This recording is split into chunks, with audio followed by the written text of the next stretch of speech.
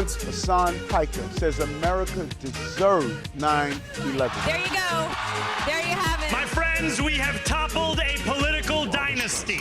Now to the Michigan Senate race, where El-Sayed is campaigning in Michigan. Appearing on stage at 2 Michigan campaign rallies. He's proactively campaigning alongside Piker. The man who says Hezbollah's flag is his favorite because it's dope. Why would you align yourself for raging anti-Semitites? who has defended Hamas terrorists. Calling them the lesser of two Israels compared to the government evils.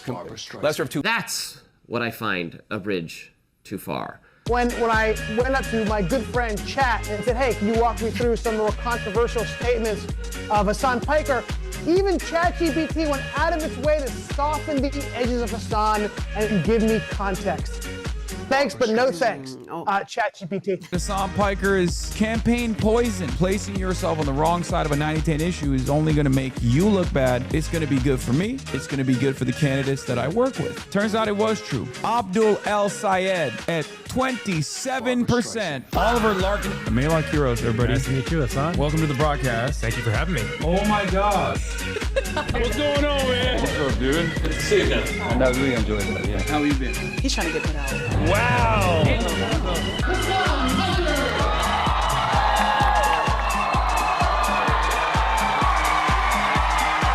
What's going on, everybody? I hope everyone's having a fantastic evening, afternoon, prenoon, no matter where you are in the world. I'm Hasan Piker, and this is Awesome. Our broadcast coming to you live from sunny California, Los Angeles. Folks, we're live and alive. I got the blue suit on today, American flag blue. You already know what it is. You already know what's up. Playing the Barbra Streisand intro that many of you have now grown to hate.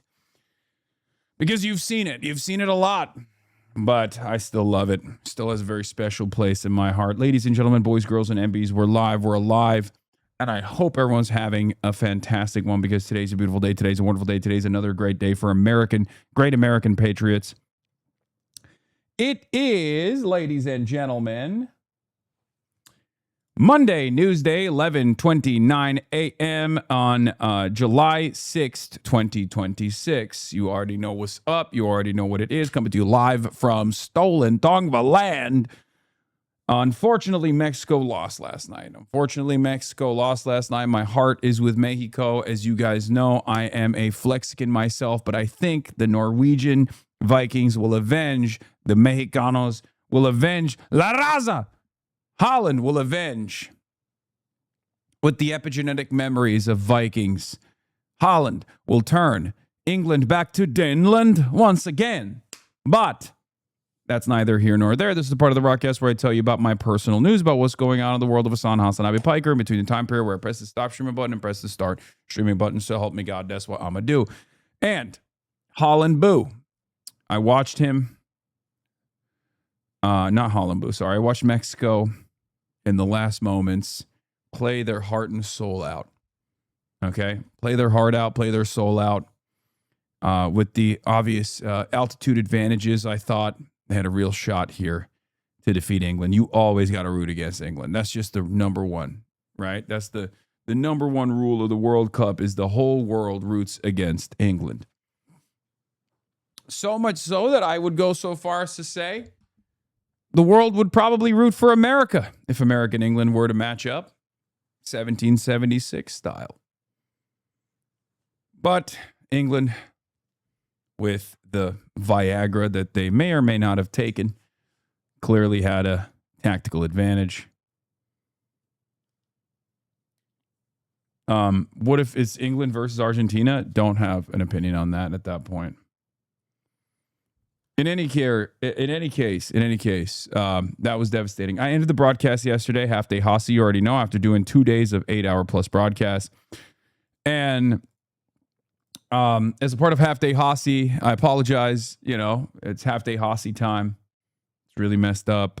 I know I am a really messed up person for doing that, but I had a wonderful evening with my mom where we went to the new exhibit at LACMA, and I have a lot of opinions on it. I have a lot of thoughts on it. LACMA, for those of you who don't know, is the Los Angeles County Museum of Art. And they have a new exhibition that just opened up. They have a new wing that just opened up. And while it is beautifully sourced, the new David Geffen Galleries is yet another clear-cut example of the limitations of brutalist architecture, but also the advantages that it has. Okay? I love that your mom is making you get a life. Yes. So let's start there. So ironically enough, the David Geffen Galleries I had been to for the Vanity Fair Oscars after party. Didn't even realize that I was inside of the David Geffen Galleries when I did that. This was before it was open to the public, but it's open to the public now. A new Plattner smear campaign has hit the election. Smear campaign is an insane way to describe the allegations. What happened? Is Graham Plattner cooked? I wasn't paying attention. I'm talking about art. I'm talking about art, ladies and gentlemen. The problem is the haters. I'm talking about art. Get cultured. Get educated. Have a newer perspective on life. Okay? We'll get to the Tyler Robinson, Charlie Kirk saga once again. Is rumors about a story dropping again? Ugh. Whatever. In any case, folks. We'll get to that. We'll cross that bridge when we get there. We're not crossing that bridge right now. Yeah, I got a lot of thoughts. One of the things that I want to say about this new exhibition, the architecture is beautiful, and I think like part of the reason why they're going heavily into brutalism is because the way that light hits the exhibit is important.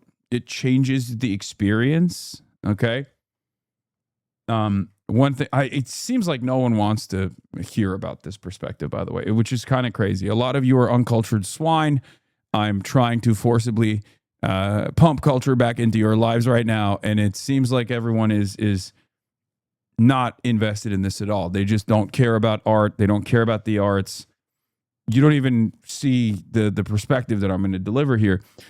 One, it's beautifully sourced. It's supposed to be this like open space. You're walking through, you're going on a journey, learning about how art and culture through conquest, colonialism, commerce, mercantilism has regularly cross-pollinated, right? The ancient Mayans had rubber that was that they got from Peru, right?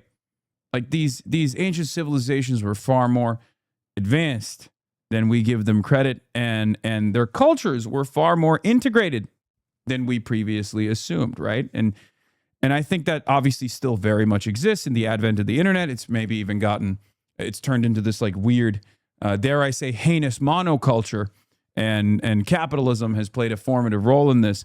One of the things that I saw was that in South America, because we first get into the exhibition and there's like a lot of the craftsmanship from all around the world, like ancient Chinese vases and plates and things like that are delicately crafted, were then brought to Latin America, right? They were brought to South America, and it was it's very interesting to see that, like, there's they have these panels, these like Japanese panels, all this like tapestry, all this stuff, and it's really interesting to see the old school European colonists take their artifacts and bring them to South America, right? And then they merge it with like their own perspective on indigenous cultures and things like that. But beyond that, what I found particularly interesting was how much drip and swag people had in the old school, in the old world, you know? Whether it be ancient Mayan civilization or even like Spanish conquistadors, like they put a lot of time and a lot of effort into the little knickknacks that they carried everywhere with them. Obviously, it was a display of their wealth, but it is kind of crazy that we live in the abundant world. And you learned this yesterday. No, I knew about this, man. Shut up. Can I just explain it? Can I explain a story to you? Like I'm going on a journey and I'm taking you there with me. Is that okay? Is that okay? Or do you want everyone to fucking know that you're much smarter than the orator here? Okay, you're much smarter than the narration. Are you the guy that goes, I read about this in a book?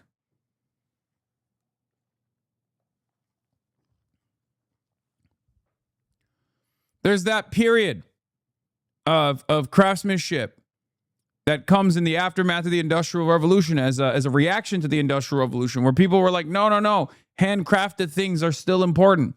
And they obviously tried to bring that back. They tried to, force that as another symbol of your status. And yet, it's clear that capitalism won, okay? Capitalism won.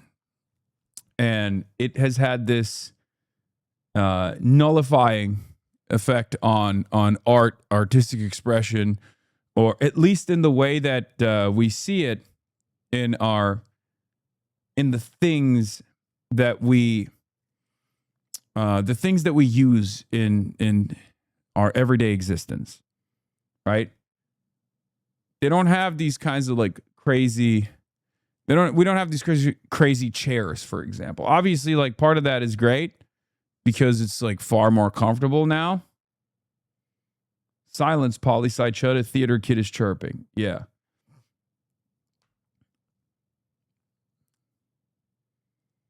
Art is bourgeois decadence, bro. Don't get distracted with that trash. Okay, dude. Thanks.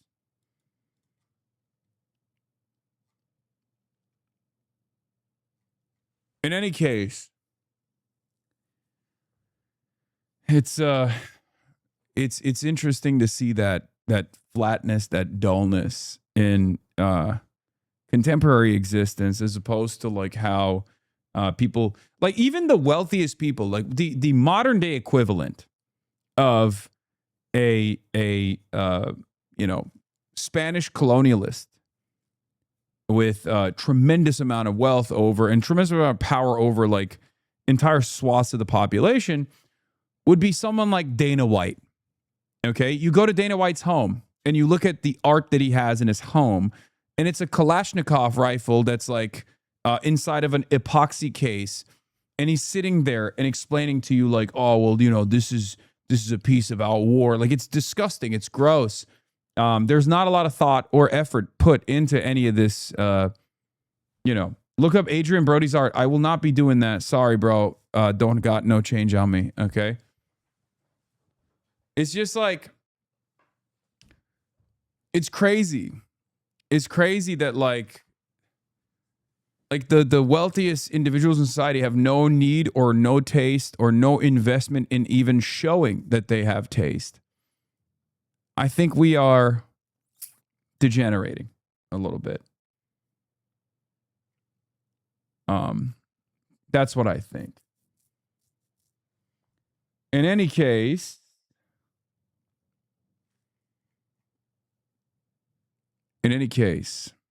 folks,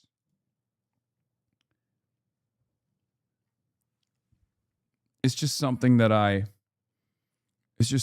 thought about. It's just something that I've been thinking about. But also, highly recommend you guys go and look at the exhibit. One of the things that I was annoyed by, for the record, was that it was more like there was more effort spent on writing about writing about the rich people that kindly and generously gifted these pieces to the LACMA, and less about the pieces and their significance.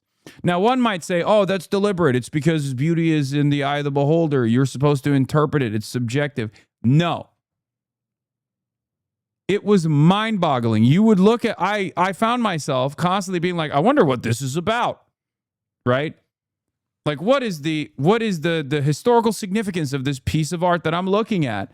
And it's ironic that the placard on the side would just say the name of the artist, say the year that this art, this piece was made, and then 75% of the placard was about the wealthy guy who generously gifted this piece of art. Okay? And it's like, all right, man, we get it. Like, glaze is good, but put another fucking placard next to it that also explains the, you know, the intention or the historic significance or like what the artist was trying to put out there. You know? Yeah, I used to write those placards. We shouldn't be told to fluff the donors, overeducate about the prominence of the piece. Yeah.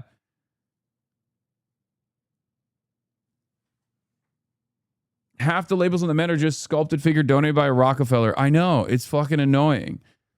That's LACMA is trash. Autry has better art and exhibits. First of all, cool on that. Chill on that. No museum is trash. All museums are beautiful. Okay. It's like saying a library is trash. You're never going to get me to shit talk a library. You're never going to get me to shit talk a museum. Okay?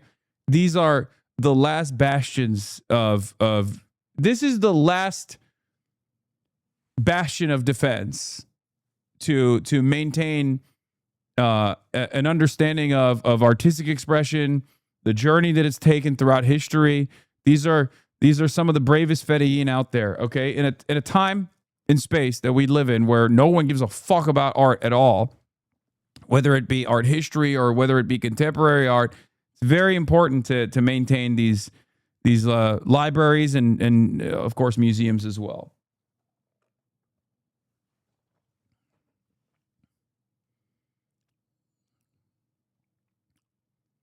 Do you talk to your mama about this? Yes, of course.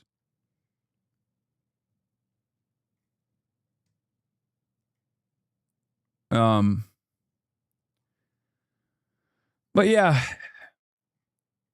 it's it's interesting. It was an interesting experience. A lot of HasanAbi heads at the exhibition. A lot of HasanAbi heads working at the LACMA. Okay. I like that they mentioned that it's earthquake proof. It spans over the Wilshire, which I think is really cool. It's interesting, right?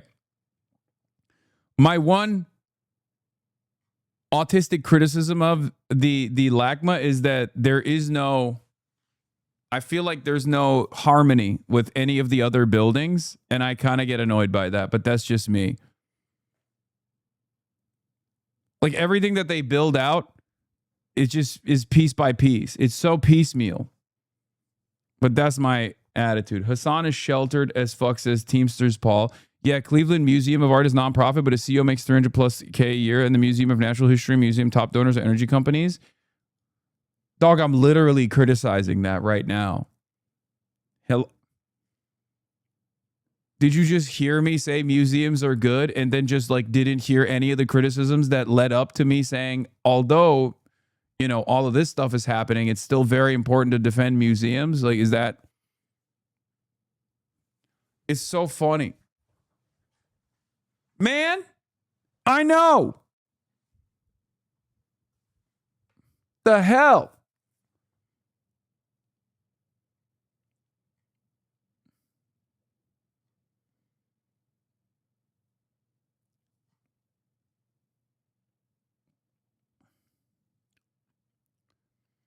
I wish that without relying on historic patrons of the art, which are always the super wealthy, we could have this be publicly funded and spend a great deal of time, money, and effort to preserve this stuff and make it as accessible as possible.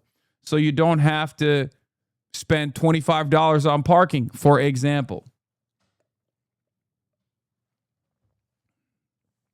You feel me?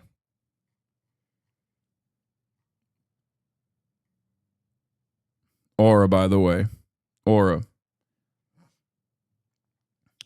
Fuck, I can't believe I'm going to defend a CEO, but I feel like 300K a year for a CEO is not the fight I really give a shit about.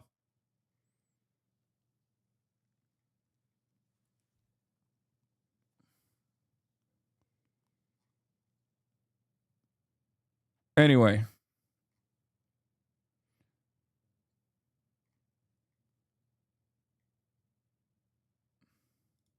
What is this?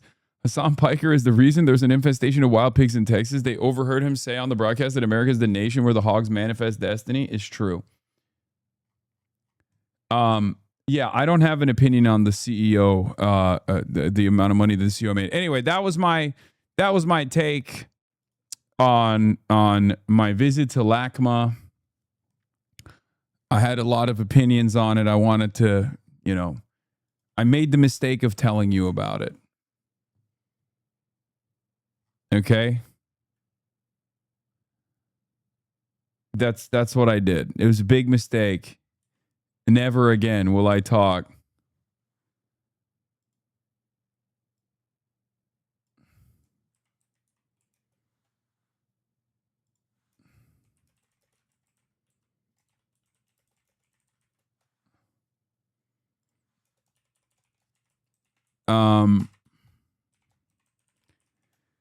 Let's blast off. Do we got a blast off meme? Can I join your second art stream? No. Go to Ligma next time. What's Ligma? What's Ligma? Shut the fuck up, Hasan, and share those opinions.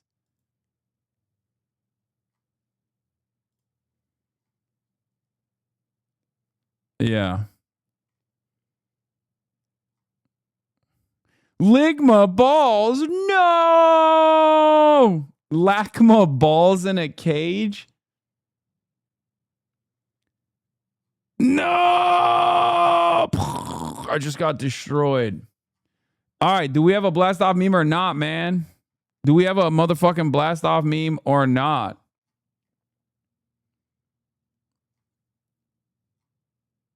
Hyena feigns trying to hump mate. I saw that. Mbappe cooking this Paraguayan senator. Yeah, I saw. We're gonna get to that. Play games, you chud ass loser. Yeah, it's Monday. I'm not gonna start the broadcast on a Monday by playing video games. You're out of your dang mind. Austin wants this is the blast off meme.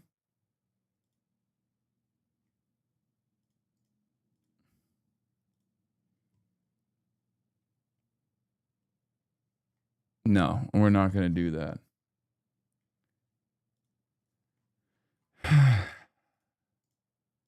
Okay, fuck it. I got two memes I'm going to use. Okay. Let's get it twisted. Let's get it blasted. All right. KIRK trial. Trump heads to NATO after effing America up. Balogun ban lifted. ABDULxSTEVENS matchup. Michigan. Nick Palm on the broadcast to learn. Reacts are back. Bang our daily news. Grant Plattner postpones multiple events this week. Yeah, we'll I don't know what to talk about with respect to the speculations, because it's literally just at this point speculations about allegations, right? Hasan literally told us all stream recently he would game, then didn't.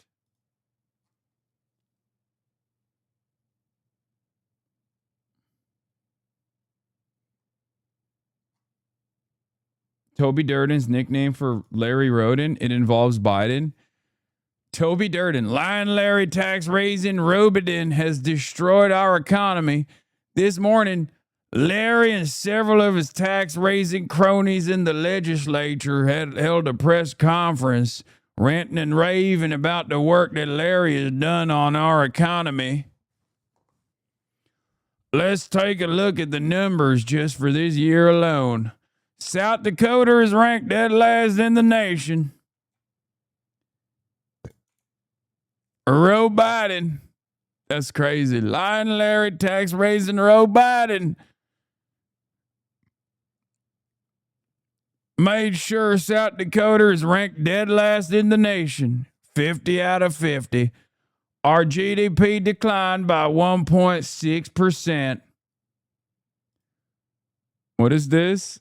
Hasan Piker is pushing Democrats towards a luxury belief agenda. Oh my God.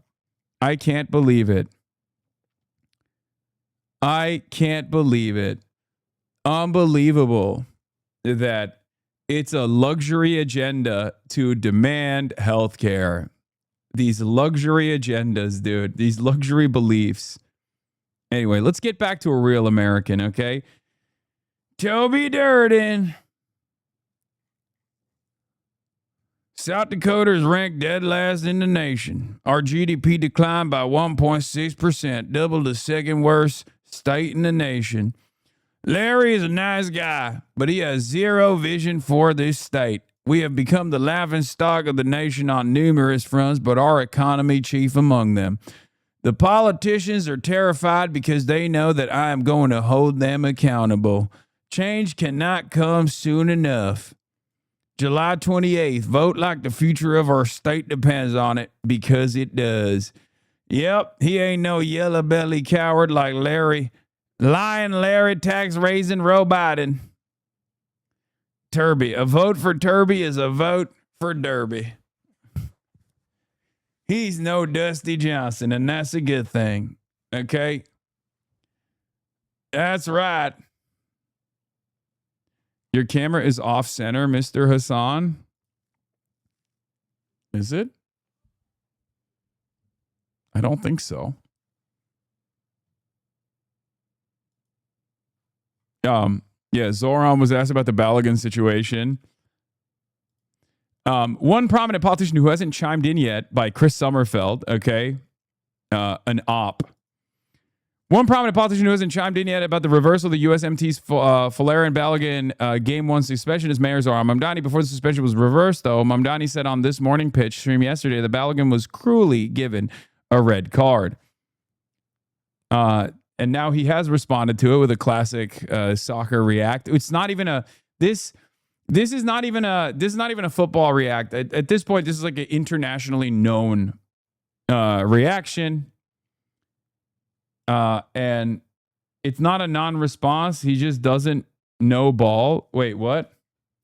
Mamdani finally chimes in with this very curious non-response. It's not a non-response, ironically enough. That is not a non-response. A non-response response, quoting Real Madrid manager Jose Mourinho's "You don't want to be in big trouble" quote. Mamdani offered a similar sentiment in a Univision interview set to air tonight. I'm looking forward to seeing the U.S. men's national team tonight. I think beyond that, I'll have to quote Jose Mourinho. Mamdani said, per transcript shared with us. This isn't even high-level ball knowledge, by the way. FIFA has lost control. France wants the yellow card for Elise lifted too. The appeals just keep coming. France appealed to FIFA to request Michael Olise's yellow card against Paraguay. Against Paraguay is rescinded. Increasingly feels like FIFA has lost control over their own World Cup here.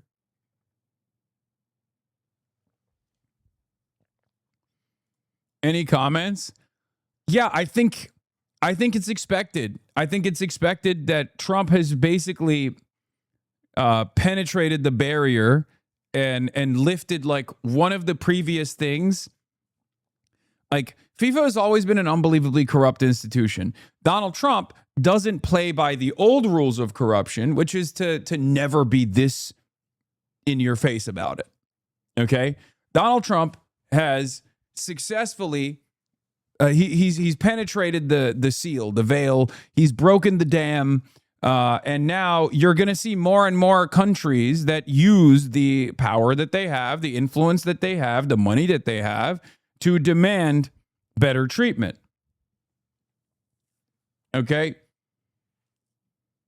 And Infantino is perhaps the best person to do this with because he is. There's no way you think this is expected. I keep up with the news to a reasonable degree. My jaw dropped when I found out, and I didn't even watch football. No, I'm saying France's decision is expected. This demand is expected now that Trump did the unexpected. Okay? to be fair, what Trump did is new and unique. That was insane. You might have disagreements on whether or not the Balogun decision was appropriate for a red card or not is a totally separate conversation. Okay? What Trump did is unacceptable. Calling up as the host nation, as the most powerful nation on the planet, calling up the head of FIFA to be like, take this fucking suspension away. Because for those of you who don't know, when you receive a red card, I covered this yesterday, but I guess I'll cover it a little bit today as well. When you get a red card, there's a next game suspension for your player. Balogun obviously is one of the best strikers, if not the best striker, right? He's on the American team, U.S. men's national team, and he would have been. He is going to be an incredibly important player in the Belgium game that is leading off to the quarterfinals. The person who wins, the team that wins this game is going to head off into the quarterfinals. It's huge. It's a very important game. Okay? Belgium is a great team. Balogun received a red card in the game prior because he just straight up landed full feet on his opponent's ankle. It was one of the grossest things I've ever seen. Now, in the game initially, they didn't even call it, but they went back, looked at it in the VAR in slow motion, and realized that he had done that. Okay? Realized that he had done that. He received a red card as a consequence of that. And, it was a controversial red card. People thought that it was bullshit. People thought that it was too aggressive. There were obviously people criticizing FIFA because Lionel Messi had done something similar as well. But there are some differences. If you look at the Lionel Messi one, at least he pulls back, whereas Balogun leans completely in as a landing pad, utilizing the crunchy ankle of his opponent as the perfect landing pad.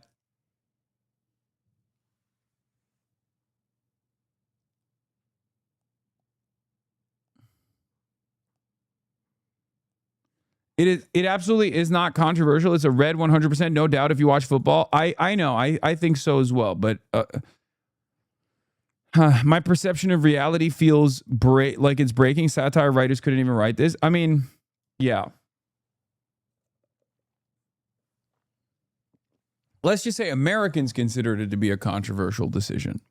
Okay?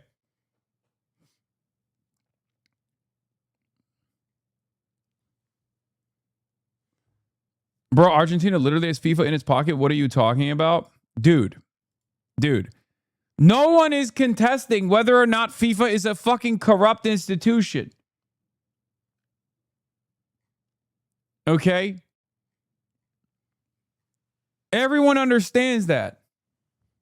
People will say Cristiano Ronaldo has gotten favorable treatment in the past. I know.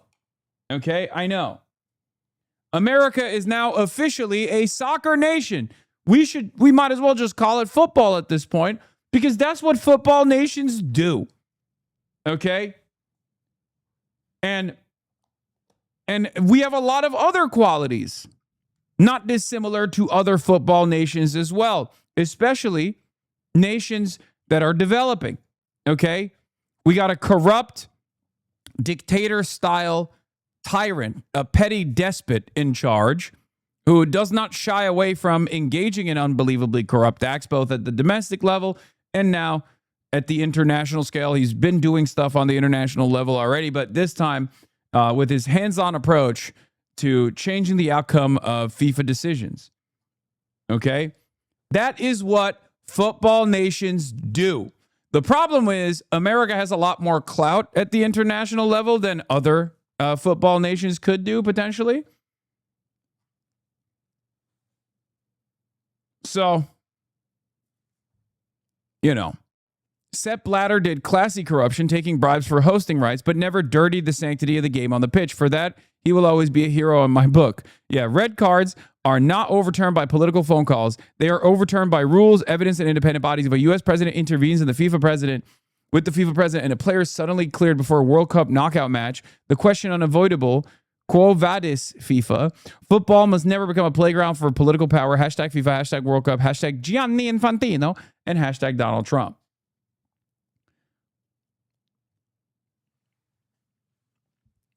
Like, let's be real.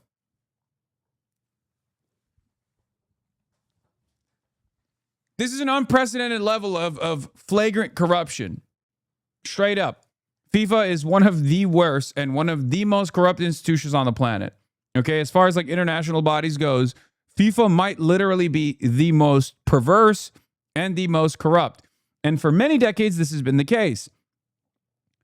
But of course, as is the case with everything else that's going on, its corruption has moved on. It's evolved. It's gotten more ridiculous. Okay, it's gotten more ridiculous. And Infantino was the was the bulwark, was the champion of this new level of corruption. He's certainly leveled it up. And this is yet another instance. Okay, this is yet another instance where the corruption has moved even further beyond.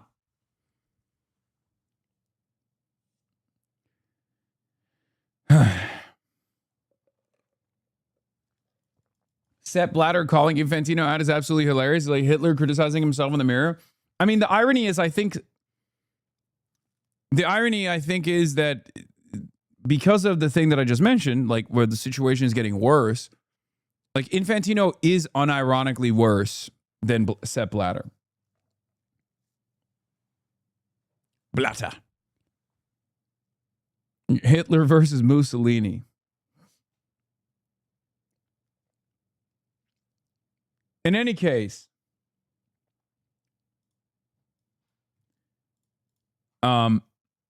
today I feel like Donald Trump, is what he said.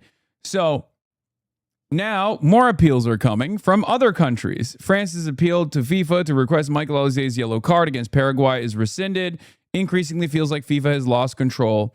FIFA have lost control over their World Cup here. I thought you were about to say Infantino is worse than Hitler. No. I'm not. I'm not that much of a LARPer. I just, know the memes. I know the metas. I'm not that into football. If I was, I would probably say that. I'm sure there are people who sincerely believe that. I'm sure there are people who have said that in the past. Okay?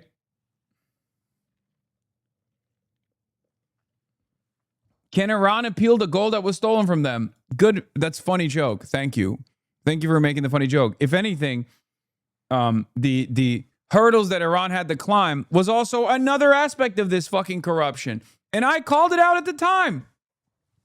The shit that the Iranian team had to go through, whether it be the VAR decisions, whether it be their travel accommodations, like that is another byproduct of what Trump has done to the worldwide game, like the World Cup. The whole point of the fucking World Cup is that countries drop everything and engage in this beautiful sport together where everybody gets together and there's camaraderie, there's competition, and you put it all out on the fucking pitch. You leave it all out on the field. Donald Trump already started. Donald Trump already started by ruining that beautiful sport. What's interesting about the actions of the Trump administration is that there is a Hitler analog there, okay? And what's really interesting is Donald Trump is actually, on this issue and this issue alone, worse than Adolf Hitler. It's kind of crazy, but it's true. Like, he has no investment whatsoever in even the positive international benefits. No, literally. It's not even a joke. Adolf Hitler was, like, Nazi Germany was more open-minded, at least saw the benefits of, like, the international goodwill that they would receive from hosting a global event like this and allowed people to enter the country. There was no restrictions on like referees and shit. You know what I mean? In spite of their very clear agenda of racism.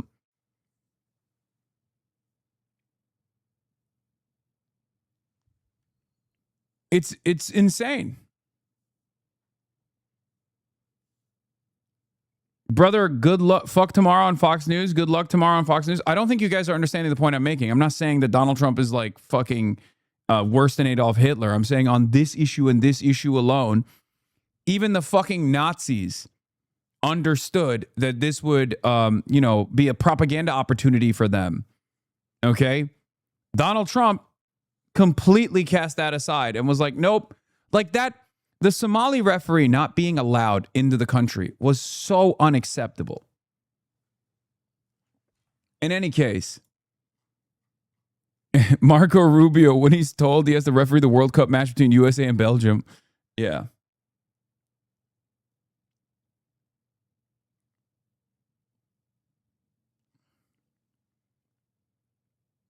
So, it's a strange time that we're in, where a lot of Americans probably will look to what Donald Trump did as like rank corruption, but they'll be like, well, it's for us, so maybe it's good. But if you care about the game, or if you care about like the American team is incredible this year, right? It's outperforming expectations in many respects. Like, this is a real opportunity as a host nation. This is a real opportunity for America to have a long-lasting positive impact. And Donald Trump had to fucking go in and destroy that opportunity by leaving the game intact, right? Like, he had to go in and he had to molest it somehow. He's just such a fucking molester. Lester the molester ass motherfucker had to go in and cheapen it. He had to go in and do the Trump thing. He had to make sure that people had issues coming into the country. He had to make sure that, there was definitely a decent amount of racism involved in the decision-making process. And then he had to turn around and molest the game. Unfortunately, it turned Uncle Jank into a Trumper. Yeah, I don't play that game. I don't play the we're the United States of America, baby, let's go. Like, we live on this planet with other people. We have to be more courteous to them. We have to keep certain things intact. Okay? Disagreeing with the decision on the red card is one thing. Directly calling the president of FIFA and reversing the suspension is an entirely separate set of events. You can't do that. It's only going to cause more enmity. I don't like it.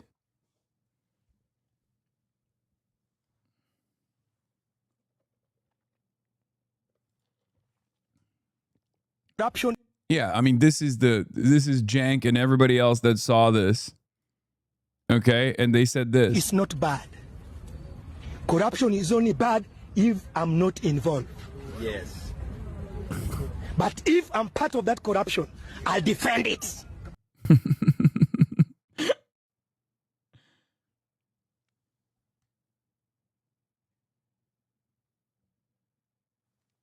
Yeah. America's finally a football nation. It's time to drop the soccer moniker. It's time to call it football. We are officially a footy nation, though. Okay? Engaging in this level of fucking flagrant corruption for footy-related reasons is the most fucking football thing you can do. It's coming home, lads. It's coming home, lads. That's right. Football's coming home. And I'm not talking about England, brother. I'm talking about Alabama. Football is coming home. That's right. We don't even care about it. We got a different name for it. We call it soccer around these parts, but it's coming home to South Dakota. Football's coming home, brother. Roll Tide. War Eagle. Go Birds! And by that, I mean We're not talking about no goddamn NFL. We're talking about MLS, or now MLF, Major League Football.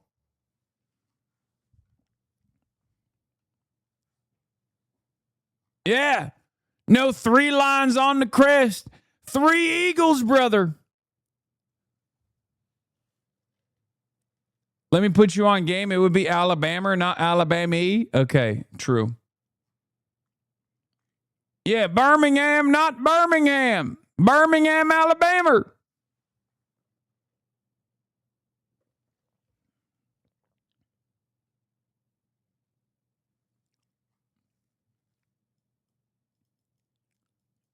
Yeah. American liberals have become so used to Trump that they think that they forget that the rest of the world still rightfully views these sorts of controversies as disqualifying of whatever he touches. Yeah. Belgium has a right to be mad, I guess, but it's also kind of funny how tilted they are. The United States has won 1 round of 16 game in its entire history. Play some soccer, boys. Yeah. I don't like this is the funniest part about it is that like we've completely capitulated to Donald Trump's madness, right? Here in the United States of America. But for the rest of the world's perspective, they looked at this and go, what the fuck are you doing? You know what I mean? But it is really funny because, like, we obviously don't care. That's, like, at the heart of American exceptionalism. We don't care what other countries think. We do whatever the fuck we want. And there's nothing you can say about it. There's nothing you can do about it, right? And that's where we're at. Those are the rules now.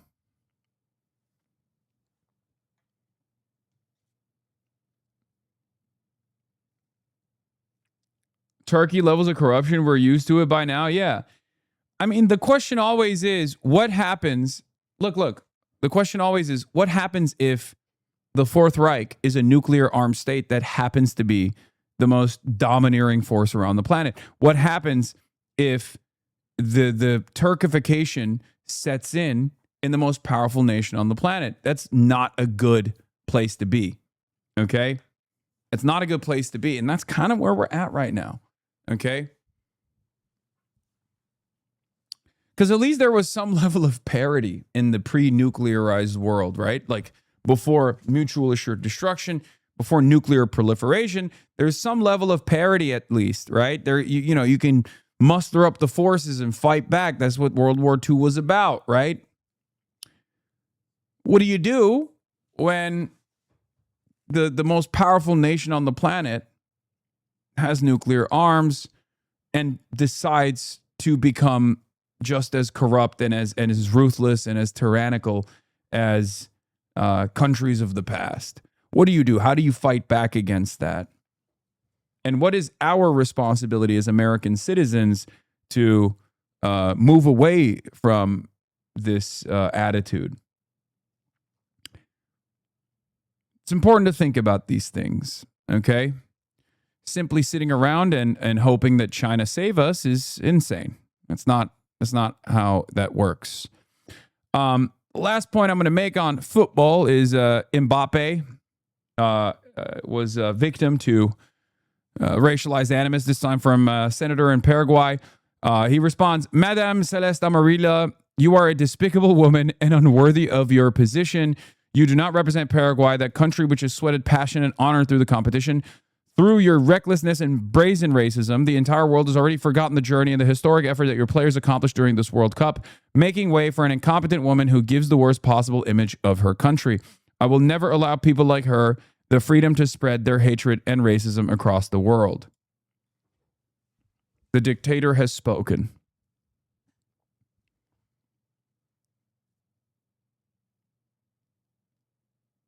Probably one of the first occasions when the corruption wasn't just we'll give you some money and instead was we will ruin the rest of the tournament for everyone. Yeah, we will call into question the integrity of the game, not the organization, but of the game. This is the type of shit that obviously people speculate about all the time, right? Like this is what you say. Oh, it's scripted. Oh, powerful countries. Or powerful countries with big market teams or big countries that have a lot of money want to make sure that their teams have staying power because that means more purchases. That means more money for the overall organization. You know, this is something that people fucking talk about all the time. And now Donald Trump has basically done away with the speculation because he's done it. And not only did he did it, I can't even talk. Not only did he do it, he flexed on the world. He did it, and then he openly said he did it. A stunning World Cup reversal in favor of the U.S. men's national team. Leading scorer Folarin Balogun ruled eligible to play for the United States in their round of 16 game against Belgium tonight. Balogun was sent off with a red card for this tackle early in the second half of the team's round of 32 win over Bosnia and Herzegovina. A red card means an automatic suspension for the following game. FIFA had confirmed that Balogun would be out against Belgium and that there was no way to appeal the ruling. Following the controversial call, Balogun saying the contact was unintentional and that he accepted the decision. There was many emotions, but for me the most important thing was just trying to stay calm. I think I didn't want to react out of emotion, out of anger, and I had to just accept that the decision was made, whether I agreed with it or not. But suddenly on Sunday, news that Balogun was in. ABC News sources confirming reports that President Trump had called FIFA President Gianni Infantino to review the matter. He doesn't sound very American. Okay, calm down, everybody. President Trump posting online Sunday, "Thank you to FIFA for doing what was right and reversing a great injustice." In justifying the about-face, FIFA citing Article 27 of its disciplinary code, saying the implementation of the match suspension is suspended for a probationary period of 1 year. That's really funny, by the way. Yeah, like in a year we'll think about it, but like, oh, it's cool. You'll suspend him a year from now. Balogun should refuse to play. That's not going to happen. Don't be insane. FIFA's not admitting they made a mistake. They're not admitting that the referee on the field made a mistake and gave the player a red card when it shouldn't have been a red card. The red card hasn't been rescinded. What's going on here is they're suspending the suspension. The United States' next opponent issuing a statement. The Belgian Soccer Federation saying that it was astonished by FIFA's decision. Dude, Jordan Henderson's arm break, I'm not going to watch it because it also destroyed my brain. But it was I'm sorry, that's sad, but also kind of funny. Like, dude, are you serious? Are you fucking serious? You jumped over the banner and you fell on your arm and you broke your fucking arm? How is that possible? Clean snap. I saw that shit. I don't want to watch it again.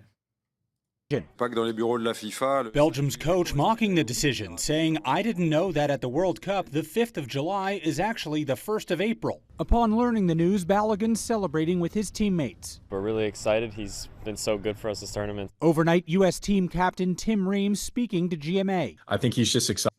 The Plattner story is fucked if it's true. Why do people know what the Plattner story is? What's going on?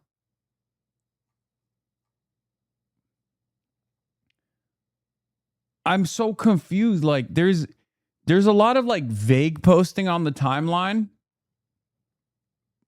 Bad Empanada tweeted about it. What? Bad Empanada?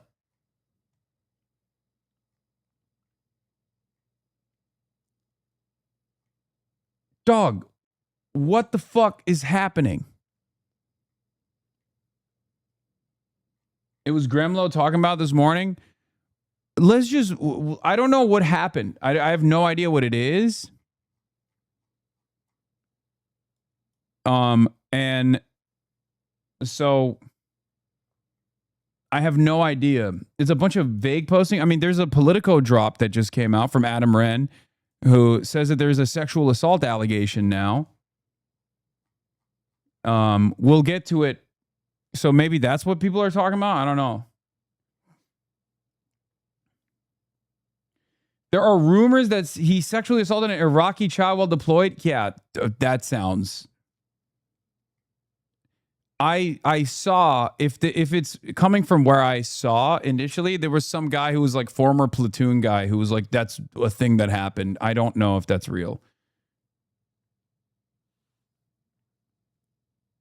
You know what I mean?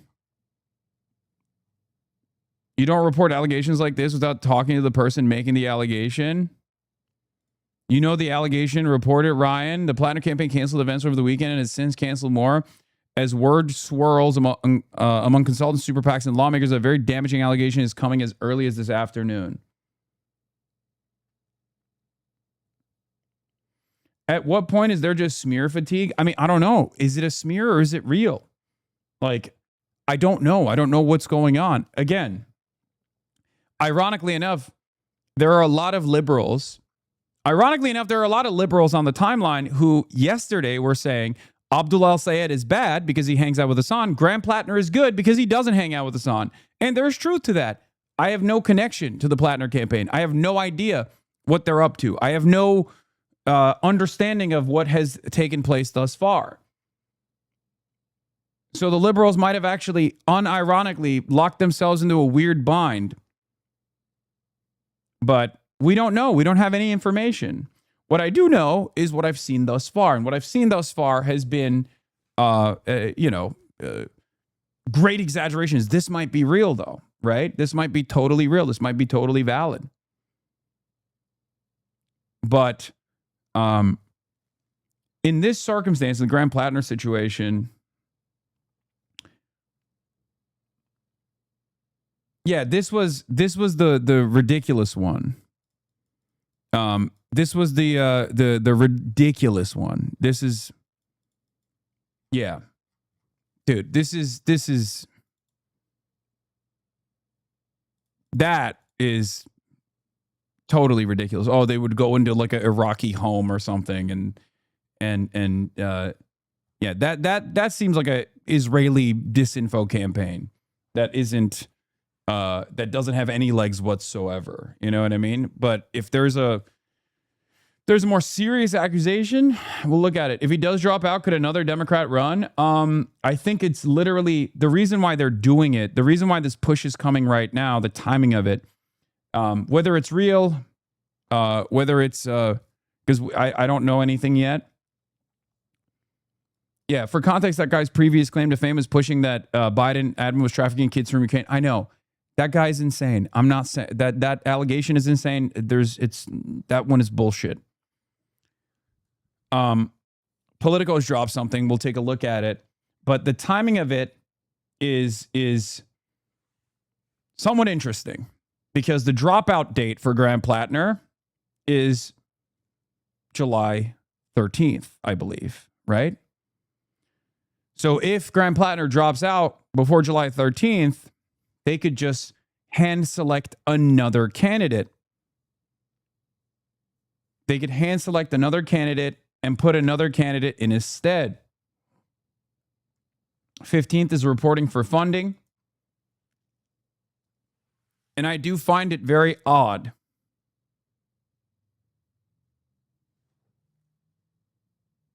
Now, it could very well be an instance where people were, like some Democratic consultants knew about it and they were, waiting to see if they should drop this at all, given that it's a damning accusation, right? So we'll read it, we'll look into it, and far better investigative reporters than, my commentary ass will identify the veracity of the claims. Having said that, let's finish this Balogun thing, and then we'll get to it. That he can actually contribute on the field and not just be a cheerleader. But Balo's, he's got a big smile, and he's been beaming ear to ear, since we all found out the news. And the European Football Association, of which Belgium is a member, put out a statement this morning saying, part in quote, "We express our disbelief at such an unprecedented, incomprehensible, and unjustifiable decision." And for their part, U.S. Soccer saying, quote, "We accept the decision of the disciplinary committee, and we are pleased that Folarin Balogun is eligible to compete tomorrow." This has happened once before in 1962. A Brazilian player named Garrincha was reinstated. But this is really, we haven't really seen this before. Yeah, 1962. the suspension. Exactly. All right, Will, thank you. He's playing. It's also crazy because Trump literally earlier today came out, Mr. President, and very publicly took ownership over it. Okay, so there's there's no element of secrecy here. There's no like people don't know if this is real or not. Or what am I saying? People know that this is real. Like, this is something that Trump did. Okay. And it's insane that he is like he's openly flaunting it. Okay. I'm sorry. This is not normal. Okay. Remember when I said there is no country on the planet where the leadership is this out and about with their corruption? Like, I'm Turkish. Okay. I'm Turkish. I'm a Turkish man. I've seen Erdogan. I've seen what he has done. Oh, by the way, Turkey is at the table again. Ankara is at the table. Ankara is the table. There's a NATO summit happening in Turkey. Trump is going to it. We'll get to that in a little bit. But what I was going to say about Turkey is like, Erdogan is an unbelievably corrupt tyrant. Okay. So is Vladimir Putin, right? He oversees this kleptocracy. But there is a level of discretion that these tin pot dictators and petty tyrants engage in, where there is like money exchanging hands, and it filters to their family members, but they don't do it so out in, they don't do it so openly, so flagrantly. Donald Trump has done away with that, where what's unique about it is he doesn't even feel the need to hide his corruption. He doesn't feel the need to hide his corruption at all.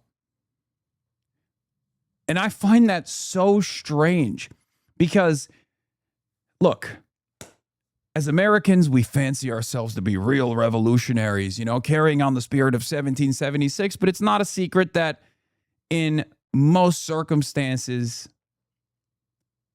we're very servile.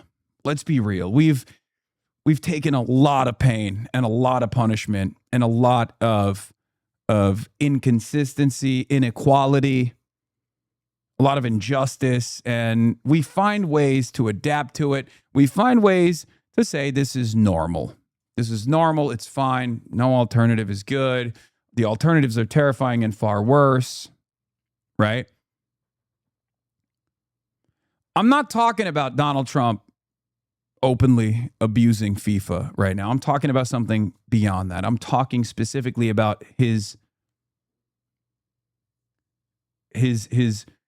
open corruption with his cryptocurrency fund, with his insider trading.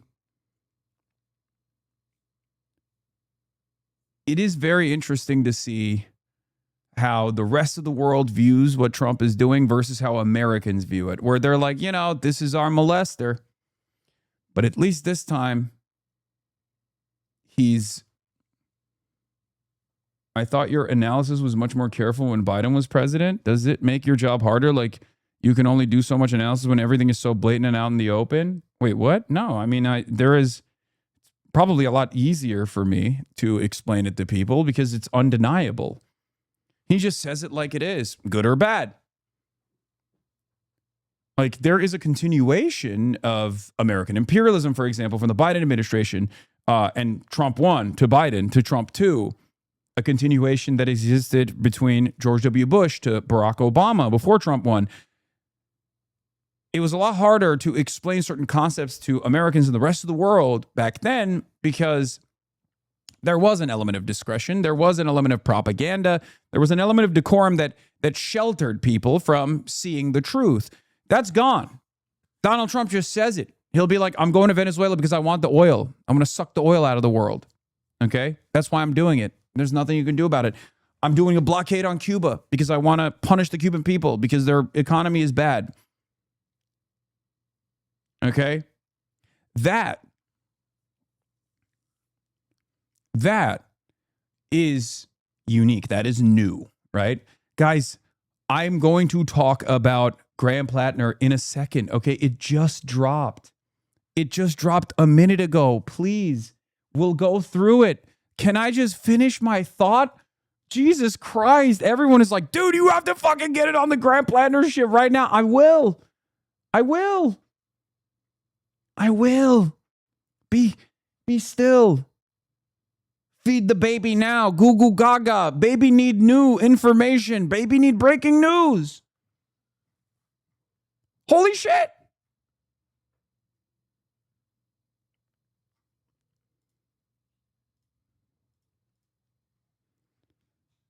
Anyway,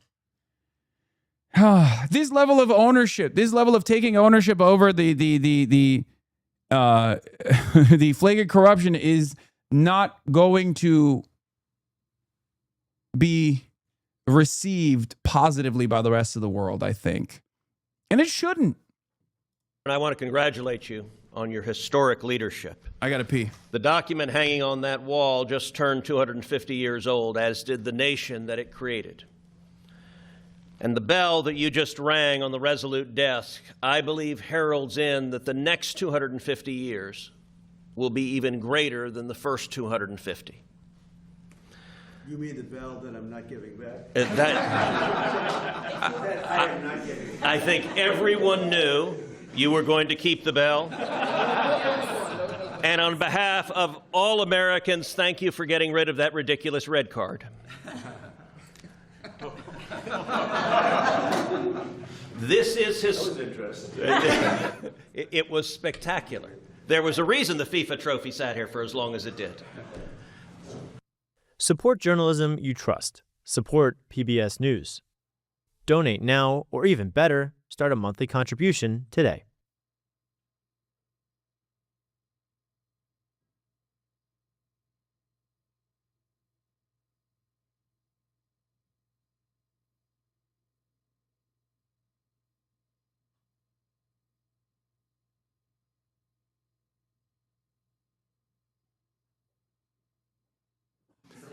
Yeah, please.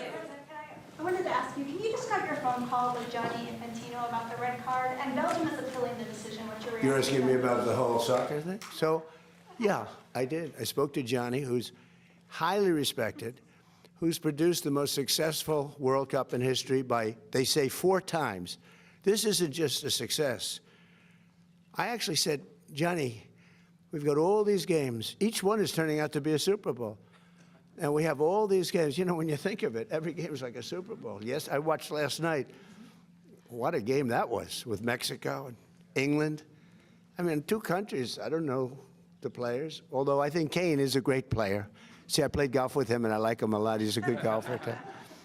But he's really great. But I watched, and no reason for me to watch, and you couldn't take your eyes off the game. Because I said, Johnny, you know, you have all these games, because they added games. In a country where really we don't, it's not our main sport, to put it mildly. He's a great golfer. 4 times more successful. He told me last night, the numbers are 4 times greater. They think 50 or 60 million people are going to be watching the game. Yeah, when it's trans women in sports, it's unfair. When it's a boss call for a favor, it's all good. Oh, yeah. Oh, yeah. Yeah. Integrity. Game tonight. I mean, you know, this is getting to be Super Bowl numbers. But you have a game tonight, and they think they're projecting a minimum of 50 million people watching a game. We call it soccer. It's called football, I guess, but we can't really call it football because it gets there's a little confusion. So, yeah, you call it soccer. We're the only ones that do that, but we have football, and football's great. But I've never seen anything like it.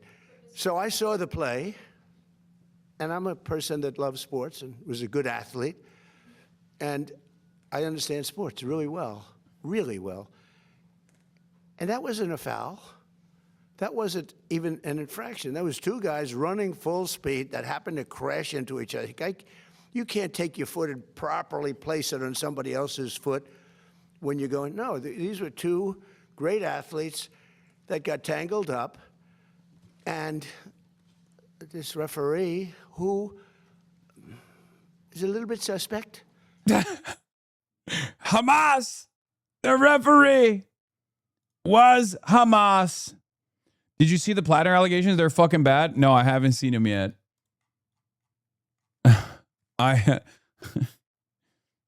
I'm currently covering the Donald Trump molesting international football. No, I know. Oh my God, Michael from Pennsylvania. Yes, I have it right here. I have it. We're gonna get to it in a second. Once we're done with this story. If you check his past, I don't want to say that because I don't like to create controversy? Yes, you do. Yes, you do. You love creating controversy. What do you mean?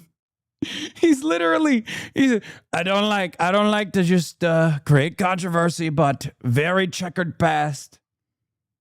They're saying the referee was Joe Biden. I'll say it. Joe Biden was the referee of this beautiful sport. Biden appointee. But very suspect.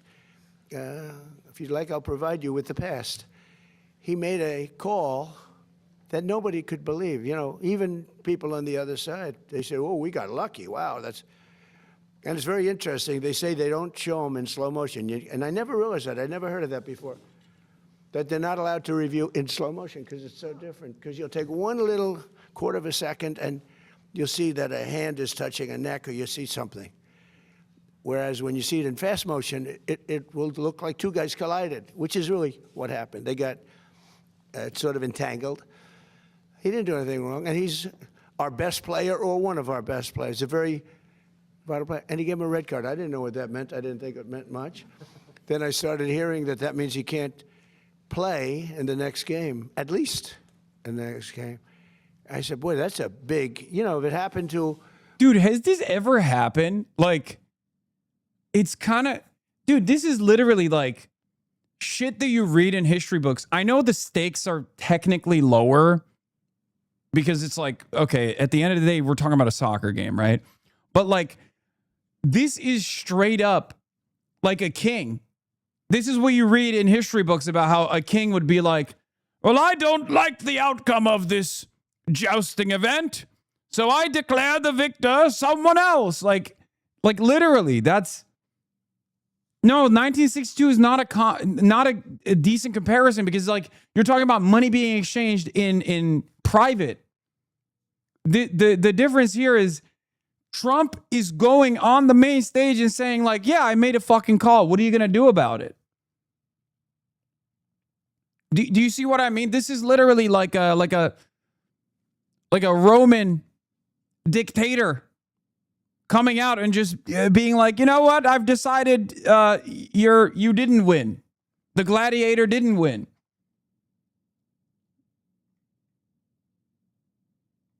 Do you see what I'm saying? It's not the corruption that is unique, even though the type of corruption is unique.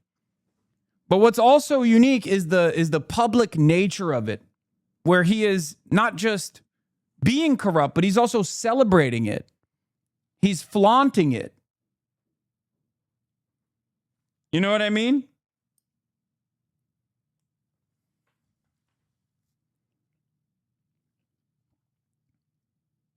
Very, very strange.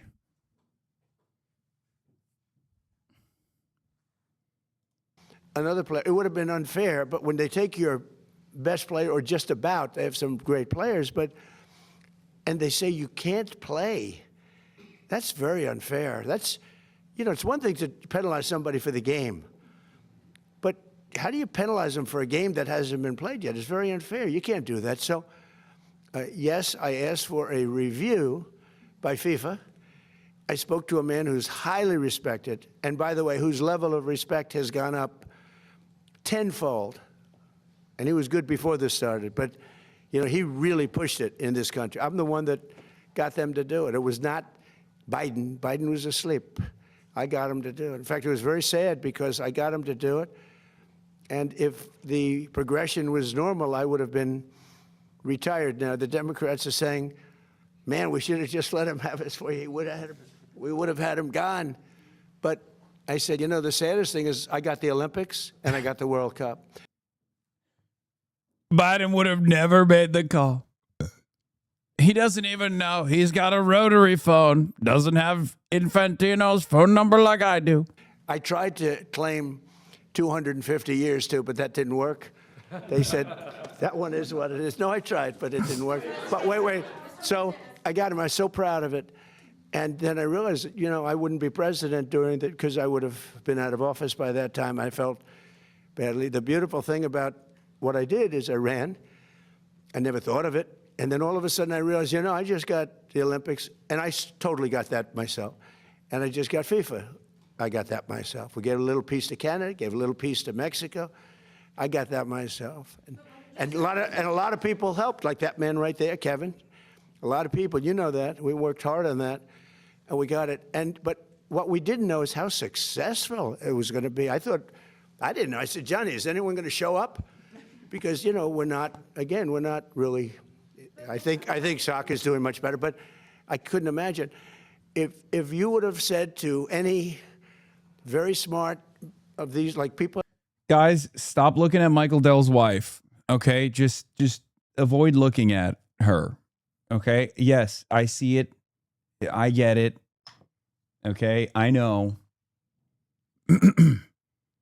Just avoid eye contact, please. Like this, that the numbers they're doing now would be happening. They've never seen anything like it. Think of it. Take the most successful Olympics or the most successful FIFA, and you look at what's happened. You look at the numbers for this in the United States, just compared to FIFA, and it's numerous times more. It's not like 10% more, 2% more, 5% more, which is more expected.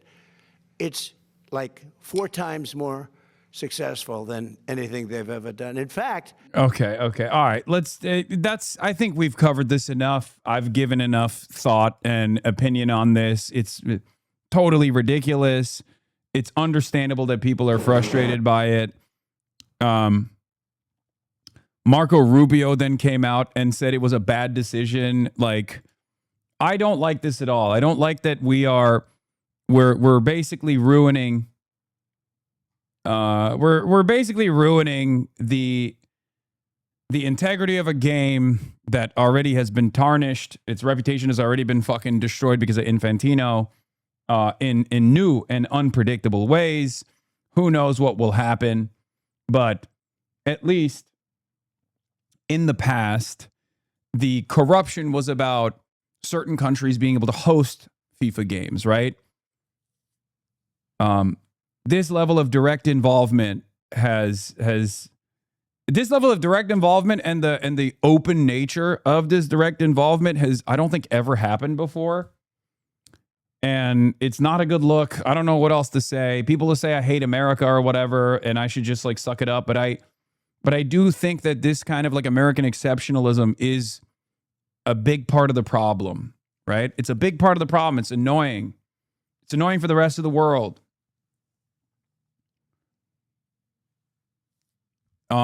It's time to talk about Graham Plattner now, because that's the top news story. For those of you who don't know, if you've been living under a rock, Graham Plattner is this Bernie-crat candidate that came out of the gate swinging, anti-war, anti-Israel, pro-Medicare for all, but had a checkered past, right? A lot of red flags in his background, and he was doing phenomenally well against Janet Mills, the current governor of Maine. He defeated Janet Mills thoroughly, handily. Janet Mills dropped out, as a matter of fact, when the primaries took place. And here's the thing: a lot of establishment Democrats hate this guy, right? A lot of people in the pro-Israel side hate this guy. And in the past, he had been the recipient of a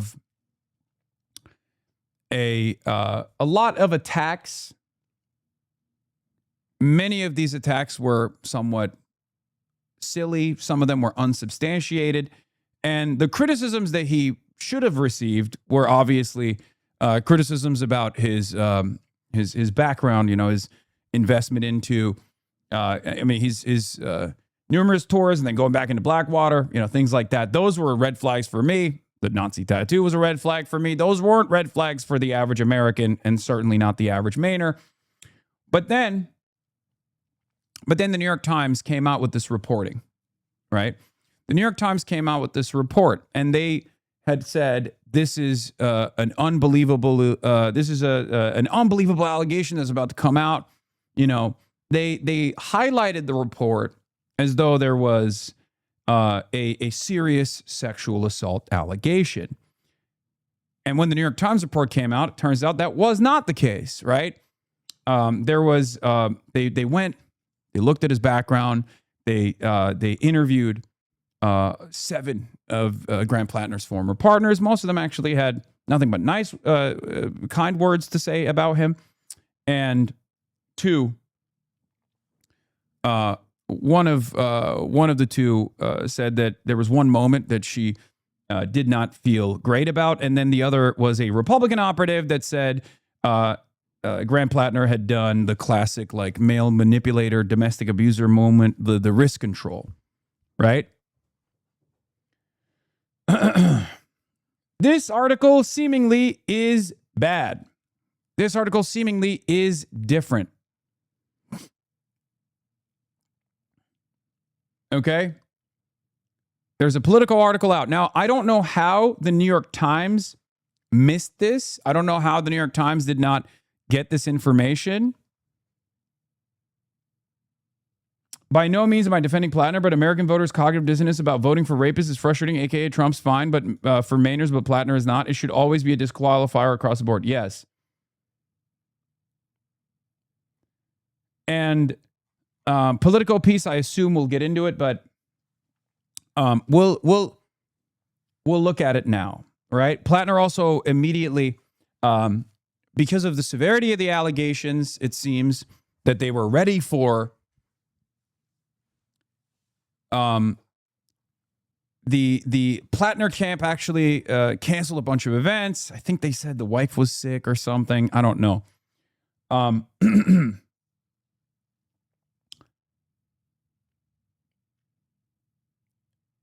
So let's take a look at the latest Graham Plattner. New York Times knew this, but the conversation was off the record. Okay. Woman who dated Graham Plattner says he sexually assaulted her. The Maine Democrat denied the allegations and said any accusation of non-consensual behavior is categorically untrue. A woman who dated Maine U.S. Senate candidate Graham Plattner says he forced her to have sex with him nearly 5 years ago, despite her repeated objections, an allegation Plattner denies. The woman, a 41-year-old Maine resident named Jenny Rassicott, detailed the allegation, the alleged incident to Politico in 3 interviews over the past 2 weeks. Politico also spoke with a man Rassicott dated and confided in the years after the alleged incident, and reviewed documents, including emails between Rassicott and her therapist and messages between Rassicott and acquaintance. That is curtains. Okay. Mossad Pateraz? No. That is the trifecta. Okay. That is the trifecta of a reliable allegation. That's holy shit. Okay. Personal firsthand testimony to a friend, a close confidant, back from way before Graham Plattner ever fucking ran for Congress. Are you kidding me? And then also direct testimony from a therapist. That is very different. It's very different from a Republican operative coming out and being like, oh yeah, I had a touch and go moment with Graham Plattner. I wouldn't even say he like physically abused me or anything. That's very different. There is not direct testimony from a therapist. No, sorry. Emails between Rassicott and her therapist. Okay. Emails that are dated. That seems a little bit different than previous statements and previous things that were talked, previous discussions around Graham Plattner's misconduct or alleged misconduct. Okay? What I don't understand is why the New York Times didn't report it, but apparently the Political article gets into that, so we'll take a look at it. So, reviewed documents including emails between Rassicott and her therapist and messages between Rassicott and an acquaintance whom she warned against getting involved with Plattner years before he ran for office.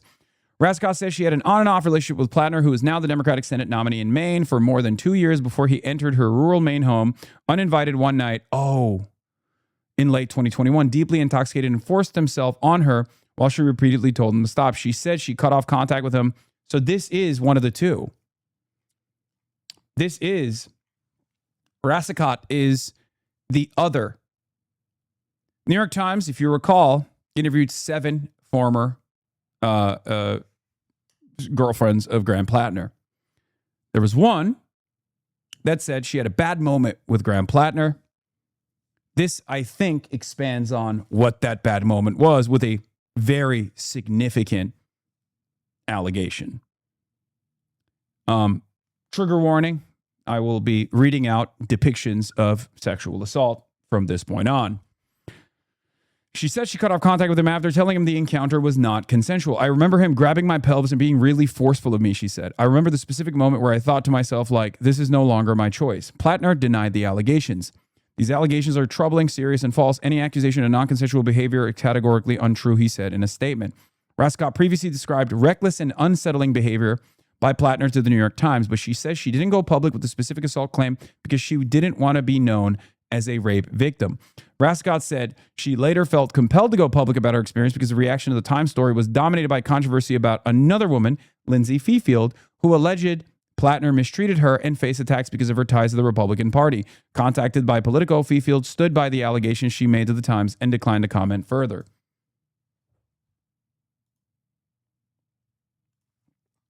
My part of the story was just a read-over, Rascott said in an interview, and the story was just Lindsay and the accusations of her being politically motivated. Rascott said she was torn over coming forward in part because she agrees with Plattner politically. One of the reasons I didn't come forward sooner was the huge moral conflict that I had between supporting his politics but not supporting him as a person, she said. I just want the truth out there. I just want people to have the whole scope of who he is as a person. In a statement, the Plattner campaign reiterated his denial and accuses critics of trying to drive him out of the race. These allegations are very serious and Graham vigorously denies them. They are also coached and coordinated by out-of-state establishment operatives. For a year, opponents of this campaign have thrown everything they can at Graham, calling him a Nazi, a war criminal, and a communist. None of it has been true, and this is no different. It is not a coincidence that this story comes a week before the ballot deadline, just as the previous false allegations came a week before the primary. Graham began this campaign to fight for a Maine where everyone is treated with dignity and where Mainers are put first, and no amount of desperate smears will stop this movement from seeing that vision through. What do you mean audio? What's wrong with the audio? Plattner, an oysterman and political newcomer when he launched his Senate campaign last August, easily won the Democratic primary last month to face GOP Senator Susan Collins in one of the nation's most highly watched Senate races. His remarkable rise has been tainted by controversies including offensive online comments and allegations of past mistreatment of women. He has not previously been accused of sexual assault. So here's the thing. Okay? Here's the thing. This is a serious accusation of the highest order, and it has all of the hallmarks of a verifiable accusation. Okay? Conversations in the past, far before Graham Plattner came on the scene as a political operative, is a fairly reliable way to verify these accusations. I'm sorry, it's just the truth. Okay?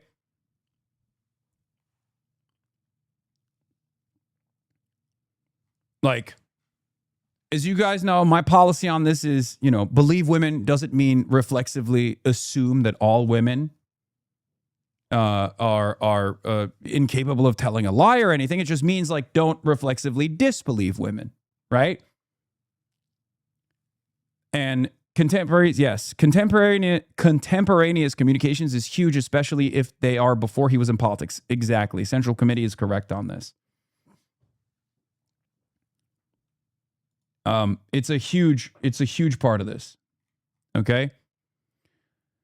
I assume that they will explain as to why the New York Times didn't get into this, but here's the other side of the story. Okay, I believe this accusation. I believe this allegation. Let me just make that very clear, especially because, once again, there are other friends with correspondence from before Graham Plattner became a known entity, right?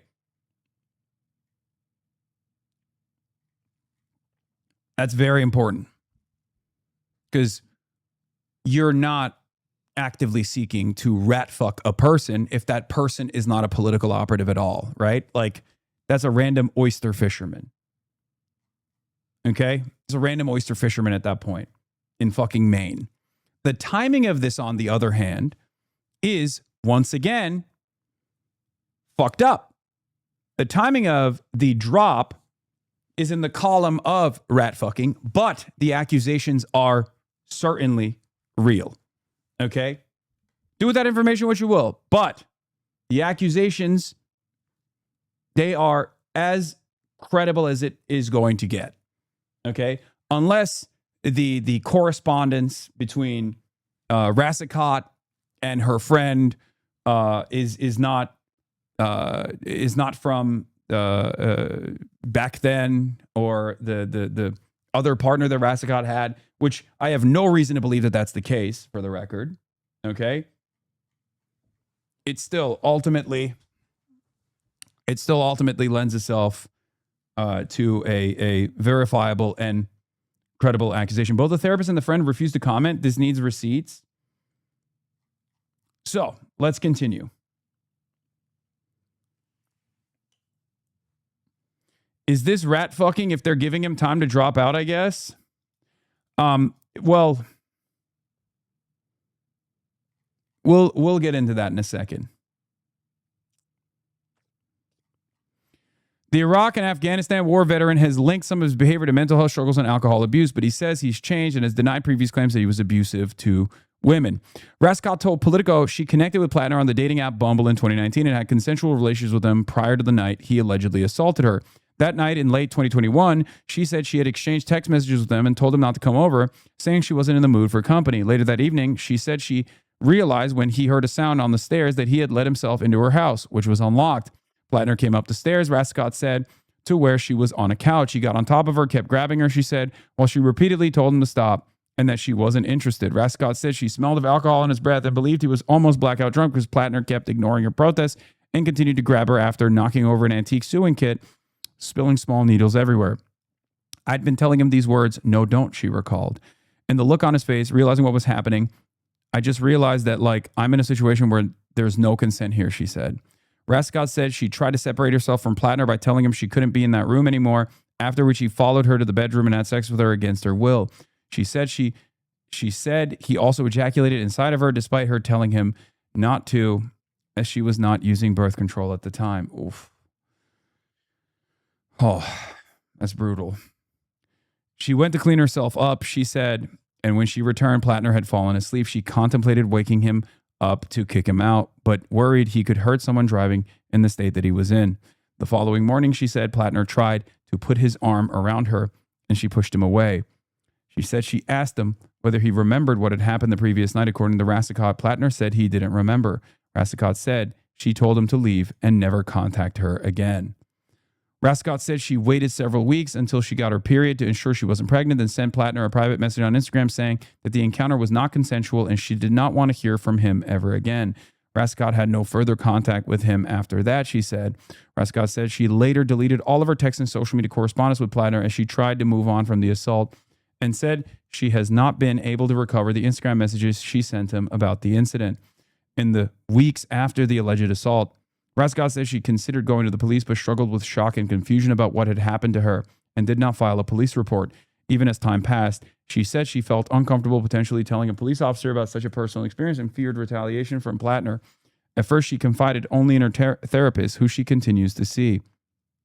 Rassicot showed Politico recent emails with her therapist in which Rassicot explained she was talking to the media about her relationship with Plattner and said the sexual assault rape using an abbreviation for sexual assault. In the message, Rassicot was not ready to go public and was seeking help corroborating her account in conversations she was having with the reporters on condition of anonymity. Her therapist responded that Rassicot shouldn't have to speak publicly about a traumatic incident in order to be believed, without referencing details of any particular incident. Rassicot, the T is silent. Rassicot, okay. Yeah, not seeking, not going to the police is perfectly normal in situations like this, for the record, just so you guys understand. So they don't have, the therapist who Politico agreed not to name at her request declined to comment when reached on Monday. So Rasko also shared details about the alleged assault of the man she dated after Plattner, who she began dating in 2022. The man, who was granted anonymity out of concern for his personal privacy, told Politico that Rasko had told him in bits and pieces about a bad experience with Plattner before confiding the full details of what happened in 2023. His account of what Rasko told him about the incident matched what Rasko told Politico. Okay. Rasko shared with Politico a series of private Facebook messages she exchanged with an acquaintance in 2023, about a year and a half after the alleged assault and well before Plattner launched his political career, in which she cautioned the acquaintance against getting involved with Plattner. In the messages, Rasko says she had ended up in a bad situation with him, describing Plattner as a consensually careless and saying he doesn't listen to you when drunk. Reached out by Politico, the acquaintance said she received the messages but declined the comment. Politico granted her anonymity at a request to protect her privacy in her main community. What's his deal? Should I not fix him up with my friend, assuming he's single? He can be charming and funny, and he's a decently intelligent person, but he's not all bad. But I ended up in a bad situation with him, and I will just very politely call him consensually careless at times. When drunk, plus PTSD. I knew about the PTSD. He lies also. Forces himself on people. Wait, what? That's the cutoff?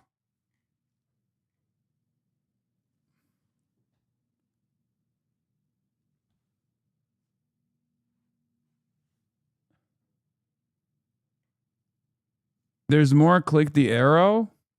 Oh. No, this is the earlier. I saw your post about oysters the other day. I feel morally obligated to warn you if you were anything more than just friends with Graham. But if you're not, then I'll just shut up for now and give you the scoop sometime, lol. Just friends. Would love the scoop, though. Is he still engaged? I was working on fixing on a friend. Oh, I have no idea. With who? Oh, a girl. I think her name is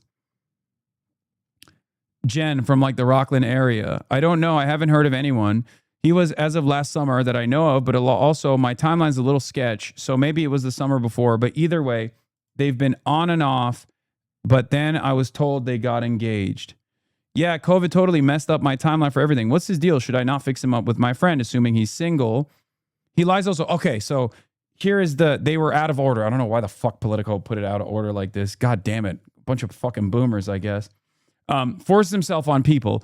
One thing that grossed me out after him and I had dated was that I saw his profile on OkCupid, and that site asked a lot of questions. And one of the questions was, if your partner told you they had over 100 sexual partners, what would your response be? And his response was, that's not that many. So that super grossed me out, thinking he's probably slept with a ton of people. Doesn't listen to you when drunk, ...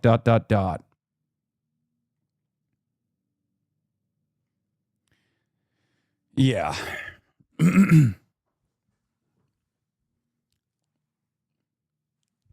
So that's corroboration. That's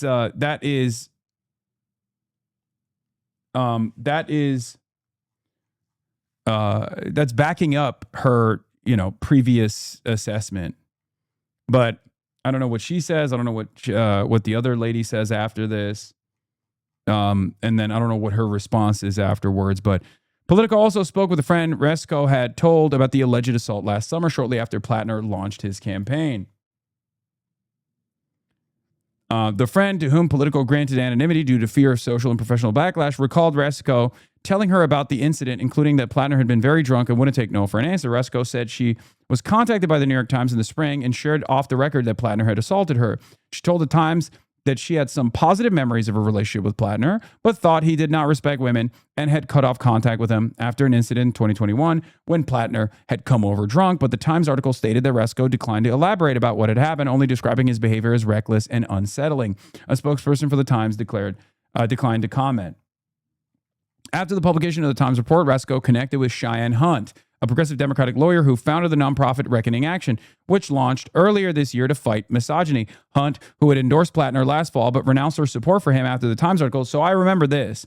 This is the random lady who was like who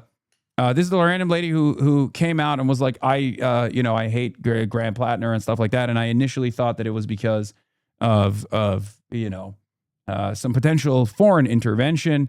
It turns out it was because of this story.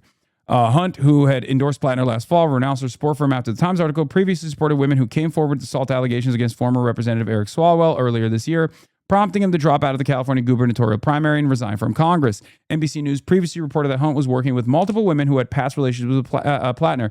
Hunt connected Politico to Rasico. Reckoning action exists to confront misogyny in American life in all forms and manifestations, including in bad actors being elected to positions of power, Hunt said. We became aware of the allegations before ever being connected with Jenny and have been in contact with multiple women with really troubling allegations, and it just became clear that this is someone who is not fit to hold public office. After the Times report last month, Plattner had said that allegations of physical misconduct were simply not true, and his allies seized on Fifield's conservative political affiliations to suggest that her allegations against him in the Times were motivated by politics. I still stand by what I said about Fifield, by the way, especially considering that she spent a good deal of time not just like being a Republican operative, but specifically defending Brett Kavanaugh against those very real allegations. Brett Kavanaugh then also turned around and literally denied women bodily autonomy. Like, you know, hundreds of millions of women on U.S. soil were impacted by Brett Kavanaugh's lies. So I will once again stand by my previous statements on that story. This is a different situation, I think. Like, here's the thing.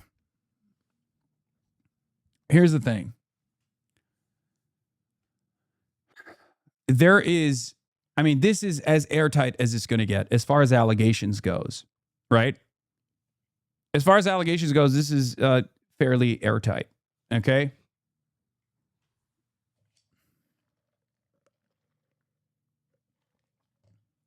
And it's not even because if you remember, I said this about Fifield as well. If you recall in my commentary on the Fifield allegations, I said if there was corroboration at the time from friends of Lindsay Fifield, it wouldn't matter whether or not she was a Republican operative, right? If you recall, that's what I said. This seems to me like there is corroboration. Now, the only thing that would be potentially the only thing that would be in defense of Graham Plattner here, which is it seems the allegations that seem super credible and indefensible, would be if there was like financial, if there was any sort of financial entanglement between a friend, but it doesn't seem to be the case. I mean, it's very, very unlikely. You know what I mean? Just so you guys understand. And the reason why I'm taking this position is to show you that there is a lot of veracity to these claims. Like even in the most heavily scrutinized version of events, in order for this allegation to be untrue, would only happen if this experience is real and she felt uncomfortable by this experience, understandably, because this is, you know, clear-cut date rape under the influence of alcohol, right? But she previously did not, she felt conflicted about it, maybe confided in her friends, maybe confided in her therapist, worked through it, and then after the fact, and breaking and entering as well, which is, you know, not the main point here, obviously. The violation of consent of someone's, you know, bodily autonomy in the process of a date rape is probably, it's a breaking and entering is also another violation of consent, but nowhere near as significant as you know, rape. For this to be untrue, she would have had to been slandering him in 2023 because no. This is much worse than the allegation that Fifield made. That's why I'm saying it's credible 100%, right? No. What I'm saying is, like, I don't think it's disputed that Graham Plattner actually violated this person's consent. There's no dispute there at all. Okay? None. Because it's ridiculous, right? It would be totally fucking ridiculous. Bro, it's just rape, not date rape. I mean, date rape is rape, chatters. There's no distinction. I mean, it's just rape. It's violent sexual assault. So here's the thing. What I was trying to say is this definitely happened, right? For this to be something that she is she's like reconsidering, regardless of whether or not it happened, because that is not in dispute at all. But for her to like reconsider and then come out right now, the only thing that would tarnish the credibility of this the victim here would be if there was like any additional coaching or something, or if like outside groups came in and were like, hey, this is a serious allegation, you should definitely come out and speak on it. And even then that happens at times, because it takes a lot of courage for victims to come out in instances where they're accusing someone of sexual assault, especially when the person that they're accusing of sexual assault is now running for Senate and is a fairly popular candidate, right? So no matter what, this seems very, very reliable. And it doesn't even matter if there's it doesn't even, like, there would need to literally be like money exchanged. Okay. There would need to have been money exchanged literally by like an outside group or something for this to come across as any way, shape or form, like a potential rat fucking operation, and not someone who is reconsidering the experiences that they went through and the very real allegations of sexual assault. Okay. Once again, I'm trying to give you the most critical lens here as someone who definitely believes Rasico's firsthand account here, especially because, like I said, contemporaneous conversations from back then with other people, especially before Graham Plattner became like a known political figure, it's consistent with true testimony. Okay.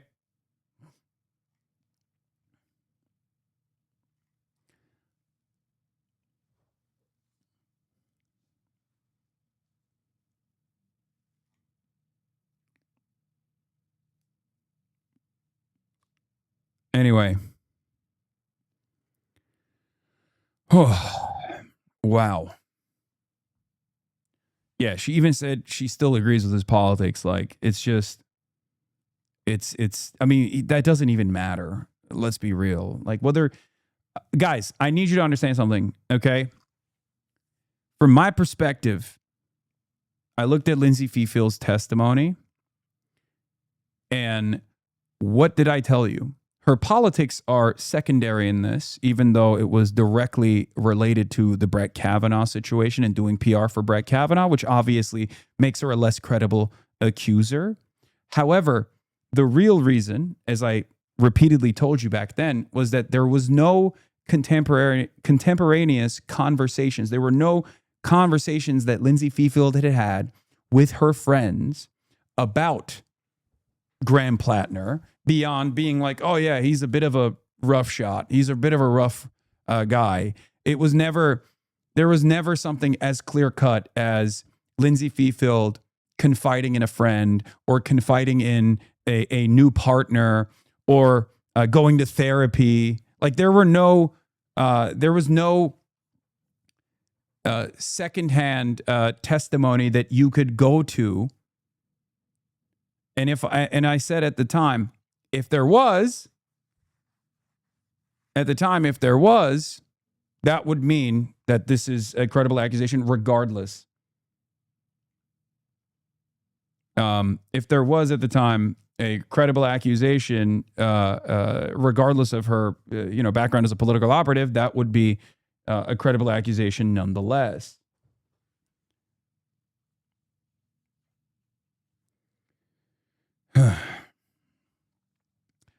On MS Now last month, after the New York Times report, Plattner denied claims that he had physically mistreated women, anything alleging physicality, anything alleging that I knew my tattoo was. These are statements of someone who's politically motivated. He told MS Now, alluding to unrelated allegations about a tattoo resembling a Nazi symbol. Plattner had the tattoo resembling a Nazi symbol covered up last fall and said he had not known what the symbol meant. Rasico said she was bothered by Plattner's public denial that he had been physical towards women.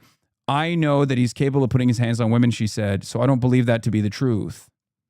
So that's the Politico reporting. Now let's get to great suit. Your suit arc must be permanent, I think. Thank you. Not the point. Graham Plattner came out with a statement after this article came out.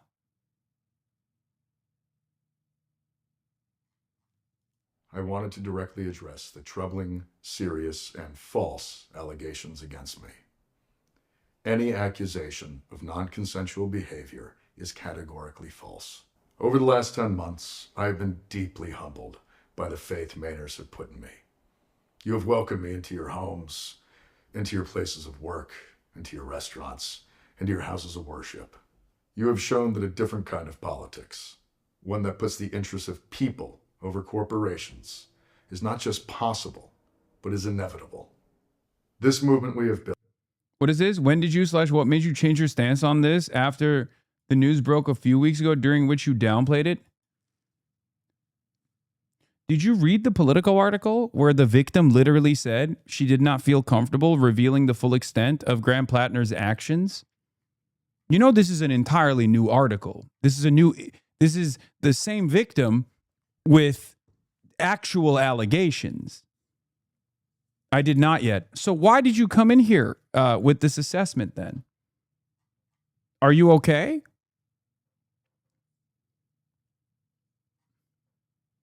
This new article came out an hour ago. This new article actually has like verifiable and very credible allegations of sexual assault. The previous article, which featured the same victim, did not have these allegations. And what's interesting about it is that the New York Times did not report on it.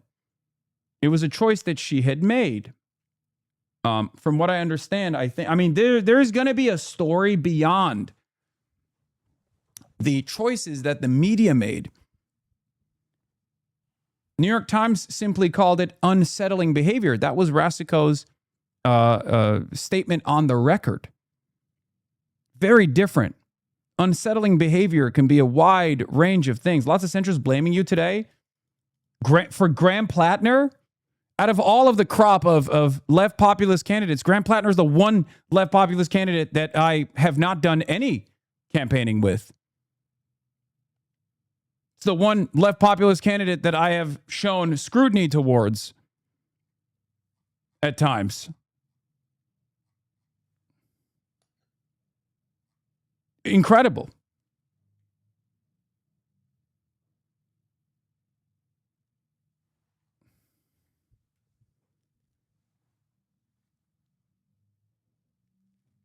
Pills Mafia till the bitter end. Okay, I'm not going to joke right now. Anyway. Yeah, rape is just a tool for quote-unquote leftists to weaponize against the streamers they hate the most. Fuck these online losers. I know.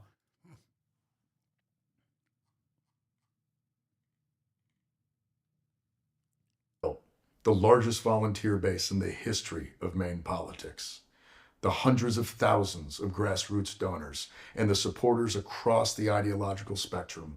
We were united in a love of Maine, a belief that our politics must change, and a focus on defeating Susan Collins. So this might be an unfair question, but I would like to know what you think should be done if Plattner drops out and if there's still a road to go for Maine. I mean, I think it's fucking cooked. I think it's cooked. I think he probably will drop out, and I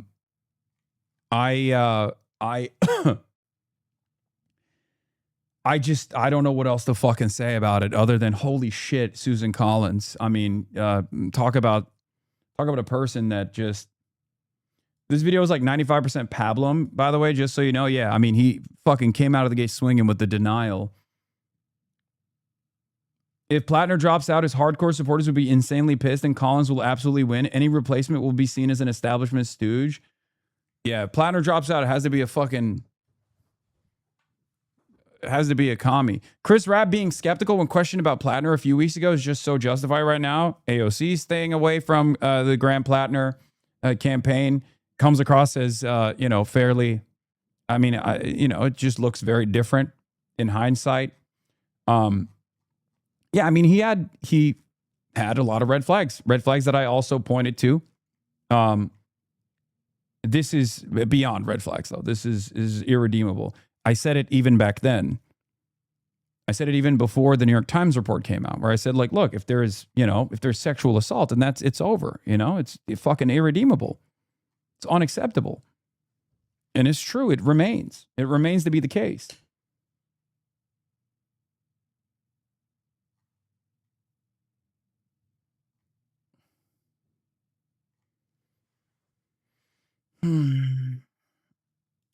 Yeah, Washington Reporter exclusive. Graham Plattner to drop out of main Senate race, giving Democrats time to replace him is what they're looking for. Susan Collins, a supporter of the rapist POTUS, is going to win because the alternative is a rapist to our society is so incredibly fucked now. Yeah.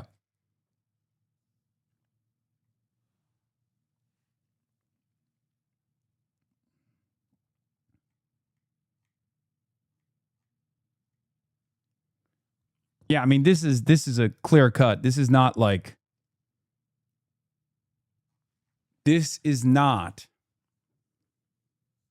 any of the other allegations. This is not on shaky ground. This is as open and shut as it gets. Okay?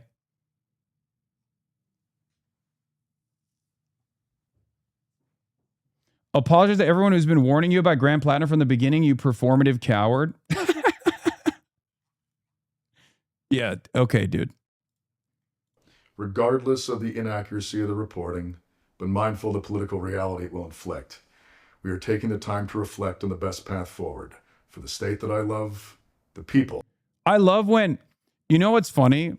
I love when people go, hey, this ginormous incident with significant accusations of sexual assault took place that's shaking up national news. How can I make this about my least favorite Twitch streamer?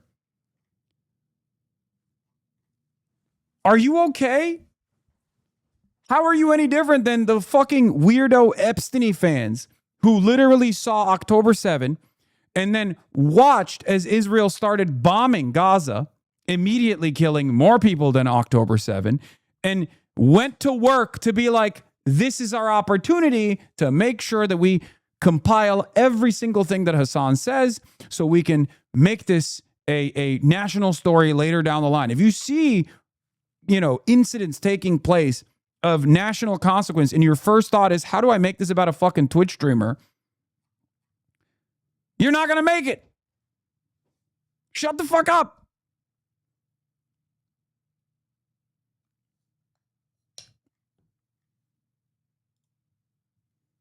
You need help. That I love, the movement I belong to, and the goal of defeating Susan Collins. Those were the goals when we launched this campaign, and they remain my goals today.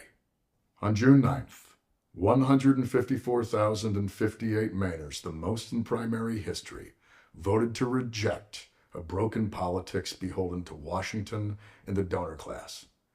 They voted for hope, for change, to take back our economy, to take back our power. We're not making it about our least favorite Twitch streamer. We're asking for some accountability since you absolutely give positive coverage to this guy after knowing what he did in the Middle East. You're supposed to be on our side, but you run cover for people you know are war criminals, even though sexual assault is where you draw the line.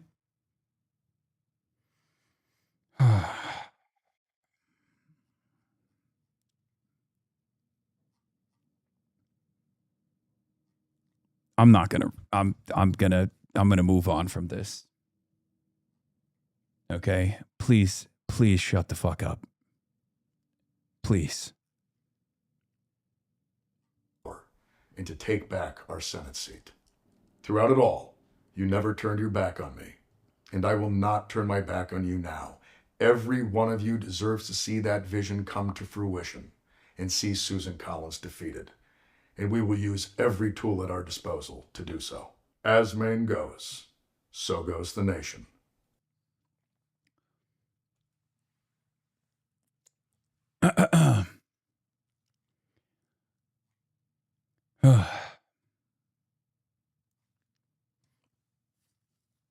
Genuinely saying that Plattner's entire defense of this is just nuh-uh. He's saying that there were a coordinated smear campaign and coaching, but if that was the case, he put that shit on the limelight yesterday, instead nothing. Yeah. Does your community seriously believe that being in the military means automatically you're a war criminal? No. But there are some in my community that does, definitely. There are definitely people on the left who automatically go, oh, you touched a machine gun, you were in the American military. The American military is an imperialist force. You have done war crimes. It's understandable why people arrive at that conclusion, for the record, because many who do active duty combat, who see active duty combat, engage in things like that. My scrutiny of this, of Graham Plattner's background, came from his 4 tours plus Blackwater, but it wasn't enough for me to say, like, this is I'm pulling out of this. I wanted to and made the effort to try to interview him specifically on that, and never got the opportunity to do so.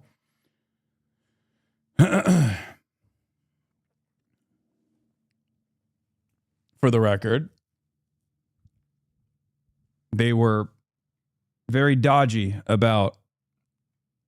They were initially interested, but then when I offered my scrutiny very publicly, the campaign was somewhat dodgy about it, and I never got to actually ask him personally about some of these questions that I had. But if you recall, one of the things that I had said on a Pod Save America podcast was a comparison between Abdul-Sayed and Graham Plattner. Let me see if I can find it. This was during the Pod Johns conference that I went to. And I think it's important to bring that up right now. What is it? It was Alex Wagner's podcast.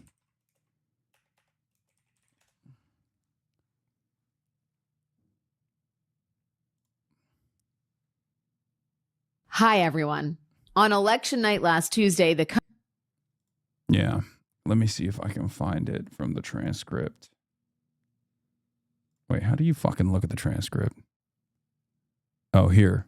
I got to ask you, because we were talking about Nazis and the left and the right versus the left. But do you have thoughts on Graham Plattner and his tattoo? Oh my God.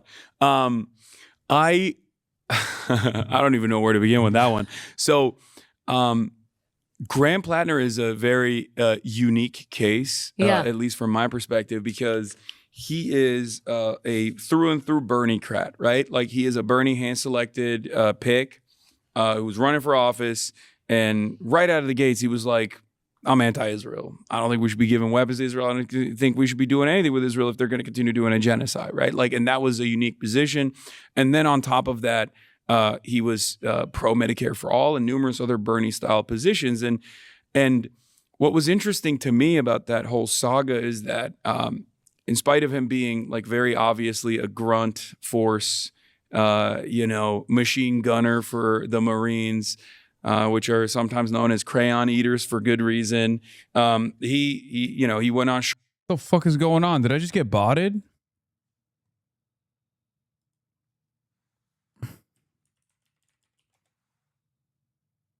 What the fuck? Why the fuck is someone botting me right now? Holy shit. We went from 36K to 50K.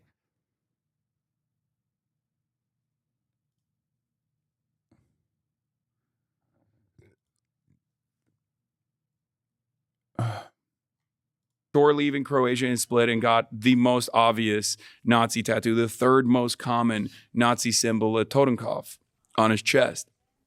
In spite of that, Maynard seemingly didn't care about that situation at all. And I think that's a really interesting moment in American politics for where the liberal base is moving. Yeah. Because for far too long, I think the organs that work alongside the Democratic Party that are like liberal adjacent or, left adjacent, whatever you want to call it, have often weaponized a version of identity against the left flank, right? While simultaneously telling their audiences that electability actually revolves around moderates. Moderate positions are how you win. Yeah. And this is actually a real battle that is still currently taking place within the Democratic Party. The Welcome Pack piece that came out, the Welcome Pack report that came out was, again, another version of this exact same thing.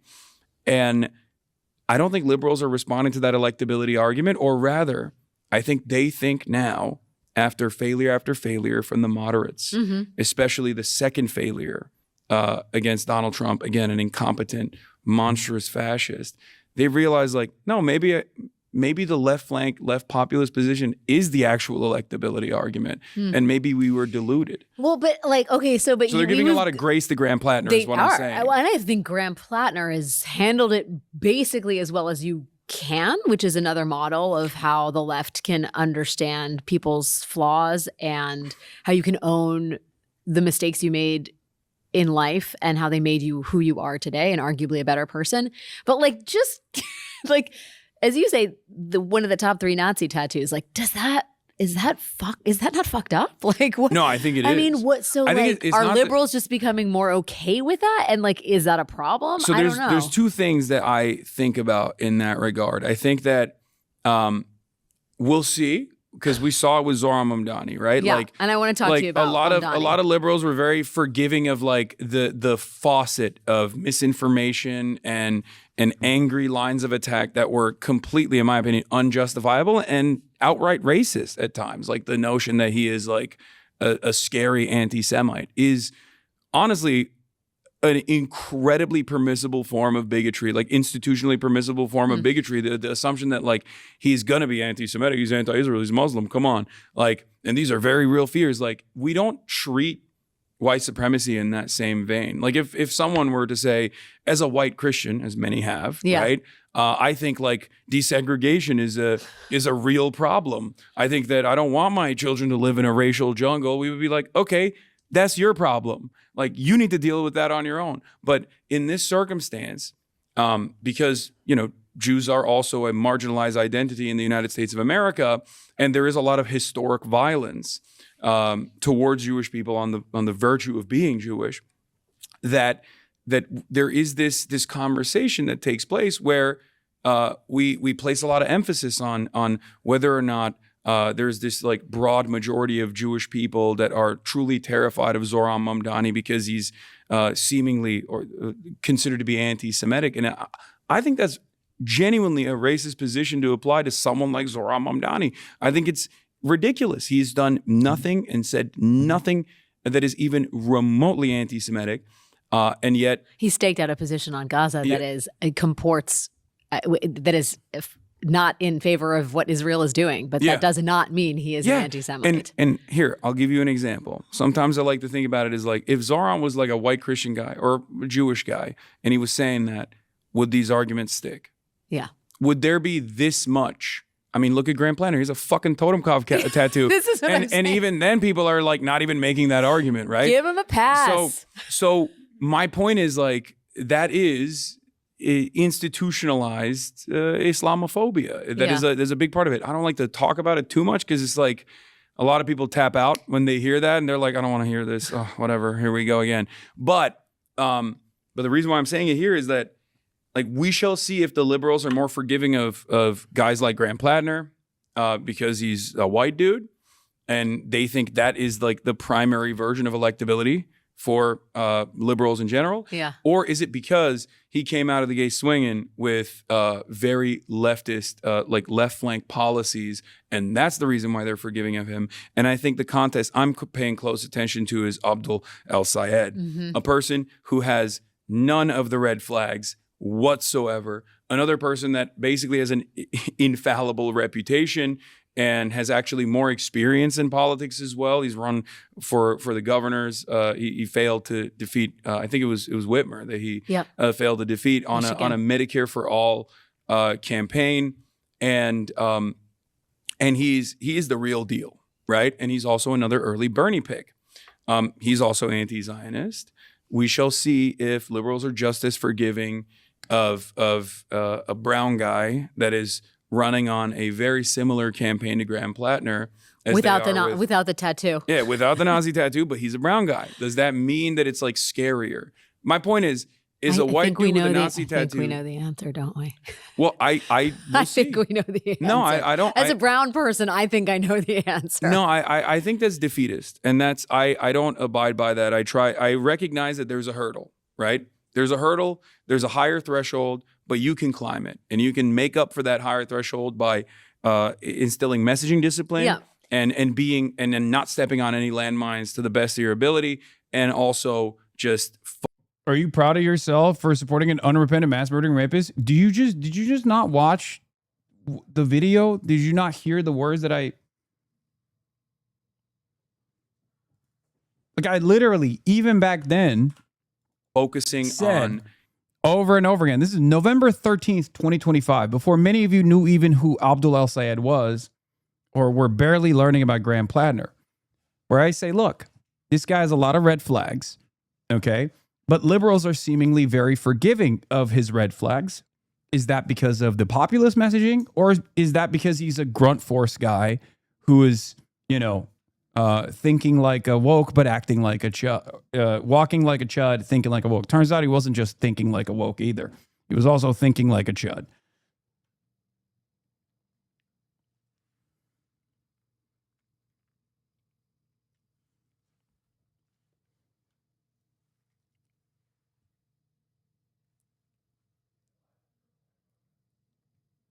Yeah, this was during the height of the Plattner mania. The problem is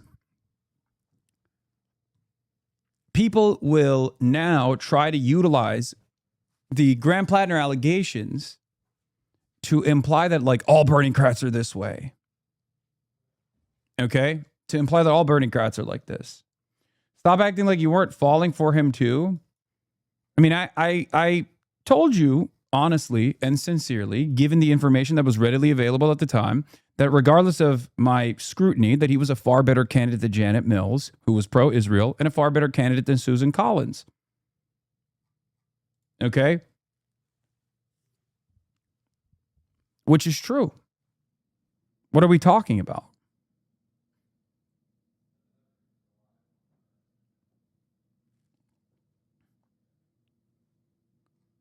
But there's an amount, and there's also verifiable information. Like, for example, if there was verifiable information from his time at Blackwater, where he opened fire on a civilian car or something, or if there was verifiable information from his time in combat, and it wasn't pure conjecture or pure speculation on what he may or may not have done, right? That would be an entirely different conversation that we're having, or would have been having at the time. Okay? The same goes for the previous New York Times reporting on him being from the same victim who, to the New York Times, said that it was unsettling versus verifiable allegations of rape. If new evidence presents itself, then I'm going to change my perspective. It's that simple.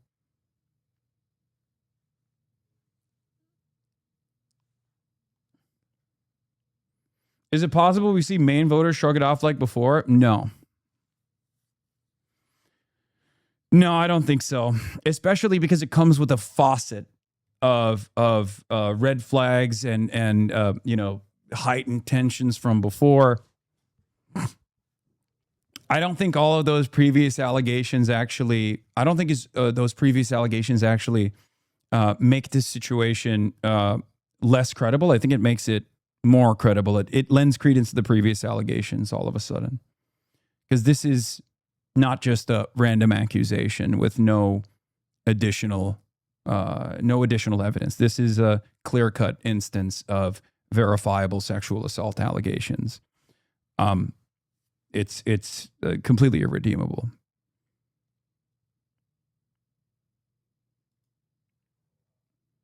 Plattner's source of strength was that people passionately committed to volunteer for him. On his campaign Discord, people are sharing their feelings of betrayal, heartbreak, and resignation. He has lost his base. It no longer seems like a question of whether he will drop out, but when, and whether his campaign, by virtue of an overwhelming primary win, will be able to influence who replaces him.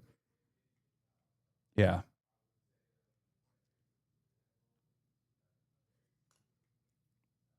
Yeah.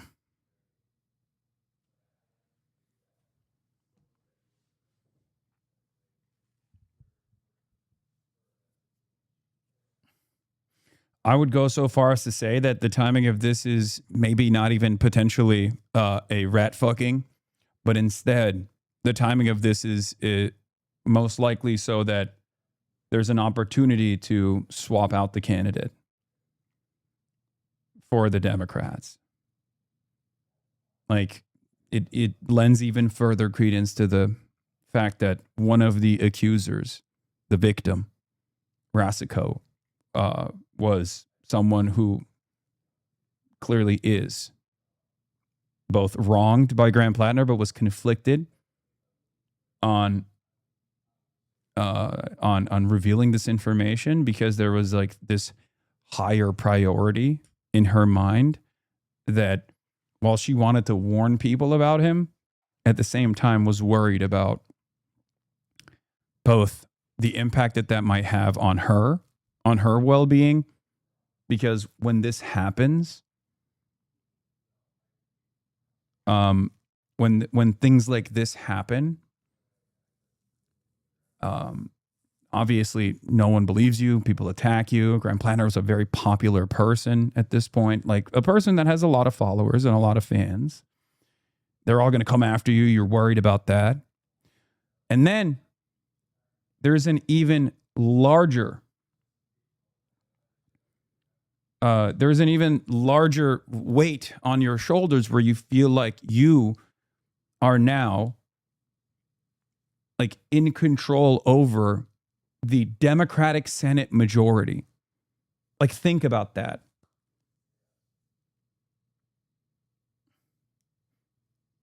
Like, that's huge. If this is, because when you are talking about the Democratic Senate majority, you're talking about potentially millions of people, hundreds of millions of people. Will the Democrats gain the Senate majority and be able to hold Trump accountable, be able to set up hurdles in front of Donald Trump?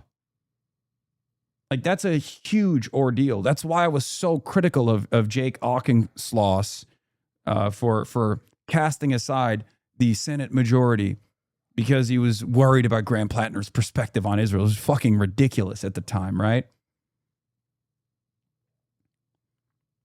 Because that's huge. There are plenty of people I despise, even in the Democratic Senate, that I would never cast a vote against in order to build a reliable coalition against Donald Trump, to hold Trump accountable, right? Adam Schiff. I voted for Adam Schiff. He's my senator. He's a freak. He loves Israel. Not a great Democrat at all. And I voted for him. Why? Because you have to have some level of accountability against this administration. It's just something that you do. You know?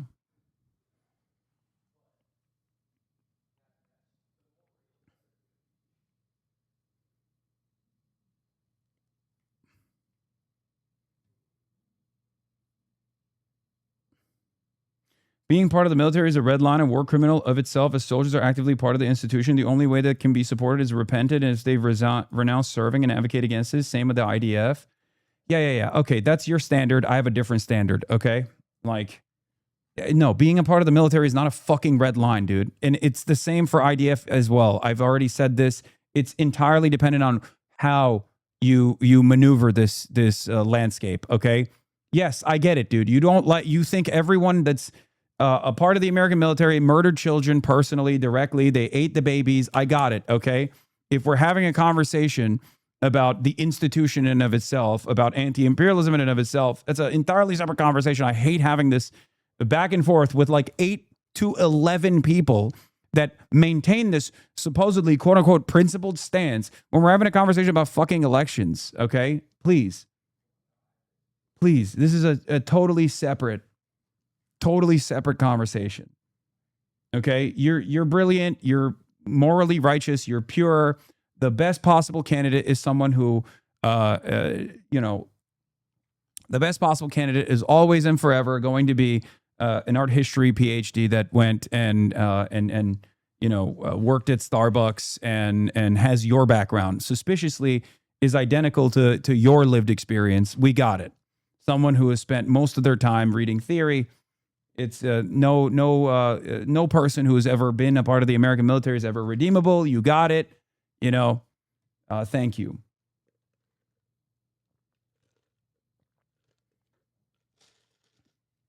IDF is crazy. You can't put purity politics, that shit. Yes, I can. And I have. I've literally interviewed people who have served in the IDF. Anti-Zionists. Now anti-Zionists.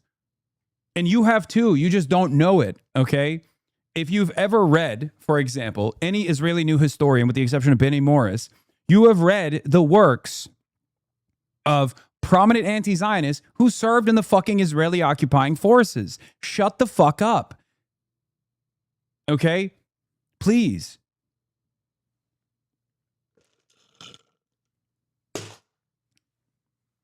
I've never wavered on this principle that someone's past is only indicative of who they are as a person now if it corresponds to their current behavior. Okay? Norm served in the IDF? No, Norm is an American. He's not an Israeli. He's not a new historian.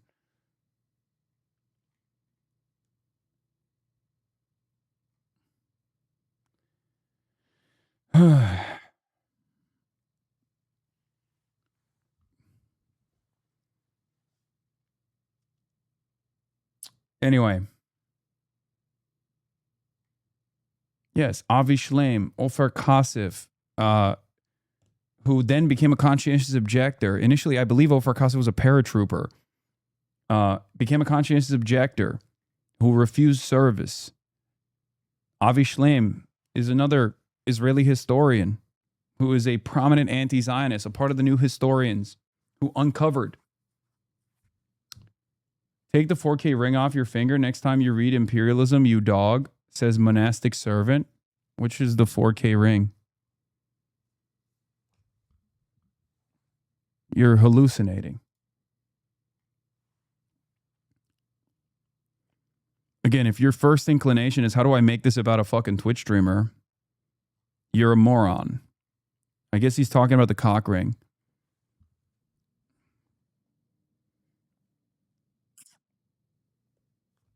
Anyway.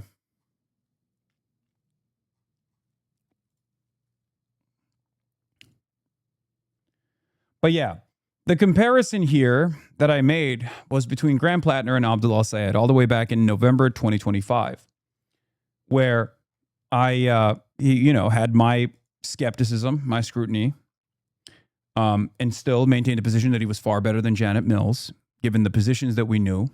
Okay. But what I said at the time was, were people in love with Graham Plattner because he's a white guy? Or were people in love with Graham Plattner because of the policies?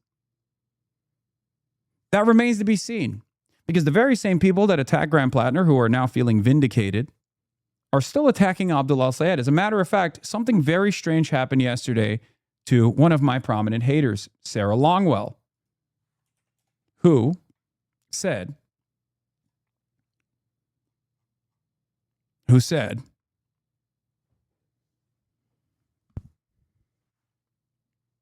does anyone have this Sarah Longwell quote from yesterday?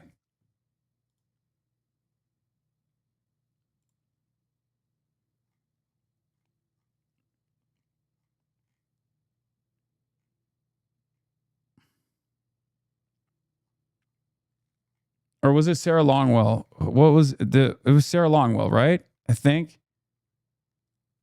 Oh, no, it was Shannon Watts. It wasn't Sarah Longwell. I apologize. It was Shannon Watts who said, I will never support any candidate who proudly campaigns with Hasan Piker, to which Deep responded with, this is an endorsement of Graham Plattner. To which she responded with, yes, Graham Plattner is better than Abdul-Sayed. Something along those lines.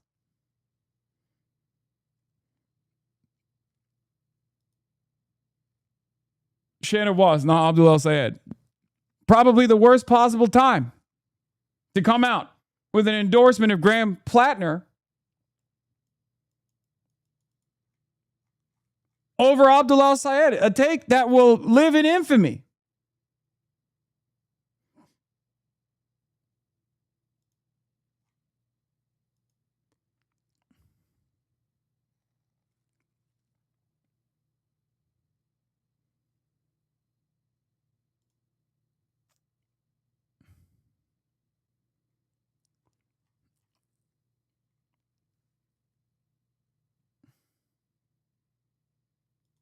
Yeah, another one from the centrist. The difference between El-Sayed and Plattner, and why Plattner is a better candidate than El-Sayed is perceived as a far-left wacko. Plattner is perceived as a military douche with a temper. Voters love douches. They hate socialists. Again,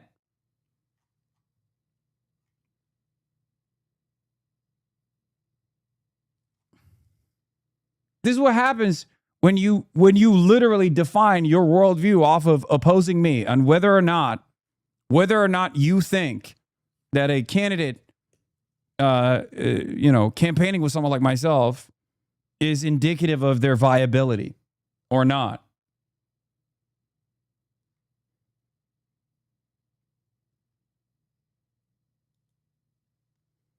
Yeah, look, Shannon Watts endorses Graham Plattner for Maine. He hasn't asked. Persuade me. I appreciate that he hasn't aligned himself with Hasan Piker.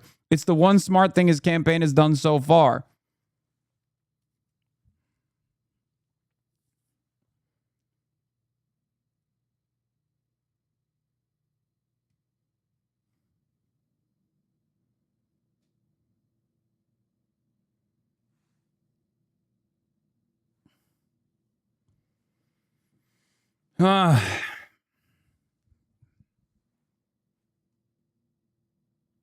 Seems like you're trying to pivot as you never liked him. Didn't we already know he killed Afghan civilians? Seems like you're trying to pivot as you never liked him. No. I was willing to let my scrutiny of his background aside, given that he was far better than both Janet Mills at the time and also Susan Collins. His policies are what mattered to me. But there is certainly a level of things that you have definitely done that are verifiable and credible that I'm willing to forego my scrutiny over. And obviously a verifiable sexual assault allegation goes past that standard.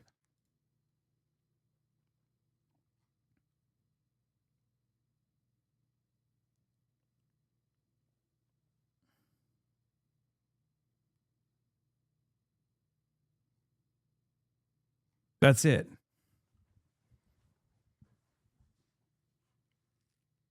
That's it. The lesson for the left, you should only ever run Muslims. I mean, this is a joke, but there is an advantage that comes along with running a Muslim candidate or a black candidate or a brown candidate. You have to overcome great fucking trials and tribulations to get to that point. Yes, you have to be an overachiever with an untarnished reputation. So yeah, it's kind of baked in, yes. They are held to a far greater standard, which was ironically the point that I was fucking making on that Pod Save America episode, making the comparison between Abdul-Sayed and Graham Plattner.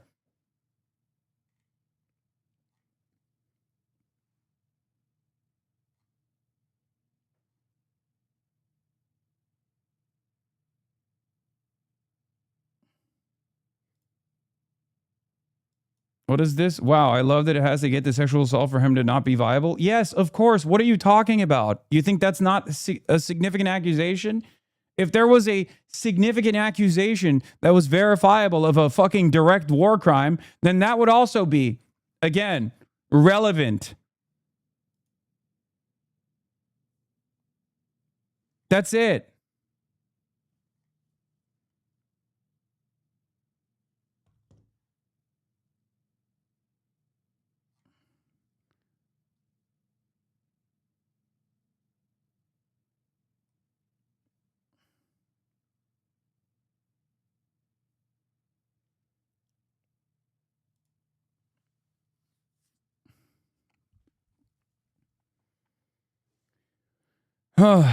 Where's your Mexico shirt gone?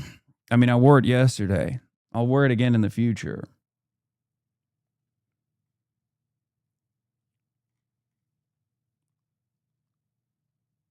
CNN interviewed Plattner's accuser as well. Wait, really? In an interview with CNN, Jenny Rasico, 41, said the attack occurred in the main town where she lived in 2021, 2 years after she and Plattner began casually dating. The interview will be broadcast on The Lead with Jake Tapper. Rasico said one night in November and December 2021, Plattner showed up drunk at her house. It's definitely over for the record. It's definitely over I think it's definitely over for Plattner's campaign. I mean, if that wasn't clear.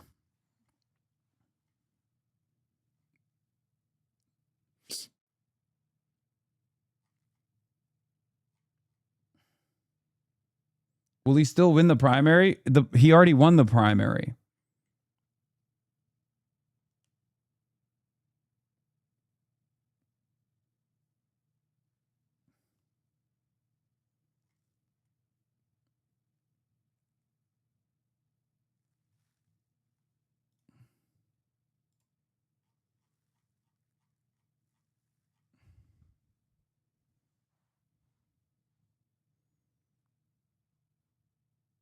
What is this? You're going to call Hasan Piker the same name as y'all called me or so? Rape is a hard line. Not sure why that's controversial. Hasan Piker on political Plattner. This is curtains. That's the trifecta. Okay, that's the trifecta of a reliable allegation. It's holy shit. I believe this. This accusation. I believe this allegation.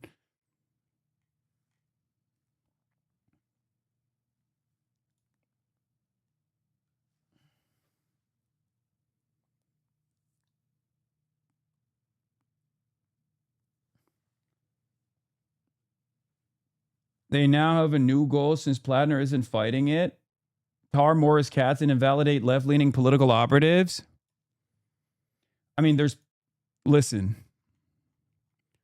I need you guys to understand something, okay? Morris Katz and the Fight Agency are a very good ad agency, but they are an ad agency, okay? They are not a political organization. Morris Katz worked with Micah Lasher. Okay, Micah Lasher is a massive supporter of Israel. Morris Katz and the Fight Agency, while I like the ads that they make, their job is to make ads. They will sometimes work with wonderful candidates and boost them. Okay, and they will sometimes work with candidates that I don't agree with and I oppose. Okay. This is entirely separate from the Democratic Socialists of America. Okay, this is entirely separate from a political movement. They could potentially work with political movements that are aligned, even candidates that I like, even candidates that I work with. Okay? But at the end of the day, it's just an ad agency. And I have made that very clear from the start.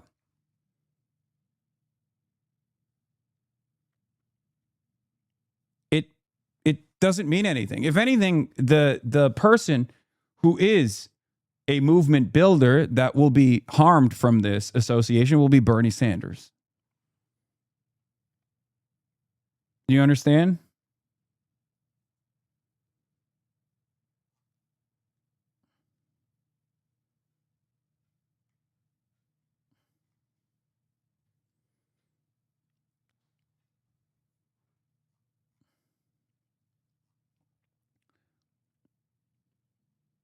I suspect that Graham Plattner betrayed the trust of a lot of people, including probably the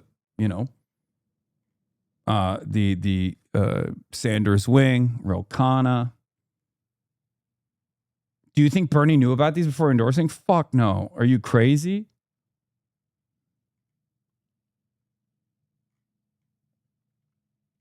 Abso-fucking-lutely not.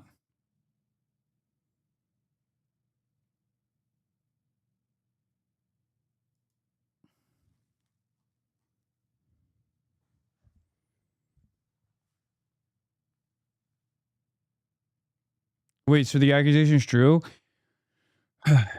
Rasico's testimony, especially given that there is conversations that she had with partners far before Graham Plattner even ran for office, have the telltale signs of a reliable accusation. Okay, a real, verifiable, credible allegation of sexual assault.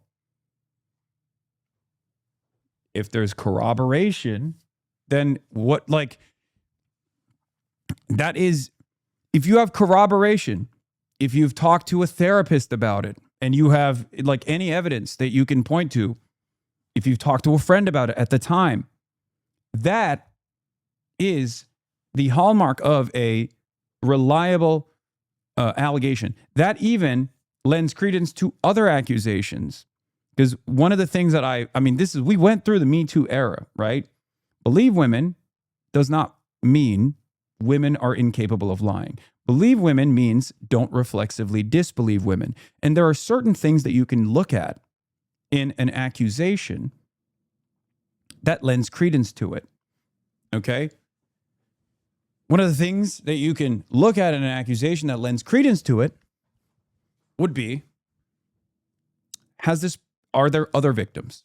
Do they have similar experiences? Have any of the victims talked to someone else? Did they write in their diary at the time? Did they tell another person at the time? Right? Did they tell a therapist? Do they have a therapist? Do they tell a therapist? Rasico's testimony has the hallmarks of a credible rape allegation. It's impossible to overlook. Okay?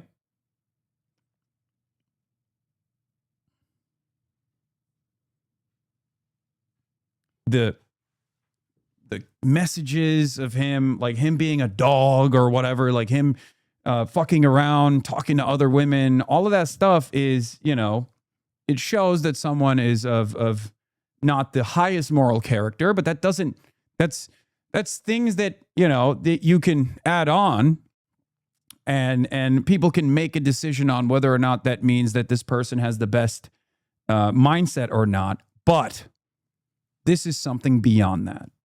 Okay? And this is something that I made clear in the last batch during the New York Times reporting. In the New York Times reporting, I told you if there was like verifiable sexual assault, that would be irredeemable. This is verifiable sexual assault. It's irredeemable.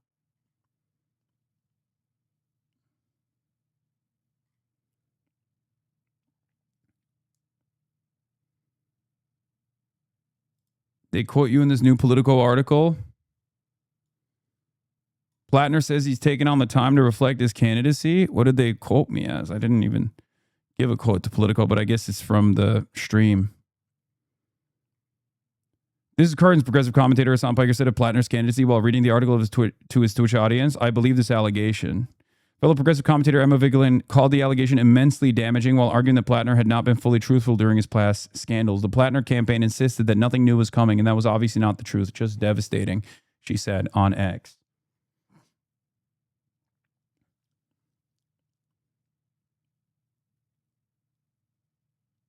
I never trust the media completely, so why would I trust them when they have a story with no credible, verifiable evidence? This Politico story, even though the outlet Politico is obviously run by a person who's maybe a little bit biased, the article itself features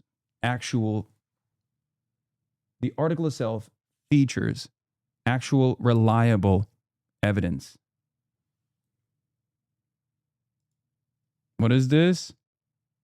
If you're going to start listening to women in the party, then stop listening to this vile misogynist who insists that we all blindly support an unvetted, unqualified, untrustworthy man.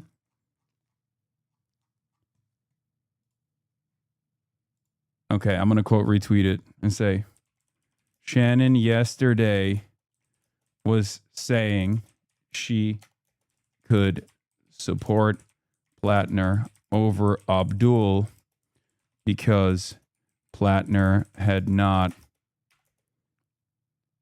campaigned with me while Abdul had.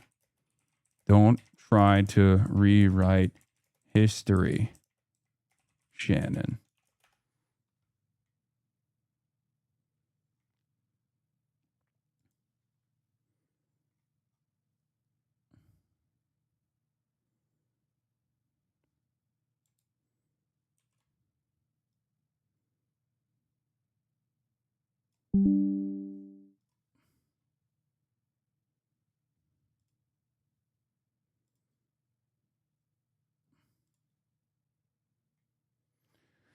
You should be focusing on your energy to get Troy Jackson as a replacement.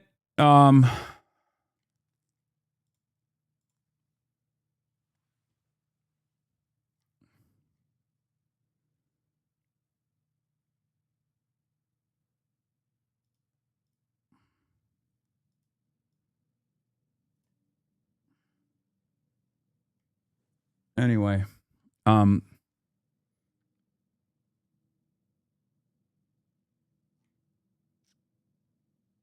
Troy Jackson, Paige Louder, Shenna Bellows, Troy's DSA. What Kami says. Thank you for the 20 gifted subs. So this means tomorrow all the pedophiles and rapists will be expelled from the Republican Party, right? No, of course not.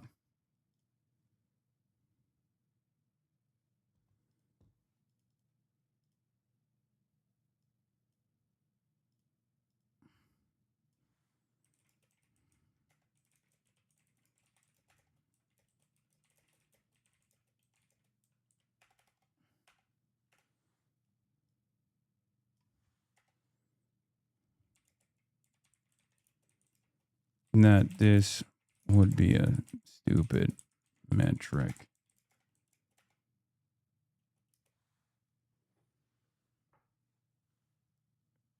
Susan Collins, 2028, new home. The HasanAbi Twitch chat. I mean, no, this is not.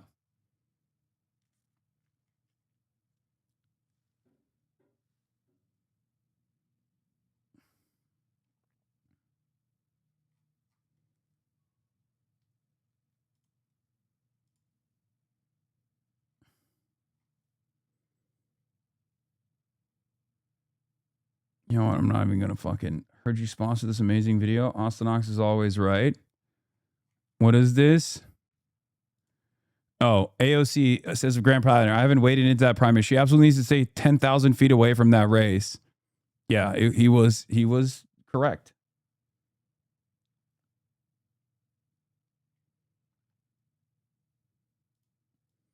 It's so easy to see who Hasan supports. He goes to New York City. He goes to Denver. He phone banks for them. He fundraises for them. He did none of this with Grand Platinum, but some of you only care about the words you hear from your computer screen. Yeah, I know. I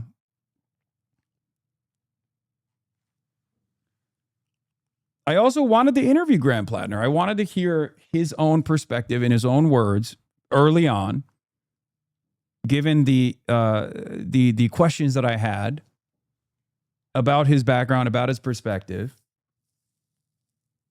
And their campaign shied away from it. Their campaign shied away from it when they saw some of the things that I had said. And I was very open about it. I told you guys at the time. That doesn't mean I'm going to fucking lie to you and say that Grand Platinum is not a better candidate than Janet Mills or a better candidate than Susan Collins before all of this new information came out. Suck my dick. You know what I mean?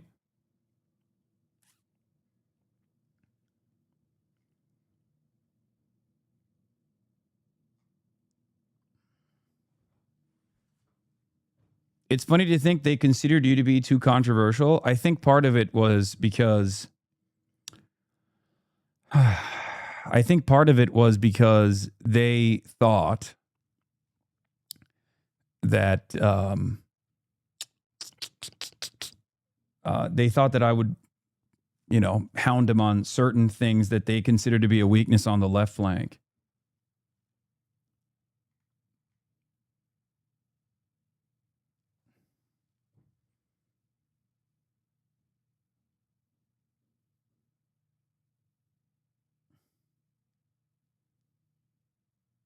They didn't want any scrutiny from the left.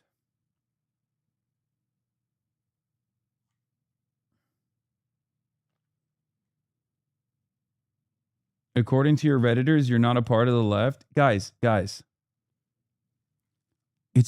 who cares? Okay. Yeah, Desiree Townsend also has some information. Journalist who broke the story on Mitch McConnell's cardiac arrest says he's brain dead per her sources. We will continue with the story, obviously. Let me hold on. Let me go to fucking Fox News to see what they're doing. They're probably running a victory lap here for Susan Collins. And CNN as well. Jake Tapper, the lead, is probably going to be a big one because they're directly interviewing the person.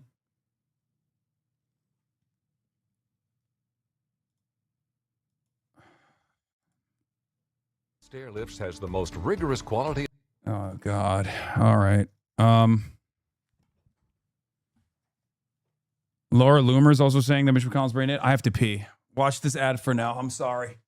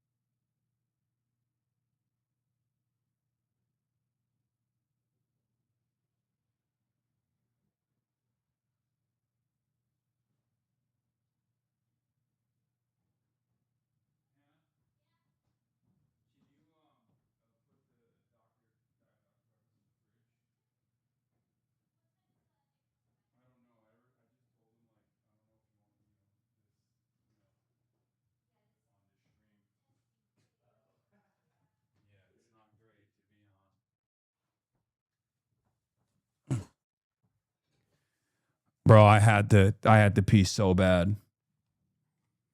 I had to pee so fucking bad. Maine DSA supported Troy Jackson's campaign for governor. If Plattner drops out, we have an opportunity to elect the new DSA senator out of nowhere. You piss loud as fuck.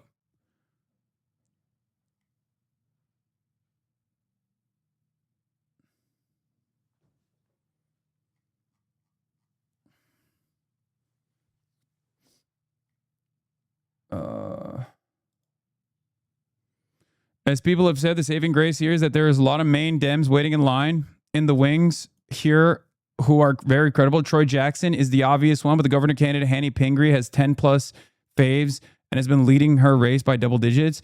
It could also be a full circle moment because her mother, Representative Shelley Pingree, lost the cons in 2002.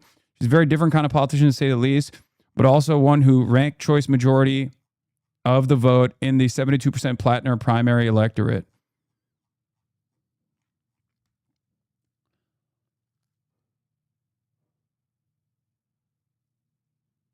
Was pissing the door. Wait, what are you talking about? You guys can't hear my pissing. What the fuck are you talking about? Govern is a side grade to senator. She's not going to float a Senate.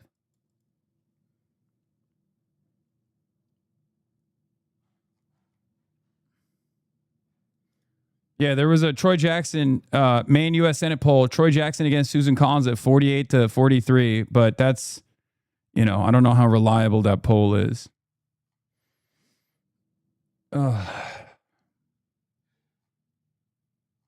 You frying chicken in there. Okay. Yeah, Plattner's volunteer Discord wants Troy Jackson to be the new Democratic Senate nominee.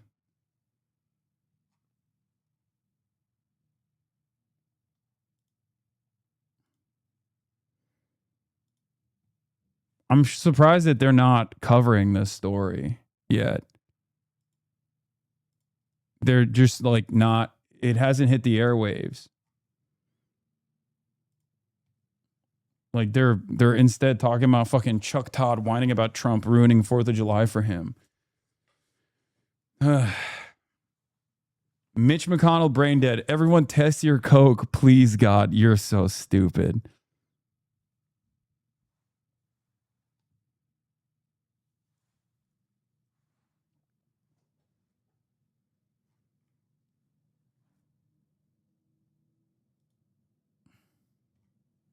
What gifts?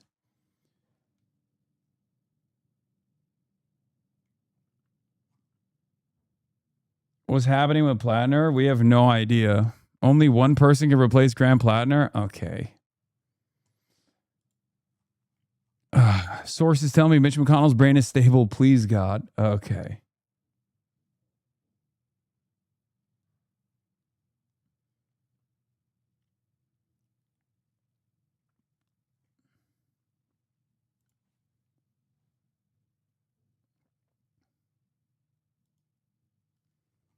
Swapping out Graham Plattner is obviously the right move. It should probably be Troy Jackson. He's from the same wing of the party. He got the Sanders endorsement. He's a favorite of local unions.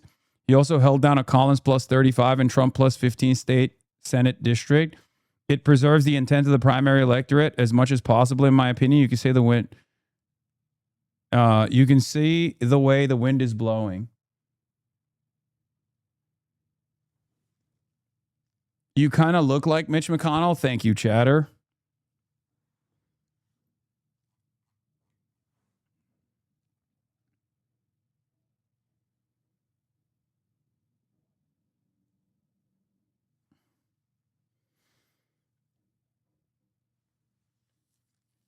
Yeah, it should be Austin show.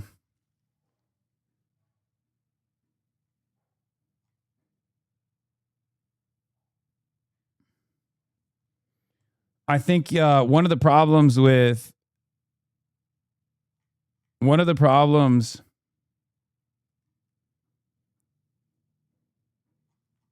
with this the Bernie endorsement is that they're going to use this as an opportunity to fuck Bernie up, dude. They are going to beat the shit out of Bernie for this, which I don't think is appropriate. I don't think it's acceptable. I think it's unacceptable. But I think the establishment Democrats are going to use this as an opportunity. I mean, they're already fucking attacking me. And my level of involvement with Plattner is non-existent. And they're fucking making it seem like I was the one who found him out of nowhere. So they will absolutely, both the right wing of the party and the far right, the Republicans, and certainly the wait, hold on. The far right, the Republicans, the fucking right wing of the Democratic Party are all going to use this as an opportunity to shit on Bernie Sanders and like left populists amongst their ranks. They're going to try to fucking hit this with like, they're going to try to be like, oh, this is just like Abdul or something when there's no comparison whatsoever, right? And they're nasty little perverts.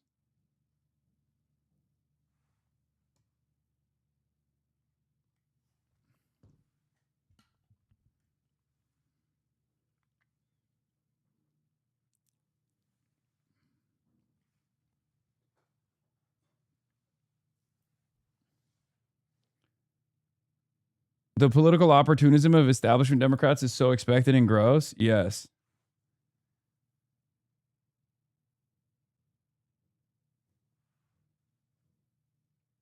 They're gonna try and fucking swing this on DSA candidates and stuff like that when Graham Plattner is not endorsed by the Democratic Socialists of America. All this stuff. There's gonna be a lot of like rat fucking, a lot of opportunities to just like the establishment Democrats are gonna use this as an opportunity to just like do whatever the fuck they can. You know. But yeah, he's not DSA.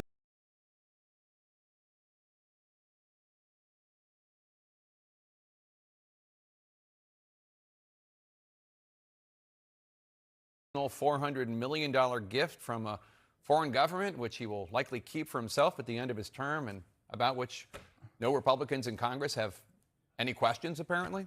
Anyway, he'll board it and make his way to the NATO summit in Turkey. The agenda is clear. Today, Ukrainian President Volodymyr Zelensky said Ukraine desperately needs more missiles to defend itself for its Patriot systems after Russia evaded Ukraine's air defenses last night and pounded the Ukrainian capital with ballistic missiles, killing at least 21 people, including an entire family found dead, buried under rubble. CNN's Kristen Holmes is in Turkey's capital for us. And Kristen, Trump and Russian leader Vladimir Turkey's the Putin table again. spoke Turkey's the on 4th of motherfucking July. table again. Turkey That's is right. the And according to table the Kremlin, again. it was It's at the incredibly table. long It is the conversation. table. Now, President Trump Pakistan's said in that the he bottom, but offered to also help remember Putin that. end the war, although Remember that. it can't be Turkey told is to the me by table. any more Asbayrakları. specifics what exactly President Trump would Turkey or defeated could America in the commit World to Cup. in Never this forget. bilateral meeting that he's having with Zelensky. Now, here's how President Trump described at least part of the call.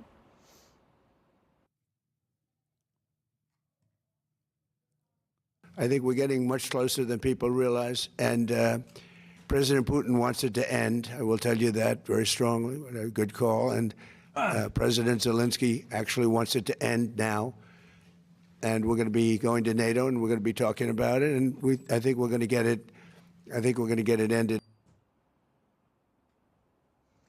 Now, this is something President Trump has been saying for some time. We talked to White House officials who said he understands the urgency. He wants to get this done. But again, I can't get any understanding as to what, if anything, President Trump would actually agree to in terms of aiding Ukraine. We know that's what these European countries are going to be pushing for during the summit. Yeah, and we should note that President Trump said he was going to end the Russia-Ukraine war on day one of his presidency, which is 532 days ago. So everything is on schedule except 532 days late. This summit has the potential to be rather explosive, though. Kristen, tell us why. Yeah, I mean, Jake, President Trump said he doesn't even want to go. The only reason he's actually coming is because it's being hosted by Turkish President Erdogan, and he considers him a friend.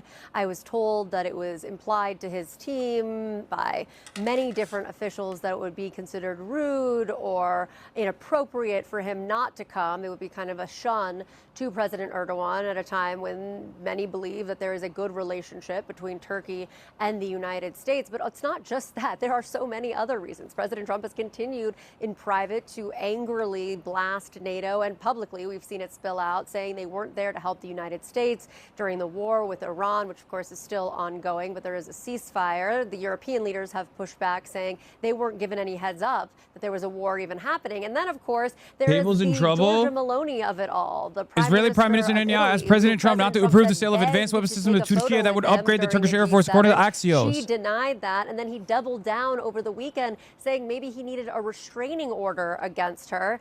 Obviously, another recipe for some. This is a very pretty important intense summit. tension. All right. Kristen Jokes Holmes, aside, like not because Turkey's at the table, but it's a very important summit because like right now, Ukraine is fucking pummeling Russian oil refineries, pummeling Crimea, and Russia has obviously made gains, but their territorial gains have basically stopped at this point.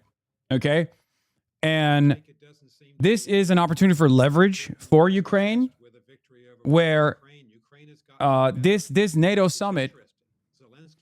I just have no confidence in Trump. I was about to say this NATO summit, if there is like any opportunity for diplomacy, this NATO summit, given the leverage that Ukraine has currently, could be a unique moment to do that. The issue is fucking Donald Trump is the worst mediator. Like, I can't even believe I'm saying this, but he's even worse than fucking Biden somehow. So I have no confidence in the Trump administration. And it would be a genuine shock if he is the guy that could now take advantage of, if he's the guy who could now take advantage of the fact that, like, Ukraine does have leverage, so you can bring Russia to the table to come to a manageable conclusion here, one that is devoid of some of the ridiculous red lines that were on the Russian front, on the Russian side, like demands for territory that they had yet to acquire militarily, no standing military for Ukraine. Like, these are all ridiculous demands that Russia was making, and it felt as though it always felt as though, like, Russia was just simply playing along with the notion of a ceasefire, a long-standing ceasefire, in an effort to continue making additional territorial acquisitions. So who knows? Obviously, in the process of Ukraine hitting oil refineries in Russia, Russia has been aggressively pummeling and punishing the civilian population of Ukraine, hitting numerous civilian areas in Ukraine, Israel style, let's be real, directly engaging in war crimes. Did threaten multiple times just this calendar year, earlier in the year, to invade Greenland, a NATO ally. Greenland's the territory of the Kingdom of Denmark, and President Trump has also repeatedly questioned whether Canada should be a sovereign country. So you can imagine what this has done to the bonds of trust. And Jake, that's what there's NATO's also really this all too, about. obviously. I was there on 9/11. The U.S. shot its Patriot PAC-3 Wad for Israel. That stockpile won't be replenished anytime soon. Ukraine knew that, but they're betting that their long-range strike campaign will hurt Russia more than Russia's unimpeded missile strikes will hurt Ukraine. That's what's going on right now. Because, like, the Ukrainian Air Force confirms that not a single Iskander-M ballistic missile or Zircon hypersonic cruise missile was shot down during last night's attack. This is likely due to the depleted Patriot interceptor stockpiles. Is cooked. America fucking at the behest of Israel, which is something that I've talked about already, right? Remember when I said their defensive capabilities have withered away because they blew it for Israel? And the same with even their offensive standoff munitions, right? America's offensive standoff munitions, Tomahawk missiles and the like, were depleted. Those munitions were created. Those munitions were stockpiled specifically for peer and near-peer adversaries like Russia and China. Okay? Hitting energy infrastructure is literally a war crime. Strange, not when it's Russia. I mean, fuck Putin, but no, I didn't say that it's not. What are you talking about? Yes. One side is trying to gain leverage over the invading party by attacking critical infrastructure. Yes. And it's succeeding. As far as gaining leverage, Ukraine has succeeded. It's like, if both parties are engaging in war crimes, you have to look at who the offending party is. The offending party is not Ukraine. I'm sorry. That's fucking ridiculous. The offending party here is Russia. Russia invaded Ukraine.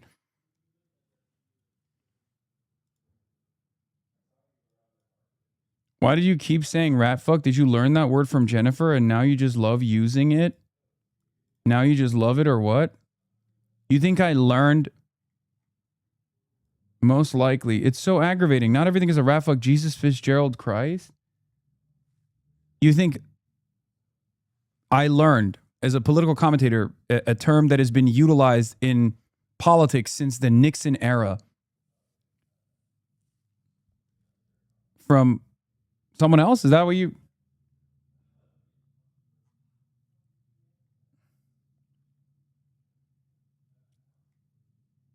Also, I didn't even say that this Graham Plattner story was a rat fucking operation. I just never heard you say it, and I've been watching for 2 years until she said it. Perhaps in the last 2 years that you started watching me, do you feel like maybe there is actually an active political campaign taking place because it's the midterms?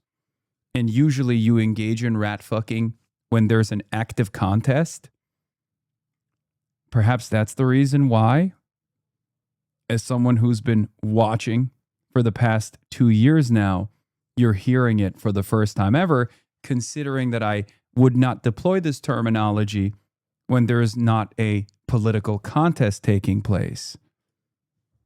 Do you think maybe that's the reason why? Because that's where the term comes from?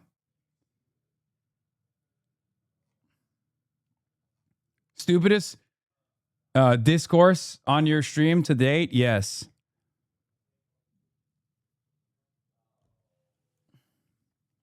Yes, of course I've used the term rat fuck when I discussed Bernie Sanders in 2020,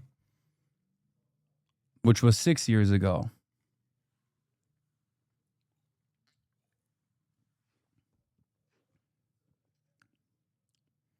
Anyway, on that note, I'm going to test something very new.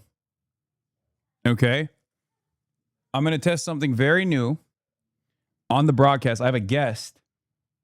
His name is Nick Pollum. He hasn't been on the broadcast in quite a while, but he's back. He's in Los Angeles. All right, get in here. And we are going to try something new for the first time ever. Okay. All right, get over there. Yeah, get over there, dude. Okay. All right. That's right. Ladies and gentlemen. Oh. Look at that. I didn't even do that. Single shot. Is this where you want me to sit? Single shot. Right here? Yeah, get in the middle. Get in the middle of that. Yeah. Hello. Can you guys hear me? Hello. Back a little bit. Oh my goodness. Do you see that? This is a professional. You go even further. There you go. There it is. There it is. We've angled it. Look at that. I'm in the corner of the chair, you know? Yeah. And you're Wait, is the mic listen, on? Your microphone is on. Low. I think it's low. Oh shit. What the fuck? Why is it so low? Oh, his mic is off. Is it muted? No, I don't know why your microphone is unbelievably low and it's got no fucking. Wait, hold on. Give it some boost there. Yeah, I'm gonna turn on the noise gate and then. Wait, where is the noise gate? Hold on, I'm gonna fix it. I'm gonna turn on the noise gate, and then I'm also going to. No, hold on. Don't worry, I got it. Okay, and then I'm gonna crank up the gain. Can you hear me? Yeah, there we go. I think we're good. Yeah, it's good now. It should be good. Oh my goodness. This is it? Am I the first one to sit in this chair? Yeah. Wow, I have a good view of the whole room. Yeah. No, it's scuffed. It still sounds echoey. Wait, why? That's the wrong mic. Oh, wait. Were you doing this one? That's too. Oh, we've swapped the microphones, bro. David, cook me. Hello. Oh my God. Here, speak now. I might be loud as heck now. Am I good now? Yeah, you're fine. I'm gonna lower it now. Alrighty then. Yeah, no, that's what it was. Jesus Christ. God bless us. This is great. How are we feeling? A little bit of tech. Oh, a little tech got you stressed. It's classic. Okay, Oh my it's goodness. classic. It's a classic job from. I got a team. Yeah, I was talking to him. Okay, I got a team, and they're, sometimes they God bless them, as Joe Biden would say. Yeah. Anyway, how professional is this? Look at this. This is like a professional conversation that we're having. Yeah. Well, yeah, it feels like it. Yeah. Got the nice colored This is mics like here. so. What I'm trying to do, and you're the consummate professional when it comes to, obviously, he's still too quiet. Wait, really? I lowered his audio. Maybe that's why. Wait, Maybe better now. Test. Okay, Usually I use the word anal, but yeah, maybe not this here. should be fine now. Yeah. Yeah. Okay. So he sounds muffled. Wait, really? Uh-oh. He sounds muffled. Gain too high. Oh, yeah, maybe because you cranked the gain. Maybe put it back at 65. No, that's not. That's You no. sure? Hold on. Let's see. Hello. Oh yeah. They're trolling. No. Your gain is high. As long as we shouldn't be peaking red. Test. Yeah, but I peak red too. Really? I crank it. Can you hear me, Chad? Yeah, you should be fine now, but yours should be a little bit lower. Wow, use the old school activity feed pop Yeah. up. That's crazy. Wait, what do you use? I mean, there's a independent Stream Elements has its own special app, but it is what it is. Could use. Oh, I don't have Stream Elements. See, Streamlabs. They have an app too. Oh, do they? I don't use any of the apps. I raw dog it. OBS. You do. This is old school. It's good now. Yeah. Oh my God, I'm back home. Yeah. This is Noise where I gate was is born. weird now. Crank it up, turn it up. Noise gate is too crazy. What? How? It looks the same as. I actually hate that mixer, by the way. It's so tricky. Yep. Not a big fan. Wait, what the fuck is this? Is this working? No. Chat, you should spam as hard as you can because it will fix the problem with your energy. Yeah. Of course. I don't know how to fix the threshold from here. Maybe I do need the fucking. I don't know. I mean, it should be fine. Is it good now? They keep saying audio is good, but I never know. Cuck Corner Paulum. Yeah. Anyway, last time you were here, yes, you got into a lot of trouble. I always get into trouble, but you were also a participant in the trouble. Yeah. An unwitting participant, because I told you about my opinions, and there were plenty of opportunities for people to like clip super short bouts out of people love doing that, by the way. Yeah, they do. They do love doing that. You have a clip here that I'm gonna be looking at real quick. Oh God, is it of me? Wait. Yes, it is of you. Oh, here it is. Yeah. So this was literally earlier today. The problem is the haters seem to be the ones that watch them the most. So you'll watch an 8-hour Hasan stream, hate him, clip him 1,000 times to Twitter, but you're helping him by watching him. And I keep telling people, if you really want people to kind of vanish, just don't talk about them anymore. And it's happened to some people. You know, some people you don't talk about anymore. That, you know, they're gone. They're off in their own little world. You know, spinning slots. No one's watching. You know, you can do that. But people like with Hasan especially and Asman, they don't. It's like you have to. Why are you giving them advice on lowering my relevance? Well, I wouldn't know if it's lowering your relevance. Well, kind of would.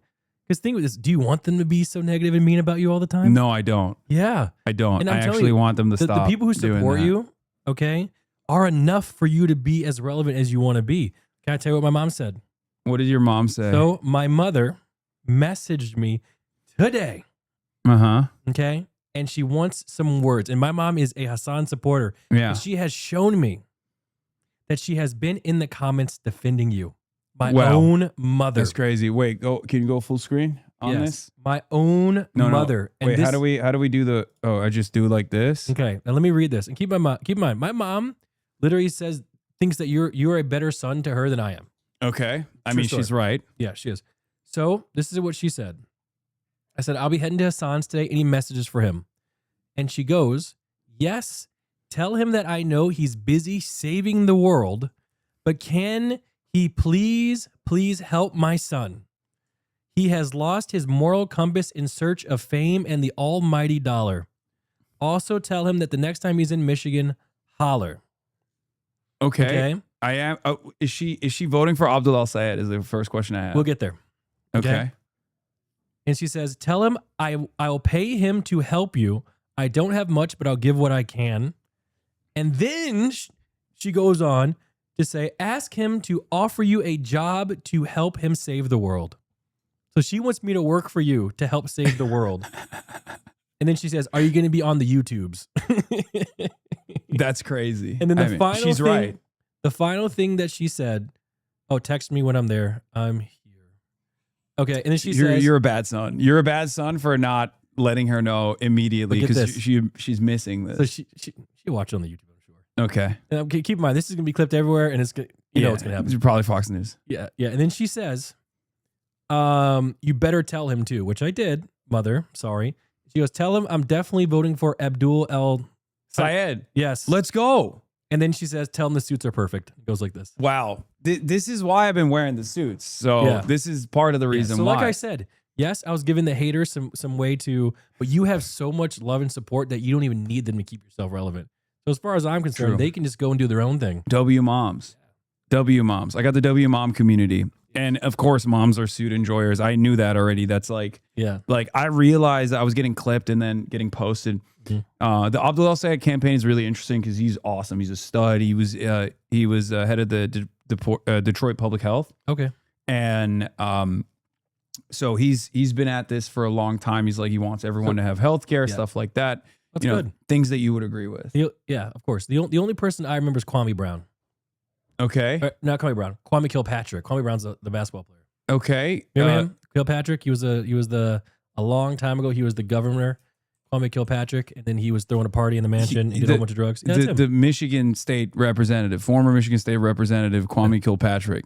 Yeah, this is the last guy I knew. He was. I believe he might have been pardoned by Donald Trump. What? Yeah, he got a criminal conviction, scandal cover-up, 2003 civil lawsuit filed against Kilpatrick by ex-bodyguard Harold Nelthrop, former deputy police chief Gary Brown, State of the City address, recall efforts against Kilpatrick, criminal charges were brought, 12-count criminal indictment against Kilpatrick and Beatty, charging Kilpatrick with 8 felonies and Beatty with 7. Charges for both included perjury, misconduct in office, obstruction of justice. Worthy suggested that others in the Kilpatrick administration could also be charged. He resigns from the mayoralty in 2008. This is the last guy I knew that was anything Yeah, political. he had his commutation of sentencing in January 20th, 2021. Wow. Why did he get pardoned? He commuted Kilpatrick's sentence with less than 12 hours remaining before the end of his first non-consecutive term. The White House statement on the commutation of Kilpatrick reads, Mr. Kilpatrick has served approximately 7 years in prison for his role in a racketeering and bribery scheme where he held public office. During his incarceration, Mr. Kilpatrick has taught public speaking classes and has held Bible study groups with his fellow inmates. And Mr. Trump's commutation allowed Kilpatrick to gain release 20 years early. Oh my God. Though it did not vacate his conviction. Commutation left in place the almost $4.8 million in restitution and 3-year probation. Kilpatrick will not be able to run for office in Michigan until 2033 as a felon is excluded from politics for 20 years after conviction under Michigan law. Yeah, I feel like Donald Trump sometimes is just doing it for the love of the game. Like I do think sometimes, like, because he has pardoned a lot of Democrats, right? Like Henry Cuellar is another one. He got money from Azerbaijan. He was like not. So in the United States of America, you have to like if you're lobbying for a foreign government, if you're doing stuff at the behest of a foreign government, you have to like register as a foreign agent. Okay. Except for Israel, of course. Okay. Obviously. Donald Trump pardoned him. But how And did he Donald was Trump like- even know who this was? Did someone just tell him? Yeah, of course. There's people telling him 'Cause who he probably had no idea who this guy was. Yeah, and the thing is, well, he might have known because Henry Cuellar is like the most conservative Democrat. Like he's like super, super right wing. He's in Texas. And I think Donald Trump did it for a quid pro quo to be like, I got you, now you got to get me. Oh my God. But Henry Cuellar has at times also, has also been like critical of Trump, and sometimes he'll be like, what the fuck are you doing? We pardoned you. Like you're not allowed to do that. Yeah. So You know? the thing is, Hasan, I'm gonna be honest here. Can I be honest? Mm-hmm. I really only get my politics from you and from Asman. So I really, I'm being honest, brother. I'm keeping it plain. Dude, your brain has to be fucking melted if that's the case. Well, keep in mind, my brain doesn't really work that well, so it doesn't absorb much. How is that even possible? Like, how is that even? We are on the diametrical opposite sides of virtually every issue. I don't know what to do. I can't. I watch you. I watch him. That's it. You can check my Twitch history. The fucking median voter, dude. The median voter. So like, you hear. So basically, you like I'll cover a story. Yeah. Right. I'll flip back and forth. And then Asmongold will cover the same story. Yeah. And his coverage on the story is literally the opposite. So what do you think in that moment where you're like, I guess both sides are true? Like, well, I try to come up with my own opinions based on what you guys have shown me. this is why your mom wants me to save you. Yeah, it is. Because she's an adult and understands that you are not one. So that's why she's like, you have to stop. Yeah. You know. Well, the thing is, I'm not a man of much conviction. Yeah. I'm always kind of in the middle, I'm always like kind of in the middle. But Okay. I do be watching all the time. So like, yeah. But the thing is, you want to know why I come over here though? What? So you can give me an update. Yeah. It's like the last time I came over, you literally, first off, you know my friends, Soda Poppin'? Yes. He didn't know what Israel was or Palestine was. I know. He gave me. That was quite the controversy. What do you mean? It was when he rated a lot of people F. I think even including Asmongold, or Asmongold was C tier or something. And Asmongold was really mad. Yeah. He was like, "Oh, he's doing that because I defeated him in World of Warcraft or something." I remember, and I asked Chance about that. He didn't remember that. And he complained about it. as we go complain about it, it was interesting. None of it made to LSF, it feels like. Because if you recall, many years ago, when I said, oh, XQC sucks for rating me low, everyone was like, oh, Hasan is going to kill himself. Okay. There's a lot of maneuvering on Reddit, on subreddits. LSF has gone to the wind. It is completely astroturfed and brigaded, and it's not even to the point where it's even worth looking at anymore. You know, they've just lost it. They've lost it in the sauce. Swap the frames. It'll make the conversation appear normal. It looks like y'all are sitting away from each other. So in the duo one, I think they're talking about. Yeah, let me see. Let me fix it real quick. Hold on. Yeah, nice. So,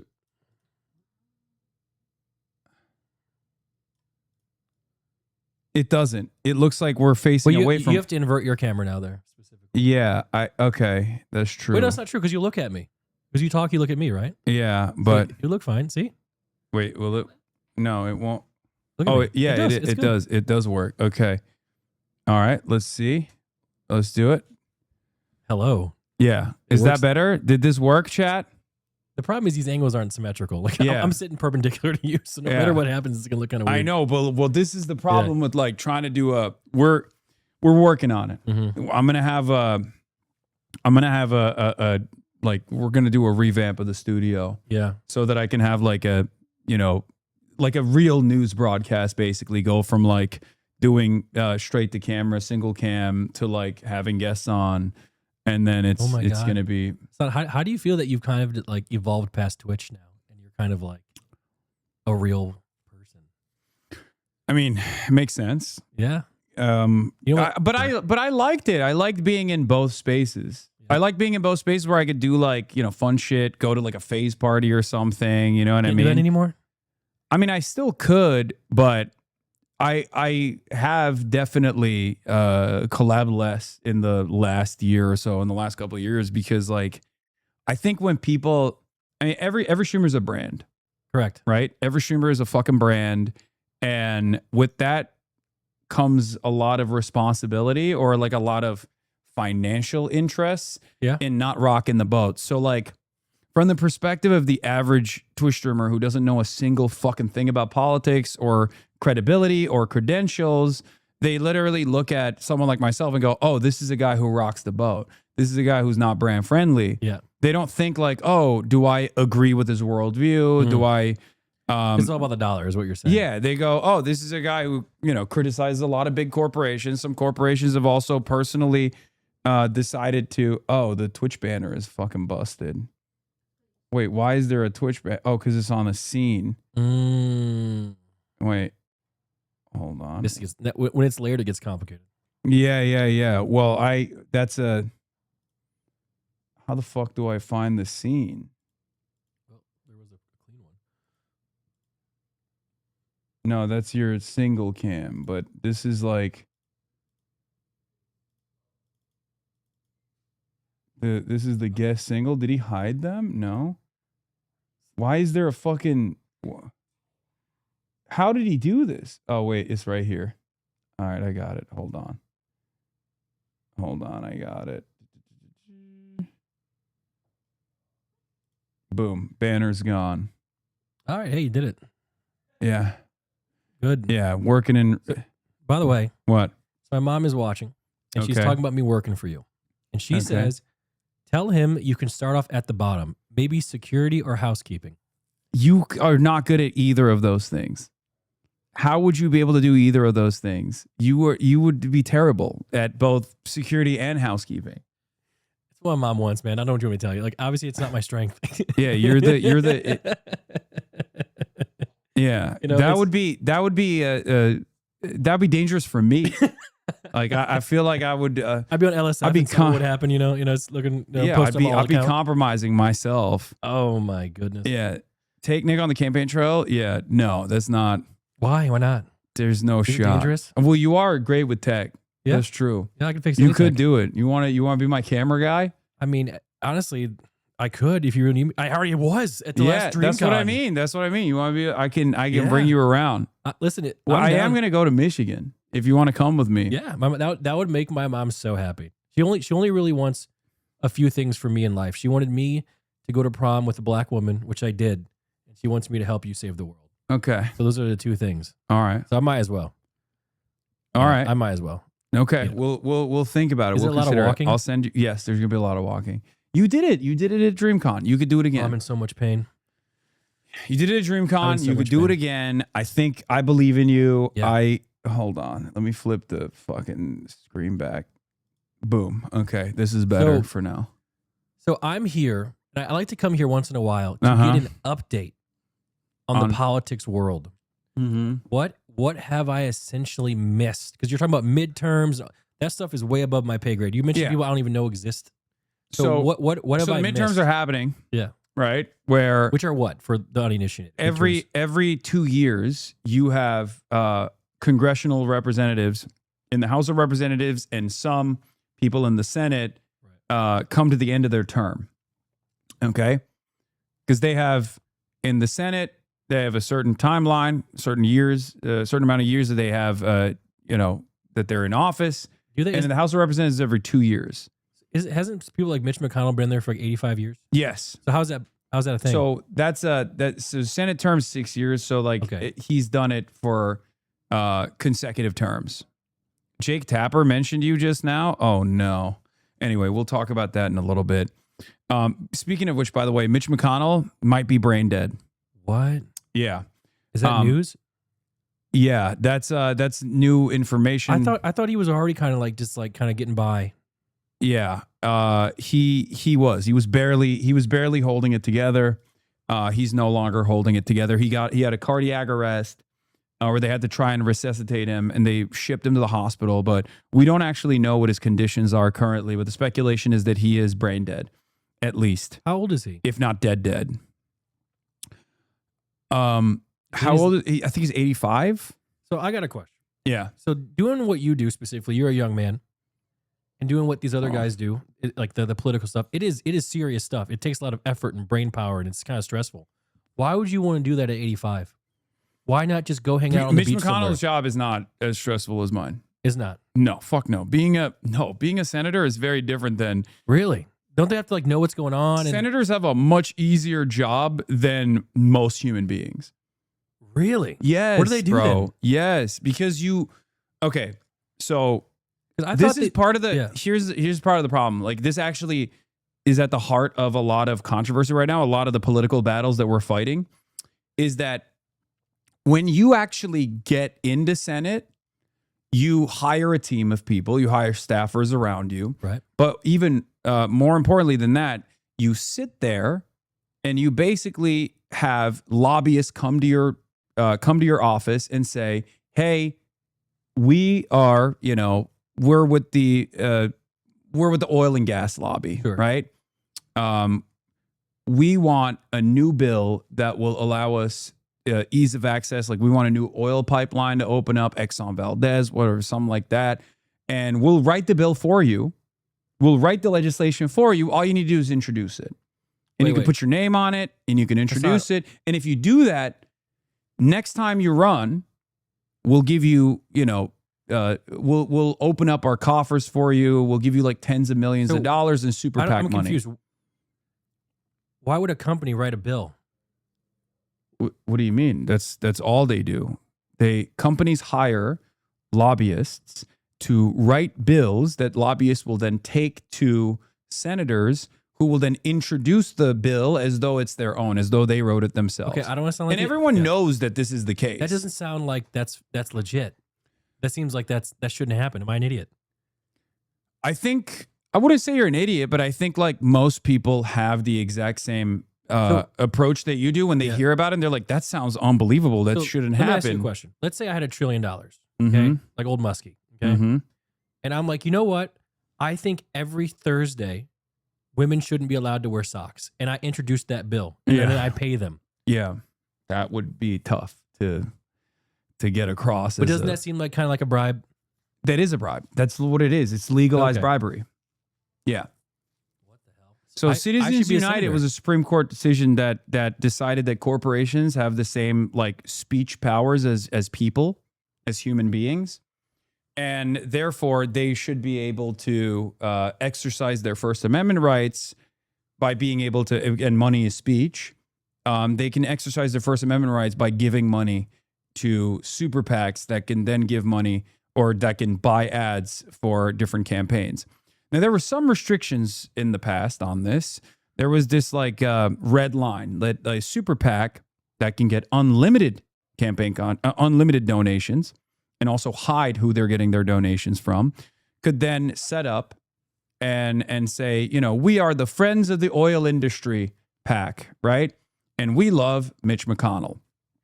And they could turn around and spend $10 million, $20 million on a race and basically eviscerate the competition. Got it. Right? They could just, because if you're in like 96% of races, the side that has more money, the side that spends more money on ads wins. Okay.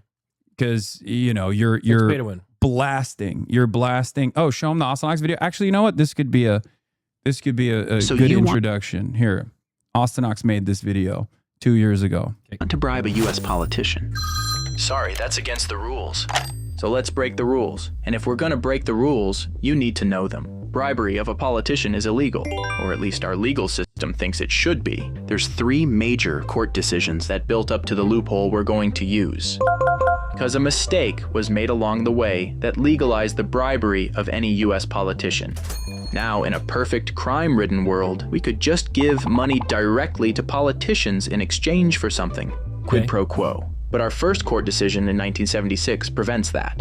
Buckley versus Vallejo. The Supreme Court rules that it is constitutional to limit donations to political campaigns. Because if you can't give $100,000 to a candidate, and you're limited to something like $3,000, that makes it very unlikely the candidate will do something for you. We've got senators accepting gold bars out here. Good luck bribing someone for $3,000. The limit also applies to political action committees, PACs, which take donations, then give the money to candidates. You, as of right now, can only donate $5,000 to a PAC per election cycle. But you're a millionaire, and you're looking to bribe someone. So 5K is just not going to cut it. 2010, Citizens United versus the FEC. The Supreme Court rules that as long as a corporation doesn't coordinate with candidates, there's no possibility of them corrupting candidates. That limiting the spending of a corporation to advocate for or against any political candidate is an infringement on free speech. The free speech of the corporation, of course. This overruled the 1990 Supreme Court decision that said it was constitutional to limit corporations' spending on elections, because if corporations could spend as much as they want to promote candidates, it would distort the political process. That's what the old one said. Thank God we fixed that, right? So now, corporations can spend as much as they like to help out a politician's campaign, as long as they're not coordinating. Okay. Would you be shocked if I were to tell you that now the Supreme Court in this last cycle, only a week ago, decided that corporations, by way of their super PACs, can directly coordinate with campaigns as well? Because it turns out that was also a significant violation of their First Amendment rights. Corporations are not only people, but people with a lot of money, unlimited money, but they're also people that can now directly coordinate with the campaigns as well. So they took two Band-Aids off. This limitation was already marginal, right? There's a concept called red boxing. So campaigns would basically put a red box around what their priority targets were for ad campaigns. Like if they wanted to, highlight the weaknesses of a certain opponent, for example, it was a loophole. They would just write on their, they would basically put on their campaign website a sequence of demands that they were just simply putting out there about their opposition or out there about on their media page. They were basically putting out what they wanted to highlight about their candidacy. This would be a loophole that overcame this direct contact rule anyway. Yep. But now the Supreme Court has decided you don't even need to do that. You could just directly coordinate with the campaigns. All right, let's get back to the video. This sounds like the biggest form of brigading. Yes, but this time it's something more powerful than brigading and botting. It's money. And money is the most powerful motivator for everyone. But you want to bribe a politician, and you still can't donate any more than $5,000 to a PAC. Those limits are still there. So we need our third court case, speechnow.org versus the FEC, also in 2010. Almost immediately after Citizens United, with Citizens United ruling that independent expenditures by corporations have no risk of corrupting an election. Then neither do donations to those corporations. Okay, so this That's is the logic. unlimited part then. This is where the mistake was made. And if your donation has no risk of corruption, no risk of quid pro quo, then Buckley doesn't apply anymore. It's unconstitutional to stop you from donating as much money as you want to a corporation, and it's unconstitutional to stop a corporation from spending that money on their own. Important note, this wasn't a Supreme Court ruling. It never reached the Supreme Court because the Attorney General didn't think it would be important. So, if you set up a political action committee, but it doesn't coordinate with any campaign, any candidate, people can donate as much as they want. Those PACs are called super PACs. Try to pause here and figure out how you'd bribe a politician with these tools. How would you bribe a politician? You wanted them to have Sockless Tuesdays. Yeah. Or Thursdays. I apologize. We do Fridays. Sockless Fridays. Yeah. Okay. That's what you would do to bribe a politician. Well, if that's what I wanted. Okay. Let's say like I had a nail polish company. That's how I made my billions. Mm-hmm. So everyone wanted, they want to have their feet out. So they want to make it look good. Yeah. Pay for nail polish. Okay. I thought you were going somewhere pervy with that. It turns out you had a financial acumen behind this decision. You said it's all about the money. That's where I've been. Okay. I'm down a lot of money after maybe divorce. Maybe it's a twofer where like they're also, Dogs Out Friday. You get to see the dogs and you get to make money on I'm the a little side. bit different. I only see Catchy's feet now. There's no other. Okay. I am like this. Okay, that's good You know to know. Catchy, right? You seen her? Yes. Yes, I have. All right. All right, let's get back to the video. Yep. Because now it's easy. All you need to do is promise that politician you'll donate $100,000, maybe There's $1 no million. Just not to them. You'll donate it to the super PAC that's running ads to advocate for them. All they have to do in exchange is give you a favor once they're elected. So you as an individual can only donate $3,500 now. Right. And you can do that for the primary. You can do that for general. So the technical max out is $7,000. Okay. I have done so for many candidates around the country. But that's the limit. But you can go to the super PACs. But if I were to go to a super PAC, for example, I could give unlimited amounts of money to a campaign. And not only that, but also I could personally even like hide that I was doing this. And many people do. It's much more difficult to figure out who is giving money to certain super PACs. Some super PACs don't, like dark money. Super PACs refuse to disclose and don't have the duty to disclose who's giving them money. You can be an anonymous donor. My question is, okay, let's say you give the money to the super PACs, right? And you expect a favor later. How do you guarantee you even get that favor?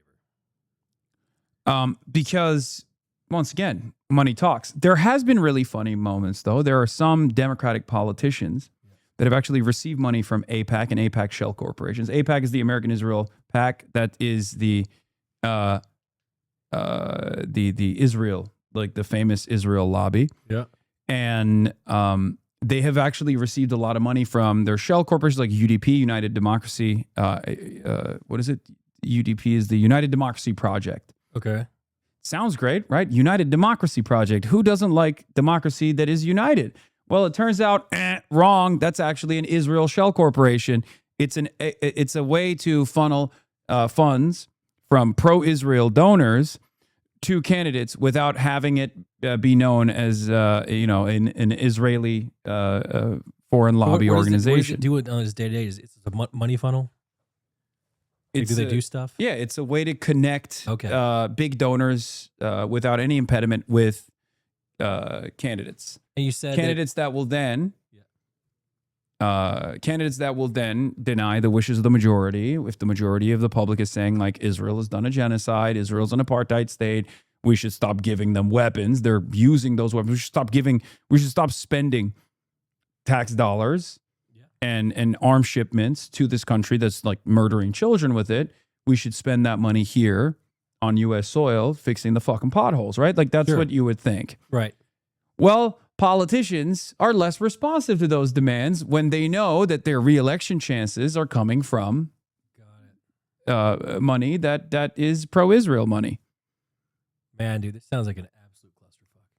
Yeah, this is at the heart of you why you cover this stuff every day, all day. I do. Yeah, It doesn't wear you down. You don't get like what tired, like damn, this is a big ass hole. No. I mean, someone's got to do it. That's right. Yeah, someone's got to fucking do it. Noisegate's clipping Nick again. Fuck me. Oh, maybe I'm too far away. Yeah. Better suck now? on that Noisegate, dude.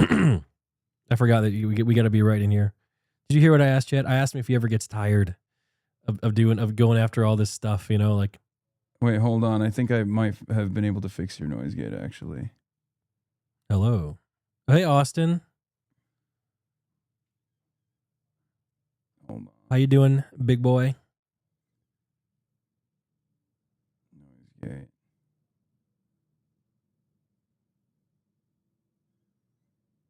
Even I think it might be even better now. Hold on. Hello. 1 2 1 2. LA's good this time around. Actually, I had a great time so far. Sounds good. Okay, it should be better now. Perfect. Yeah, I changed the threshold on your Noisegate. Okay. Yeah. Yeah. All right. Let's finish this video. I forgot. Something for something. And because the courts have declared that this could never, ever possibly cause corruption, you're in the clear. That is how our elections function, and have been since 2010. Now, to any normal person, that's a clear mistake. Because that's corruption. What we've been doing is corruption. It's bribery. Guys, yes, and if you could just give him a little light, that'd be perfect. Okay, I'm gonna stop you right there. These are Lumix cameras. Okay? These are Lumix cameras. They're fixed. And we have one fixed lighting sequence for multiple different camera angles. This makes it unbelievably difficult. This makes it unbelievably difficult to make sure that we have the exact same lighting all the fucking time. I got it. Okay? This is good. I'm here to learn. You know how this fucking works. Yeah, It's not like this is not a like there's nothing I can do about it. Is that a fan email? Okay. What is that? No, it's Morgan. It's Frogan. Frogan's name is Morgan? Yeah. What? Yeah. Nick's solo cam shakes like crazy when you touch the desk. Like, bro, it's an earthquake. Okay, well, we'll fix that as well in the future. But for the time being, you just got to ignore these issues. Your guest needs a little bit more makeup. Come on, man. Bro, this is what I look like. Like, I don't know what to... Wait, what do you mean more makeup? I don't have any on. Wait, are they saying that I'm cute? What are they saying? I don't know. I don't know what they're saying. Oh, my goodness. But I love having fucking 33,000 people giving production notes. That's in really... real time. Trust me, I've been doing this for a long time as well. Yeah, It's I know. brutal. It's the best. It's the best. I love it. They know so much better than I ever could. And it's crazy that they just don't... I'm just so fortunate that they're constantly giving me this sage advice that I have not been able to figure out on my own over the fucking 10 years that I've been doing this. Oh, goodness gracious. Yeah. Did the mic peak? If not, that was actually some text that... No, it definitely peaked. I peaked it on purpose. Oh, shit. Wait, do you still swear? Yeah, I do. Okay, good. Yeah, I try not to. I try not to swear, but I do. Oh my goodness. So give me a quick rundown. Like what is the political climate looking like? Like what? Like I saw this thing about Trump talking about soccer, and he like messaged FIFA about the Balogun is a striker for the American team. He got a red card in the game, in the previous game. Yeah, I saw that because he stepped on a dude's ankle. Yeah. And then in the VAR in slow motion, they looked at it and they were like, "That's definitely a red card. That's like red card worthy." And obviously everyone was like, "Fuck that. That's bullshit." And then Donald Trump called the FIFA president Infantino, who's a very corrupt guy, famously a very corrupt guy. Okay. And he said, you know, what's going on there? Because when you get a red card, you don't just get ejected from the game. You get suspended from the next game. Huh. So basically, they didn't suspend. They didn't like take away the suspension. They pushed it back 1 year. So they didn't even go back on the decision to say like, oh, this decision was wrong. They found a loophole they found a loophole to basically say, yeah, we'll just suspend him a year from now. And is that because Trump called him? Because I saw him talking about this conversation, and I don't know if it was AI or not, but he actually did call them. He did, yeah. Wow. No, he openly admitted to it. I thought they weren't supposed to talk to the countries and stuff. Yeah, no, it's Trump. He does whatever the fuck he wants. He's corruption maxing. Oh my goodness. Yeah, that's just how it is. That's absolutely anyway. crazy. Let's finish this Buckley v. Vallejo. It's Let's what finish the this law and then intends to prevent. you'll There's be no woke. functional difference if the money you donate is going to a PAC or to the campaign. As long as it helps the candidate, you can use that to influence them. Quid pro quo. It's a clear oversight. This is why most of the spending on modern campaigns doesn't come from the campaigns anymore. It comes from super PACs. Super PACs funded by the rich to buy politicians. The solution is putting those donation limits back, and they can be, once the Supreme Court overrules the court that declared these limits unconstitutional. But until that mistake is fixed, this is your up-to-date guide on how to bribe a politician. Wow. Yeah. So that's what it is. It's just pure corruption. If you're ever wondering, like, why won't politicians advocate? Why won't politicians advocate for good things, like things that would be beneficial for a lot of people, things that like seemingly there's a lot of appetite for? Well, that's because the corporation is out there making money, and they're giving some of the money that they make back to the politicians to make sure that they put the interest of the corporation over the interest of the people. That's why we don't have really good public transport here, because of the car lobbies. That's a big part of it. Yeah. Speaking of corporations, 5 super PACs have spent a combined $32 million to back Haley Stevens, who is now the opposition to ABDULxSTEVENS, your mom's and my preferred candidate. Michigan? This is in Michigan. This is for the Senate run. There's $32 million to back someone else. $32 million have been deployed in Haley Stevens' direction, including 2 of the groups that are tied to AIPAC. And this is in a primary. This is like historic amounts of money being spent. Like, to juxtapose that with the UK Conservative Party, in the entire year of 2024 in the general election, the UK Conservative Party spent $31 million. So this is just one primary out of 50 likely seats. Okay, one fucking primary. So this $32 million goes Or in 100 goes in likely like ads, What? like ad campaigns and stuff, like the ones you see on TV. Is that where that money goes? Yeah. They will buy ads. One of them was actually attacking Abdul, calling him a sexist. Their AIPAC, the Israel lobby, obviously doesn't want to run ads being like, we're the Israel lobby. This candidate really loves Israel. This candidate doesn't. You should vote for the candidate that loves Israel. Because everybody is like, why the fuck would I care about this? Wait, what does Israel have to do with Michigan? Great question. Great question. I'm not going to lie. I grew up in Michigan. Oh, you get a whole bunch of gifted subs. Oh my God. Yeah. What Kami says, thank you for the 50 gifted subs. There's a golden Kappa train that just initiated. That's why. Oh, because I grew up in Michigan, and I'm going to be honest. I went to a school called Oakland University. I had a 3.0 GPA. I didn't even know Israel was even related to America. Like, I didn't know we even had a relationship until like maybe 3 years ago. Yeah. Yeah, no. A lot of people are like you. No clue. A lot of people are just like you. They don't know. They don't know that America has given Israel $380 billion in the last 80 years. Did you know that? $380 billion, Nick. For what? Weapons, defense. Wait, is that my tax money? Yes. Yeah. Where do you think it's coming from? We go to work. Have it back. We pay our taxes. Oh no, dude. Okay, we go to work. We pay our taxes. The government goes, you know where I could use these taxes? Where? On Israel's defense, so that it can go like the Iron Dome. Like the Iron Dome. Yeah.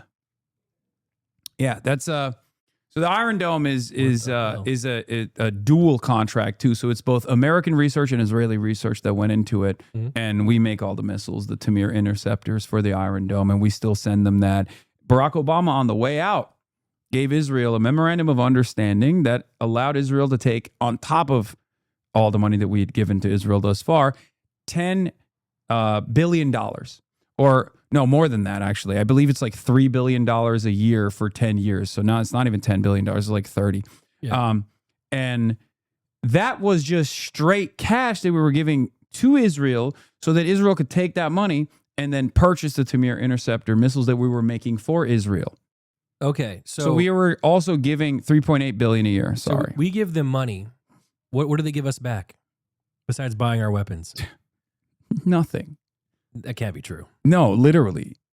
They are a reliable ally in a resource-rich region. So they're an unsinkable aircraft carrier. Do we give money to other people? Yeah, we give money to a lot of people, but nothing like Israel. Not that much. And no one. The only other country that gets as much money or has gotten as much money is Israel's neighbor, Egypt. So that we can keep. We give money to Egypt? Yes, so that Egypt stays stable. There's different ways that we give money, by the way. There's like USAID and stuff like that as well. But like we keep Egypt stable. It's currently under basically a military rule by this guy named Sisi, and we keep giving them money so that we can make sure that this the other side of this important logistical choke point is controlled by an ally, a country that is at least aligned and relatively stable. Okay. Stable doesn't mean that they're actually sovereign, though. We can't let Egypt be a sovereign nation, because if they were, and if they were to abide by the wishes of their population, they could potentially decide Israel is no longer a good country to be in the neighborhood with, and they could maybe even take military action against Israel, and that would shake things up quite a bit. And that is precisely the reason why we fund a lot of these other countries in the neighborhood, to stop them from blocking this Suez Canal, for example. And why is that canal? Again, treat me like I'm 3. Why is that canal important? Yes. Like a lot of commerce flows through it. Like what? Like, is it just like the Just oil stuff? everything. Oil, gas. We can't get that from somewhere else? I mean, no, that's like a easy route. Okay. Oil. Otherwise, you would have to go through the Horn of Africa, which would make travel a lot more costly. It would be a lot longer of a We trip. can't just get it from Canada? Are you talking about just we as in America? Yeah. Oh, this is not. I mean, some of that comes to the United States of America, but this is for international commerce. So it's for Europe, for example. It's very important. Keep in mind, chat, I'm an idiot. Yeah. Yeah. Like this politics stuff, like I said earlier, I only get my politics from this guy and Asman. Mm-hmm. Okay. Do you think Asman knows any of this stuff? Well, be honest. Do you think Asman knows a single thing that I just explained to you? Maybe. But the thing about Asman, he does have a memory that, like, if he sees something, he'll remember it. Like he has like a photographic memory. So I don't know. There is fucking 0% chance that he knows a single damn thing that I just mentioned to you. I mean, he's talking about it all day. So what's he talking about then? He must He's know. just fucking rehashing whatever he's seen on Twitter and then grokking it. I don't know. I think he might know. One of these days, you and him have to have a conversation. I would love that. I don't want to be there, but I think balls in his court. Balls in his court. You know, I really do. Also, people can talk. They can just talk out of their ass. He knows. I mean, he's good. You and him both. And that's why I put you guys in S tier. You guys have the ability to talk about things and keep people interested more than most people. I can't do it. Yeah. I mean, you can't deny that. You keep people interested. I guess I'm not denying that I can do that. I just think that, being able to entertain people is one thing, and then being able to educate them is an entirely different thing. And I don't think Asmongold's doing a whole lot of education. Doing a lot of maybe entertainment by leaning into people's perceived biases, like perceived notions of the world, by telling them, things are bad because trans people exist. Video game titties are smaller. You need to vote for Donald Trump. He's great. Israel is a wonderful country. Things like that. Yeah, I don't know. The thing is, I listen to you. I listen to him.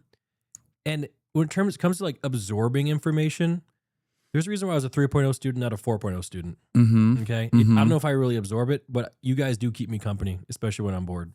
Okay. That's good. So I don't know if I'm like a bad viewer in your eyes. Yeah. No, I don't necessarily. There's no such thing. I would ask you the question, like, why do you think Asmongold won't have a conversation with you? Because I'm on board with it. I'd be down to do it.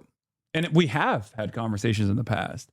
So why do you think he refused to have a conversation? Because it's not on my end. I'm not sure. Oh, come on. I don't know. He's not much of a a confrontational guy. Like he really isn't. Like face to face. Again, me and him were in the same org, okay? For a long time. Mm-hmm. And he was always the one who was trying to like kind of squash all the issues we had. Mm-hmm. And keep in mind, we had a lot of issues in OTK. You know this. Yeah, that's true. All right. You did. So, you know, he wasn't really, he's not, I don't know. Maybe it's just not him to go head to head. But maybe one day. You can always just keep asking. The worst he can say is no. Yeah, I mean, I have. Yeah. He's just not doing it because he keeps saying he would rather farm me to his audience. Well, maybe he'd rather farm you. I don't know. Maybe it's that's more because, beneficial. No, that's because it's because he knows that if we had a normal conversation like the one that you and I are having right now, his audience would realize that Asmongold doesn't really know anything. And that he's just kind of been talking out of his ass. Maybe. And that's what it is. He's very confrontational behind a keyboard. He's very confrontational I think behind most his people screen. Are. Like, again, I think most people are that way. You know? I agree.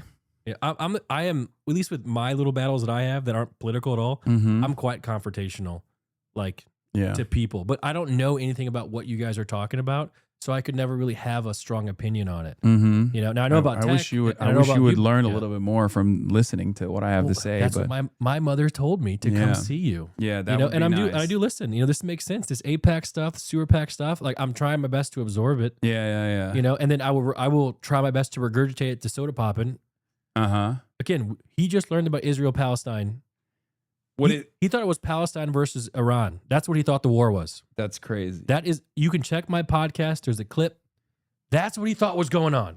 So you are just on a different level of this stuff. Okay, we don't know. and honestly, I'm gonna say it. I think I might be the average American, man. No, you are. You are a lot closer. I do. Well, you're definitely a lot closer to the average streamer or like the normie that I talk to all the time. Yeah, but I do come over to ask questions to learn. Like that's why. Charitability is all I ask for. Like so that's why I wanted to good. come learn. You know, and That's you know, good. even last time, like I remember Caroline came over and she was teaching me a whole bunch of stuff and Mhm. the things that you told me. You know, I try my best to Mhm. listen to it. Yeah. And then every time I come over here, there's like 1,000 threads of like why I'm an idiot. You know, but fuck There it. probably will be. There probably will be, and there'll be like Hasan is brainwashing Nick. But like, it doesn't seem like to me anything you're saying about like the APEC stuff. It doesn't seem like that's not correct. That sounds like that's kind of the point. That's why people aggressively try to smear what I'm doing. I'm getting smeared at the moment. I like to say they can't tackle the message, so they try to shoot the messenger. That's what's happening to me. Yeah. Yeah. Definitely. Yeah. That's what I think. That's probably what's happening. Did you to hear about all my divorce stuff, Hasan? No, I have no. Did you know I was married? I did not even know that you were married. Wait, is this news to you right today? I mean, I just assume You're not keeping up with me? I keep up with you. No, and also I don't want to know, to be fair, and it's probably a good thing that I didn't know anything about what was going on in your life. But also, yeah, I don't know anything because I've been too busy working on. You want a quick this rundown? shit. No, I feel like it's no, I don't want a quick rundown. Okay. No, definitely not. If you see any post on LSF, it's out of context. I don't go on LSF. Okay, good. I've never gone on LSF. Really? I haven't gone on LSF in years. Oh my God. I was on there yesterday. What? I have an alt Nick. account named Eastern Waltz. I post bad about my friends. Nick. Oh I'm kidding. my That's God. a joke. It's a joke. It's a joke. It's a joke. It's a Jesus joke. Christ. It's not a joke. It's absolutely real. You're being rude as fuck, Hasan? No, I'm not. I'm not being. Yeah. Trust me. I'll give you just a quick rundown. No. It Let's takes 2 not. seconds. Let's Takes 2 not seconds. get into it. Let's not get into it, please, Nick. Let's not get into it. I went to court, Hasan. I was in court. I was there. The judge was talking to me. Okay, go ahead. Go ahead. You should go on. So I made a YouTube video, by the way. I got over 1 million views. And the summary is, I went to court because me and Malaya got divorced. Okay. Blah, blah, blah, blah, blah. The judge ruled in my favor. So that's the summary. Okay. And I'm no longer a millionaire. So So the judge ruled in your favor, but you're still not a millionaire? How does that work? Well, because when you only have $1 million and you split it in half. Oh, so the judge ruled in your favor, but you still gave half of That's what I wanted. the channel's That's what revenue. Well, not channel's revenue, just money we made. Uh-huh. Yeah, which is what I wanted. from the Okay. beginning. I mean, it's fair. Yeah. I think. Yeah. To give. Yeah, no problem. Milena that money. Yeah. Okay. That's all. That's what I've been doing. So what was the smear? Like what Oh, so people nowadays are taking out of context clips, like, because you can download any court case you want. Mm-hmm. So they're taking these out of context, like snippets that have already been ruled upon to try and paint me as like a bad guy. Oh, because I told Melina to kill herself like 10 years ago, but she told me to kill myself like 3 years ago, or 2 years ago actually, like 4 times. So they're like, oh, look how mean this guy is. But you know that I'm a jackass, right? This isn't new. I do. This is how we talked. God. Yeah. I hate fucking legal YouTubers. I'm gonna be honest. It's bad. I think legal YouTubers are a blight. I mean, there was a court case that took place. There were numerous court cases from my former podcast co-host who's been on a fucking mission to try to punish as many people as possible. I was in that video. Oh yeah, you were in that. Wait, am I gonna be another one? In the context nuke? I mean, I don't know if he's still, except for Legal Eagle. I love Legal Eagle, but that's pretty much like there are not that many lawyer YouTubers that are actually good. They just have like a lot of biases, or they have like content creators that they despise, and they will use and Emily D. Baker is great too. But anyway, there are a lot of YouTubers that claim that they have law credentials, and then they'll just use that as an opportunity to be like, I'm a serious person, I'm making serious commentary, but in fact they're not actually looking at the outcome of a court case. And in most instances they're just like pummeling their own personal biases and basically lying to people. Doesn't it also apply to like just viewers who watch certain streams? Like, let's say someone will either choose you or has been based on kind of personal biases. No, like, isn't that kind of how everyone just kind of does their thing? Well, is how they feel in a certain way. Like, that's definitely part of it. But here's the thing. My perspective is, I think, not exactly a commonly held perspective, especially in America, because most people either are like you and they don't know anything. Yeah. Or they've been positioned into assuming that my worldview is scary and dangerous, because they'll be like, oh, he's a communist, he's a socialist, all this stuff, right?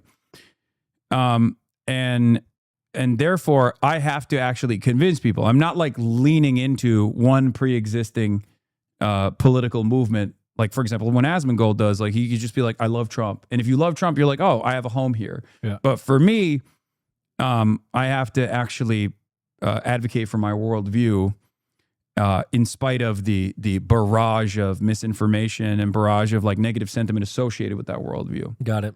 Because no one wants to hear about how like maybe America is not the most moral country on the planet. When they hear that, they go, what the fuck do you mean? That's unacceptable.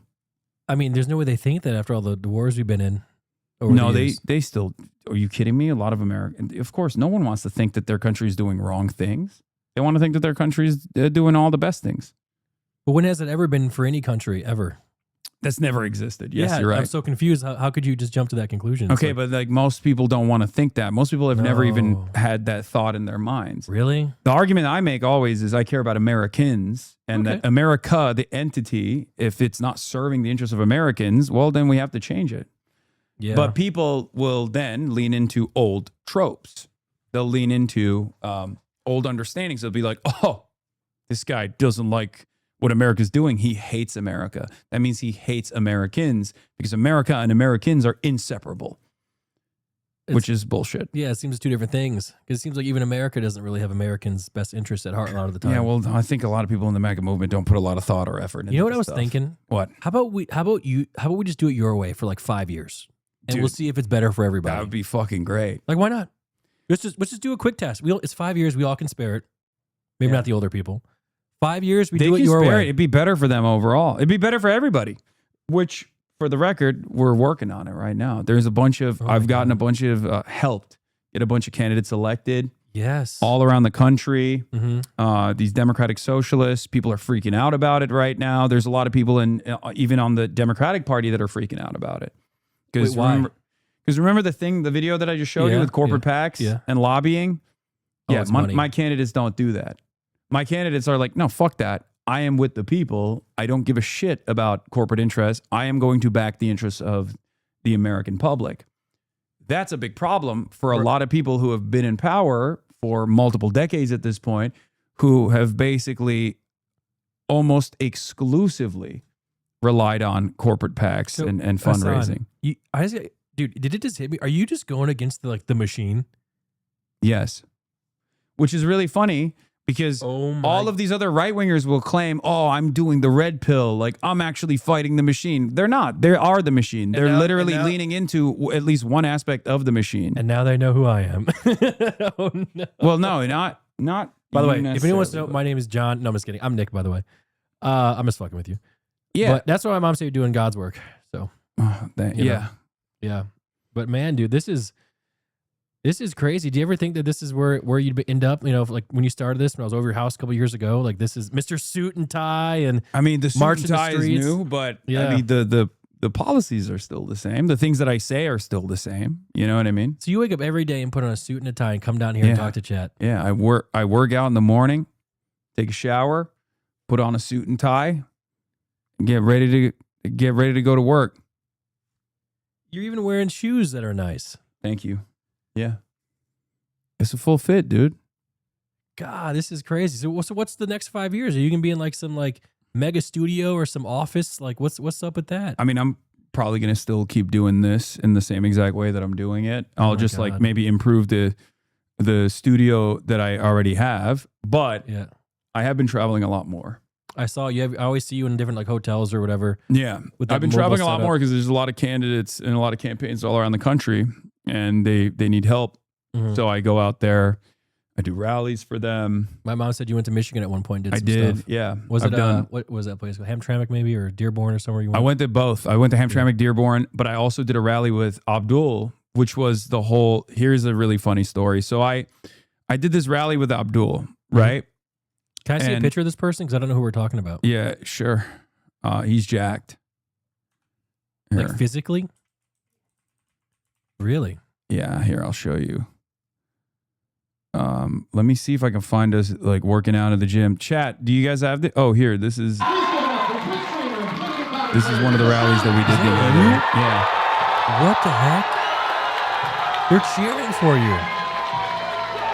Yeah, you wouldn't think that. What the is this? If you were exclusively getting your information from LSF, you would think like I'm the worst person on the planet. I'm the biggest villain of the planet. There's a whole world out there of real people, real human beings. Okay, so you didn't pay these guys to cheer for you, did you? No, I did not. Did they know you were coming? Yes, they came because I was coming. Oh, there you go. Here is me and Abdul working out at the gym. He's a doctor, by the way. Yeah. I got it. Good job. I tried doing 225 this morning and I was fucking weak, dude. It's kind of sad, actually. I mean, I can do the bar plus 5. So is that him? Can I see his face? Yeah, hold on. That's him. So what's he doing? There are more people that have $10 million in net worth. Get rid of. That's him. And so what's he running for? Senate. For Michigan. Yeah, Michigan senator. As yeah. a Democrat. Yeah. But Okay. a different kind of Democrat, because like right now there's a primary, right? So what that means is in the primary, he's actually up against another Democrat. So that right now we're trying to figure out which is the best Democrat to represent the party, to represent Michiganders, the Democratic Michiganders. And that's my guy. He was running against two candidates. One's name is Haley Stevens, who I will show you a video of right now. She's the one. Yep. You're getting it. So okay, I don't sound like an idiot. How can one candidate get money and the other one not? That, you know what I'm saying? Is it just because these APACs? Yeah. And these APACs can give money to whoever they want to. Yeah, and they're giving money to Haley Stevens because she's super pro-Israel. Hold on, we got to get the what gives. What the? Hold on, I got to show you her. She's great.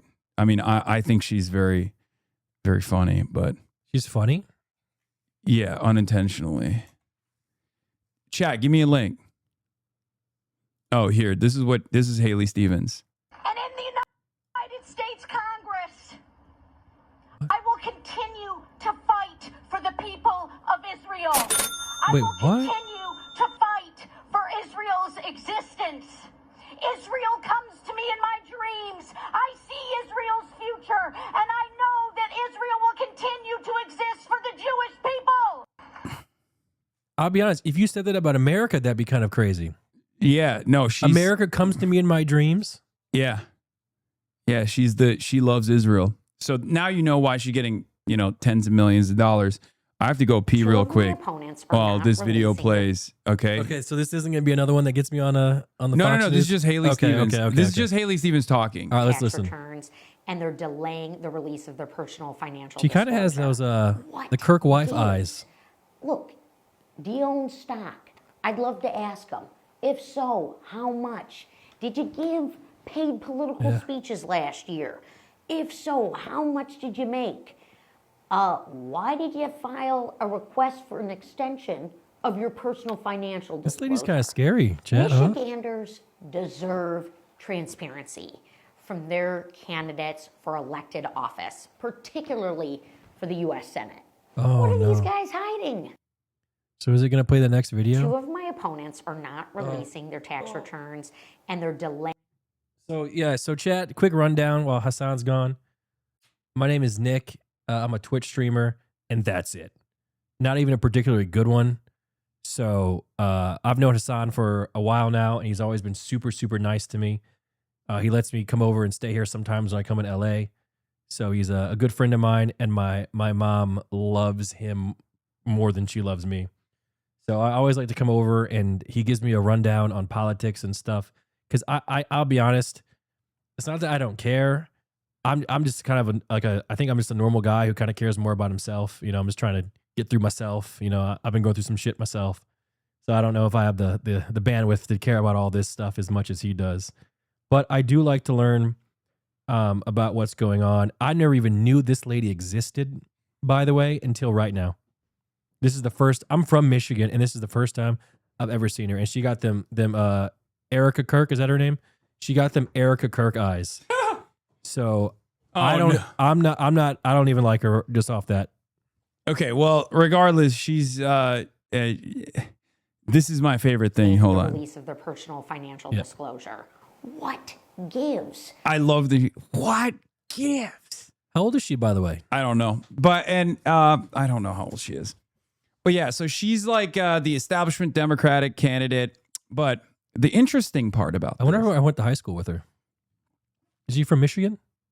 I don't know. I think so. Yeah, I think. Oh my God, did I go to high school with her? I'm 40. Do the bridge video? No, we're not going to do the bridge video. So listen. So basically, this was the one candidate that Abdul's running against that's like getting a lot of AIPAC money. But then there was another candidate. The other candidate's name is Mallory McMorrow.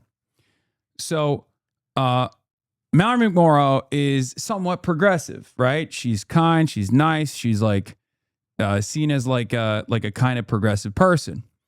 But here's what happened. Mallory McMorrow, out of nowhere, who was like supposed to be critical, she's 43 and from Rochester Hills. Stop. That's where I'm from.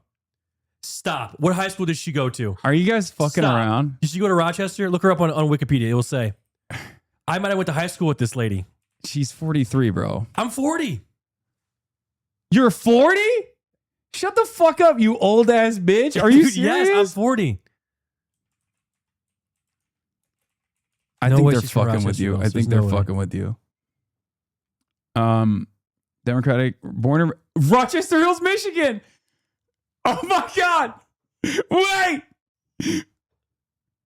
Oh my God.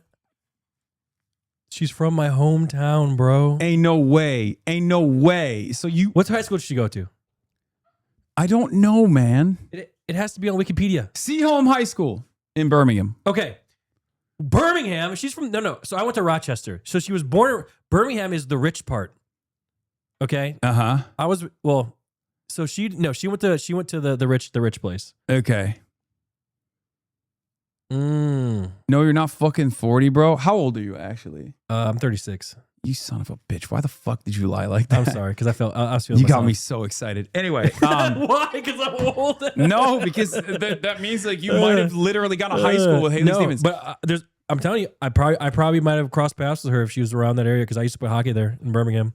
Okay, but in any case, so this is Haley Stevens, this is one of the candidates. The other one's Mallory McMorrow. I'm going to show you Mallory McMorrow as well. So like, Mallory McMorrow is supposed to be like a relatively progressive candidate, right? So she comes out of nowhere and starts, and she's also critical of Israel a little bit, but not as much as Abdul is. She comes out of nowhere and says, in an interview with the Jewish Insider, which is like, remember AIPAC? Yeah, we talked about this. So Jewish Insider is a newspaper that basically runs like propaganda for AIPAC. Okay. Right? So she does a sit-down exclusive interview with Jewish Insider where she says, I'm like Nick Fuentes. She says I'm anti-Semitic. She says I'm similar to Nick Fuentes, who was a rabid neo-Nazi white nationalist. Wait, this lady said this? Yeah. Yeah. Why Out would of nowhere. Why would she and say she that? starts criticizing Abdul for doing this rally that you just watched, right? The rally that I did with Abdul, where you were surprised that there were people that were, excited to see me. Well, no, I'm not surprised. Remember we went to that burger shop and all those women lined up to take pictures with you? Oh, yeah. I'll never forget that moment as long as I live. Yeah. That was crazy. So basically she comes out of the gate swinging like this. Says Abdul shouldn't have done this, all this stuff. And there's like all this news coverage that comes out. Hey, that's you. The New York Times reported and said, this was the Jewish Insider. Hold on. This was the Jewish Insider article that came out. Royal Oak, Michigan State Senator Mallory McMorrow, who's running in a tight three-way Democratic primary for U.S. Senate, slammed one of her opponents, ABDULxSTEVENS, for his decision to campaign with far-left political streamer Hasan Piker. Piker, who has a history of anti-Semitic and pro-Hamas remarks, is slated to appear at 2 campaign rallies with El-Sayed and Representative Summer Lee in April. It is somebody who says extremely offensive things in order to generate clicks and views and followers, which is not entirely different from somebody like Nick Fuentes, McMorrow told Jewish Insider in an interview Thursday, referring to the neo-Nazi podcaster. Piker is a provocateur, to put it lightly, who says things that are misogynistic and anti-Semitic and said that the United States deserved 9/11. She says this, and then everyone starts yelling about Abdul doing this rally with me. They're like, what do you have to say for yourself? Why do you have this guy on? And Abdul goes, look, I don't agree with everything that he said. Do you agree with everything that I've said? That's not the point. Like, what are we doing? What is this like cancel culture nonsense? Like, there's certain things I agree with him, and he doesn't back down, and he just doubles down, right? And that backfired so much that the New York Times reported on it. Said, New York Times, long adept at cable news interviews and creating viral moments online, Ms. McMorrow began to bleed support in public polling after she condemned Dr. El-Sayed for campaigning in March with Hasan Piker, the left-wing streamer who has defended Hamas and called Israel an apartheid state. The move backfired quickly.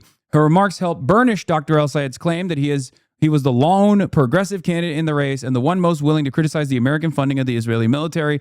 And she won little support from moderate voters as millions of dollars of pro-Stevens advertising poured into the state from the American Israel Public Affairs Committee and other groups. So this literally cooked her campaign. At the time, she was in first place. Okay. Where's she now? Abdul was in third place. Okay. She just dropped out yesterday. Shut up. Yeah.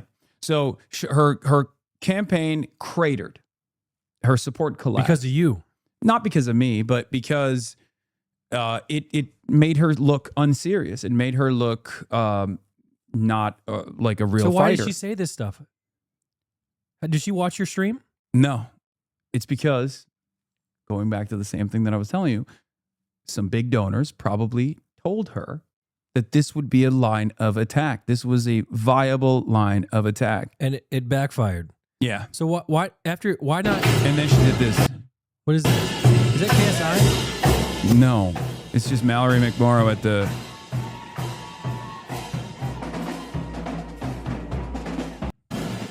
It came across as cringe and insincere, but it wasn't because of that, obviously. Dude, this is... You are speaking of KSI, you are in the thick of it, man.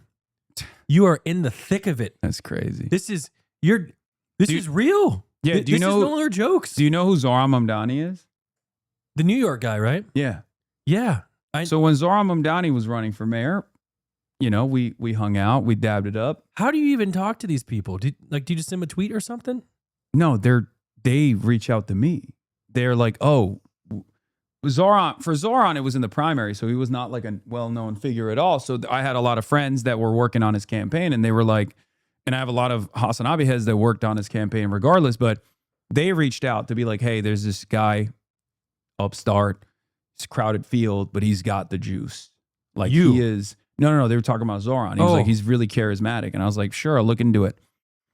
And isn't he doing great things in New York? I heard like he's he's killing it. I saw this tweet, and maybe you can tell me it's true. I know.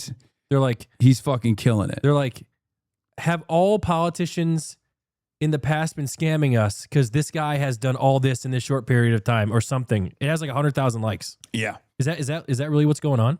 Yeah, pretty much. But that's like all the people that I'm trying to get elected. And that's the reason why the Democrats are mad, because they don't want someone who's a doer. They don't want someone who's like actually going to do a good job, because then they look bad in comparison, where people go, what the fuck? What are you doing? What have I been doing this whole time? Why am I voting for you when there are people like that out there? He's the threat of a good example. But yeah, with Zoran, we did that. We did that link up, right? Andrew Cuomo did the exact same thing. Andrew Cuomo was running against Zoran. Andrew Cuomo was a former governor who had to resign in disgrace because he had a lot of sexual harassment allegations when he was the governor. But then he came back. Will not denounce Hamas. The assemblyman will not denounce Hasan Piker, who said America deserved 9/11. Is that him? The assemblyman just said in his response. That's Zoran. Can you pause it? He mentioned your name on some debate. Not some debate. This is the fucking major debate for running for the mayoral campaign. Like he mentioned me 1,000,000 times. Yes. Bro, are you famous now? You left me behind. Dog, that's crazy that you guys. I still get 10,000 viewers, Hasan. It's kind of funny because like I'm doing all this on Twitch, and I might as well be doing it I might as well be doing it on fucking Rumble. I might as well be on an entirely different planet, because all of this has happened on Twitch. What? This debate? No, that debate was on TV, but I'm saying like, I was covering it in real time on Twitch. It's just crazy because like there are so many fucking people. Dude, I got banned from the country of England. Are you aware of this? That's real? The United Kingdom banned me. Yes. For what? For criticizing Israel. What? What is it? What is that? What does the United Kingdom have to do with Israel, Hasan? They're also, just like the United States of America, a major provider of resources and weapons to Israel. The United Kingdom's economy is so bad it's worse than Missouri now. Is that true? Yes and no. It is. It is. The UK overall is very poor. Don't they got their own problems to worry about? Why are they banning you? How about? I mean, I agree. They barely beat Brazil, whoever it was. Yeah. Look at this. Look, this motherfucker took out billboards on 9/11. Posted photos of me, photos of me and Zoran hanging out. The former governor appeared to agree that Zoran Mamdani would cheer another 9/11, but insisted that that's not what he meant. That can't be real. Is this real? Yes, bro. Of course it's real. This has been happening for the past 2 years. For the past 3 years, what the fuck do you think is going on? What do you think I've been doing out here? I'm not gonna lie. I'd be clicking your stream. I guess I'm not paying attention. That's why it's fucking insane when people make a comparison between me and Asmongold. I'm like, the fuck do you mean, dude? Like, that's just not even a. I feel like an idiot right now. Yeah, there you go. Here's the board. What is that? Yeah. This is what are they doing with right these? outside of the former Twin Towers. They posted this. They brought a bunch of first responders on to be like, this is so disrespectful. Like, fuck Hasan. He loves 9/11. Zoran loves 9/11. They did that. And it didn't work. It didn't work at all. They spent $3 million on this ad. Before we introduce. Okay. They spent $3 million in the last week of this ad that played numerous times during Knicks games. Use our next guest. We need to play this video. America deserved 9/11. That's Zoran's buddy, Hasan Piker, saying we deserve 9/11. It's a disgrace to every life lost. Zoran went on Piker's show, and now Piker was just spotted at Zoran's event. Mamdani is wrong for New York. Paid for by 4R City. America. We are back. That ad ran multiple times during Knicks games leading up to the election, the mayoral election. You know what? I actually needed to come here today. because I am never going to complain about my clips anymore. Dog, did you see this? In the House of Representatives, a Democrat by the name of Josh Gottheimer and a Republican by the name of Mike Lawler put together a resolution condemning the anti-Semitic hate-filled rhetoric and content disseminated by prominent online personalities, me and Candace Owens. I know Candace Owens. She's black. Yeah. She's also actually anti-Semitic, whereas I am not. But yeah, it's in the congressional record. This is also the type of shit that Asmongold loves, by the way. He'll do a million YouTube videos on this and be like, Hasan is finally going to prison. He's finally going to prison. For what? I don't even know. He just makes shit up. There's a whole world out there of right-wingers who constantly say I'm going to fucking prison. Well, part of it is because I did a humanitarian aid mission to Cuba. I saw that. And then the government said that I violated the Treasury's rules, which I did not. And they wanted to, Fox News claimed that I got a subpoena from the government, from the Treasury. I never did. Subpoenaed before, yeah. I did not get subpoenaed by the Treasury. I don't know why Fox News claimed it, but that was part of the reason why they were saying, Asmongold and all these other right-wingers were saying that I was going to go to jail. Jail for humanitarian aid to a country that we're starving, by the way, which is, insane. Are people not allowed to go to Cuba? No, people are allowed to go to Cuba. Okay. So why would you get in trouble for that? What is this? 4 days ago, lol? People do. And also, this is some, I don't know, good or bad news, depending on how you want to look at it. This is good or bad. We are now one step closer to Hasan going to jail. Oh my goodness. No, brother. I didn't see it. A Cuban national accused of being part of a sprawling influence network that brought U.S. political streamer Hasan Piker to Havana, that's in Cuba, has been detained. Wow, he's so knowledgeable. That's in Cuba. Along with his family and will be deported. Wait, who's being deported? A Cuban national. A Cuban national that runs like another organization was recently deported by the State Department. Okay. Yeah. Oh, man. If you want to really give Nick an idea where you're at, here's a clip of you surrounded by cameras at Zoran's victory party. Oh, yeah, this was Aura. Why the fuck is nothing?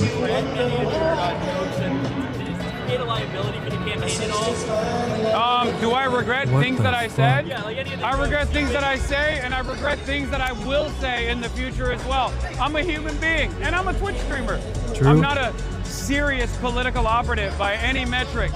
If Andrew Cuomo decides to present me as some sort of kingmaker, well, he's wrong. I'm just a regular ass dude. But that's probably the reason why I have 70,000 people watching right now. Oh, you're a people stats want to fucker hear from too. regular. Yeah, I fucking flexed on him. Dude, I'm a stats fucker. I flexed on him. Got to show Nick the edit of your Fox News mentions. Far-left influencer Oh yeah. Where's the OG one? Give me the HasanAbi Productions one. This will be a good edit to show Nick. Let me see if my mom's texting me. Don't make Nick an accessory. He won't survive prison. I can be your lawyer and fight extradition if you flee to Canada. Before. To visit. To family. visit? Dude, my mom just texted me. Should I read what it said?